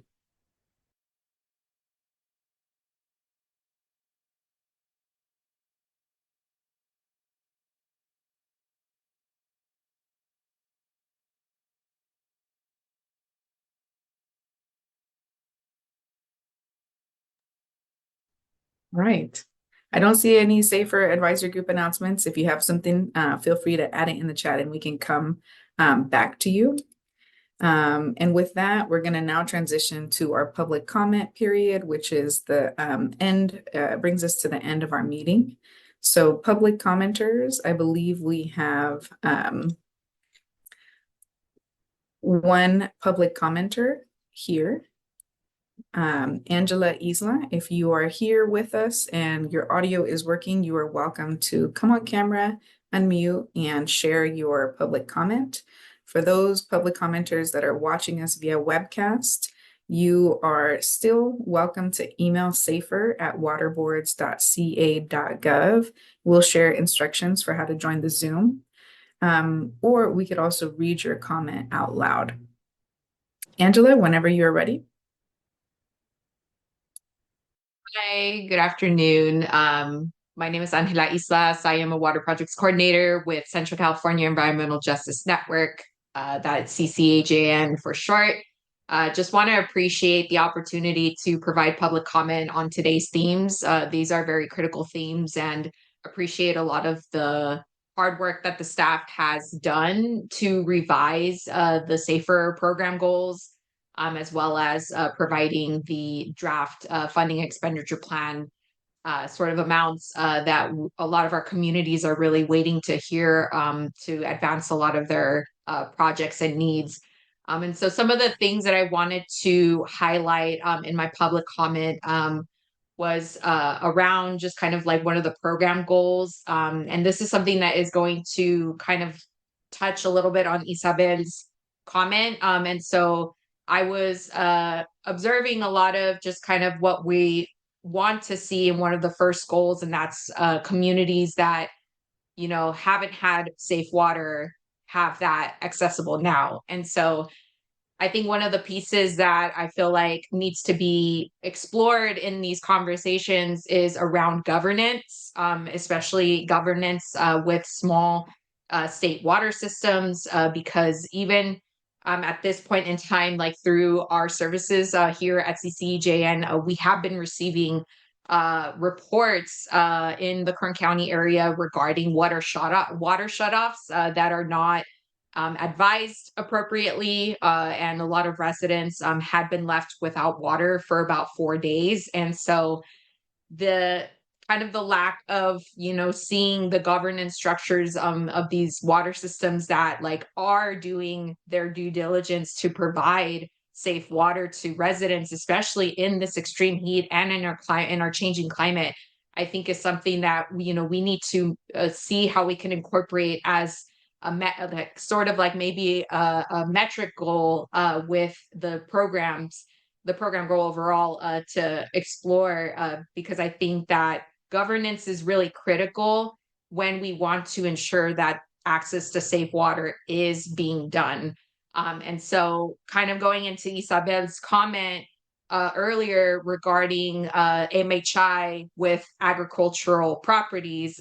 So a little of what I think she was trying to say was that whether, seeing that we are allocating enough funds for interim solutions for private domestic well owners, like that money is going towards supporting them to get what they need, and that's access to the water in their property.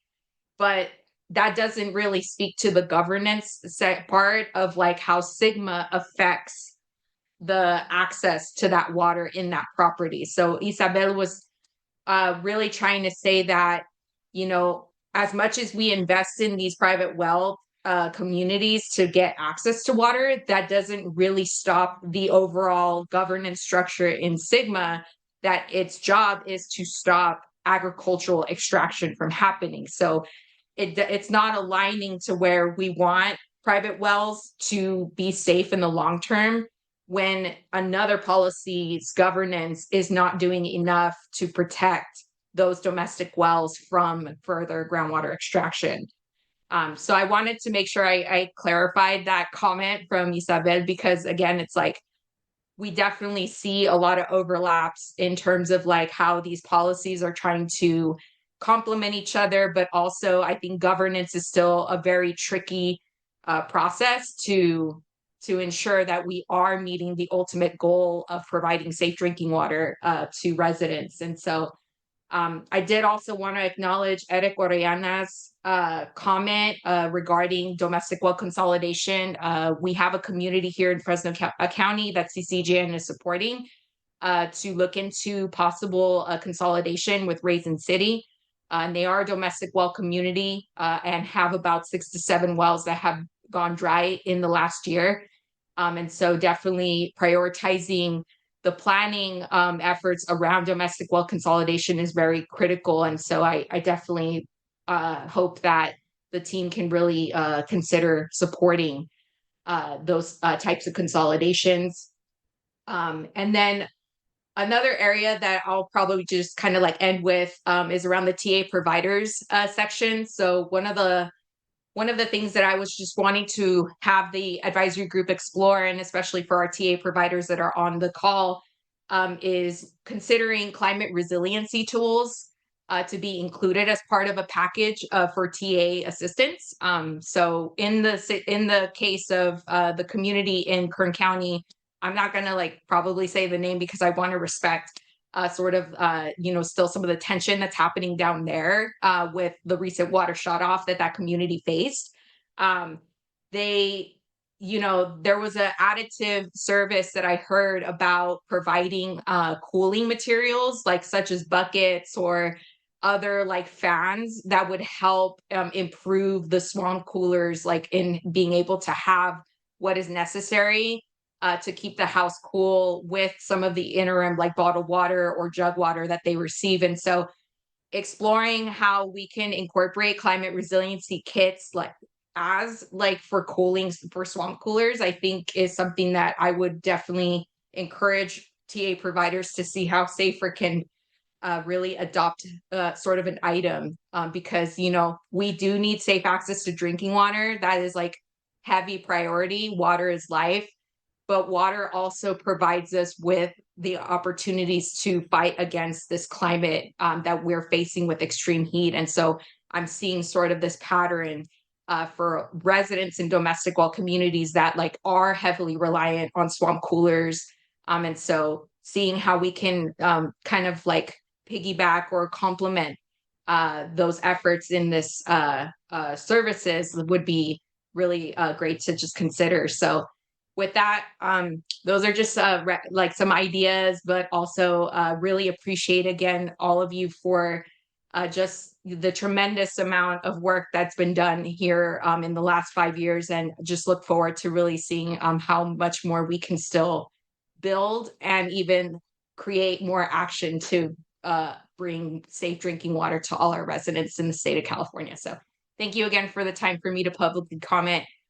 Look forward to still staying engaged.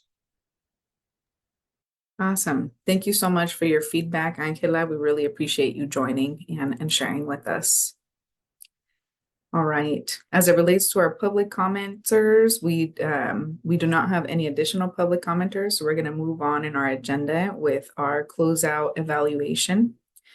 So if we move on to the next slide.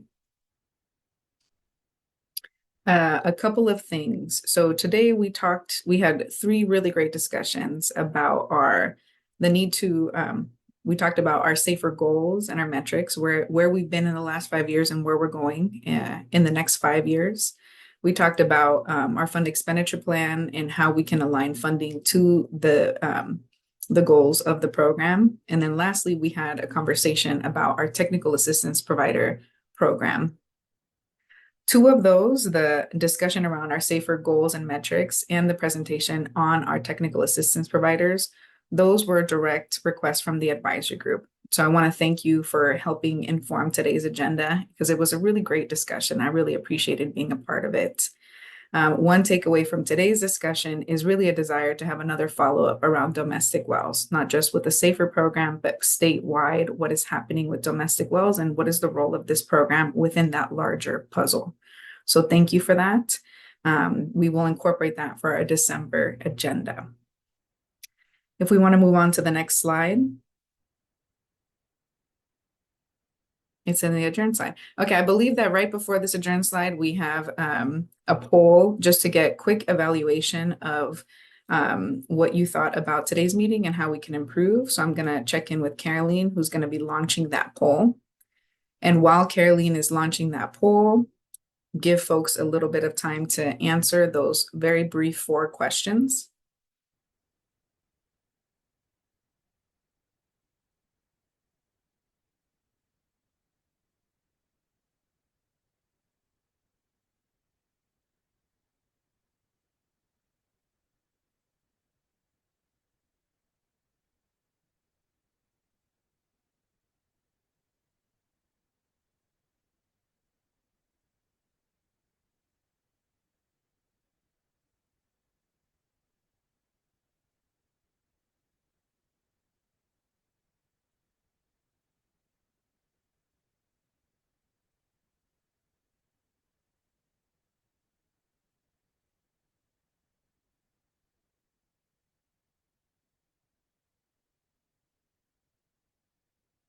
And while advisory group members are answering the poll, I'm going to be reading some of the discussion in the chat for those who are joining us via webcast. So earlier today, Tanya asked the question about consolidation. So here's Tanya's question. Jeff, you mentioned that low-income households with domestic well issues would be able to consolidate their wells into a larger system. What if the larger system does not allow this consolidation? How do we mitigate the situation?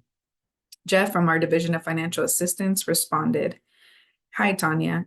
Any consolidation or connection project really is successful when all parties are working together, and building those working relationships is critical. However, should some parties or systems not be interested, there are some funding incentives for the larger system, which could move the project in the right direction. If there's a specific situation you have in mind, please reach out to us. Our safer engagement staff might be able to assist and use existing relationships." Jim Sullivan added in the chat a link, and Jim mentioned, "FYI, our community has begun our search for additional water sources, community outreach, and a water feasibility study through Safer Assistance and GHD as our technical assistance provider." And Jim added a link to that project in the chat. I encourage you all to check that project out. And then the last comment here is from Tanya. And Tanya Moreno states, "I'm finding much agreement with Angela's statements. I can see that in my small disadvantaged community, there are similar situations existing with governmental management neglect impacting families with water costs and shutoffs. This is where I would like to see an added with small district management." Thank you all for adding that in the chat and for completing the poll. We're going to go ahead and close our poll here and share our results.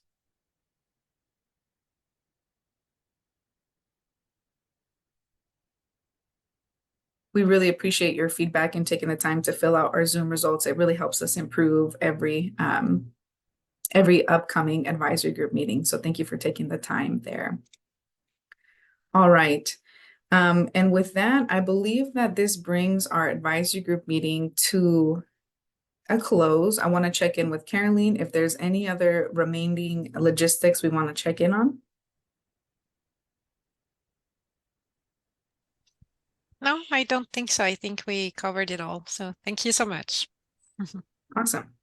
Thanks, Caroline. And I want to give a big thank you to all advisory group members. We know that it was a long day. We had a lot of robust discussion. We appreciate you taking the time out of your day to really help inform the State Water Board as it moves forward in this program. So we appreciate your honesty and your engagement. And I want to also give a thank you to Board Chair Esquivel, Board Member Firestone, and all of the SAFER staff for making this meeting possible. Thanks again, and a recording of this meeting will be posted online shortly. You all will be receiving the draft meeting notes in the next couple of weeks. Thanks, and enjoy your summertime. Thank you. Thank you. Bye-bye. Gracias. Gracias. Hasta luego. Hasta Thank you so luego. Chao. much. See you soon. Thank you. Have a great summer, everyone. You too. Thank you, Tanya. Thank you. Bye.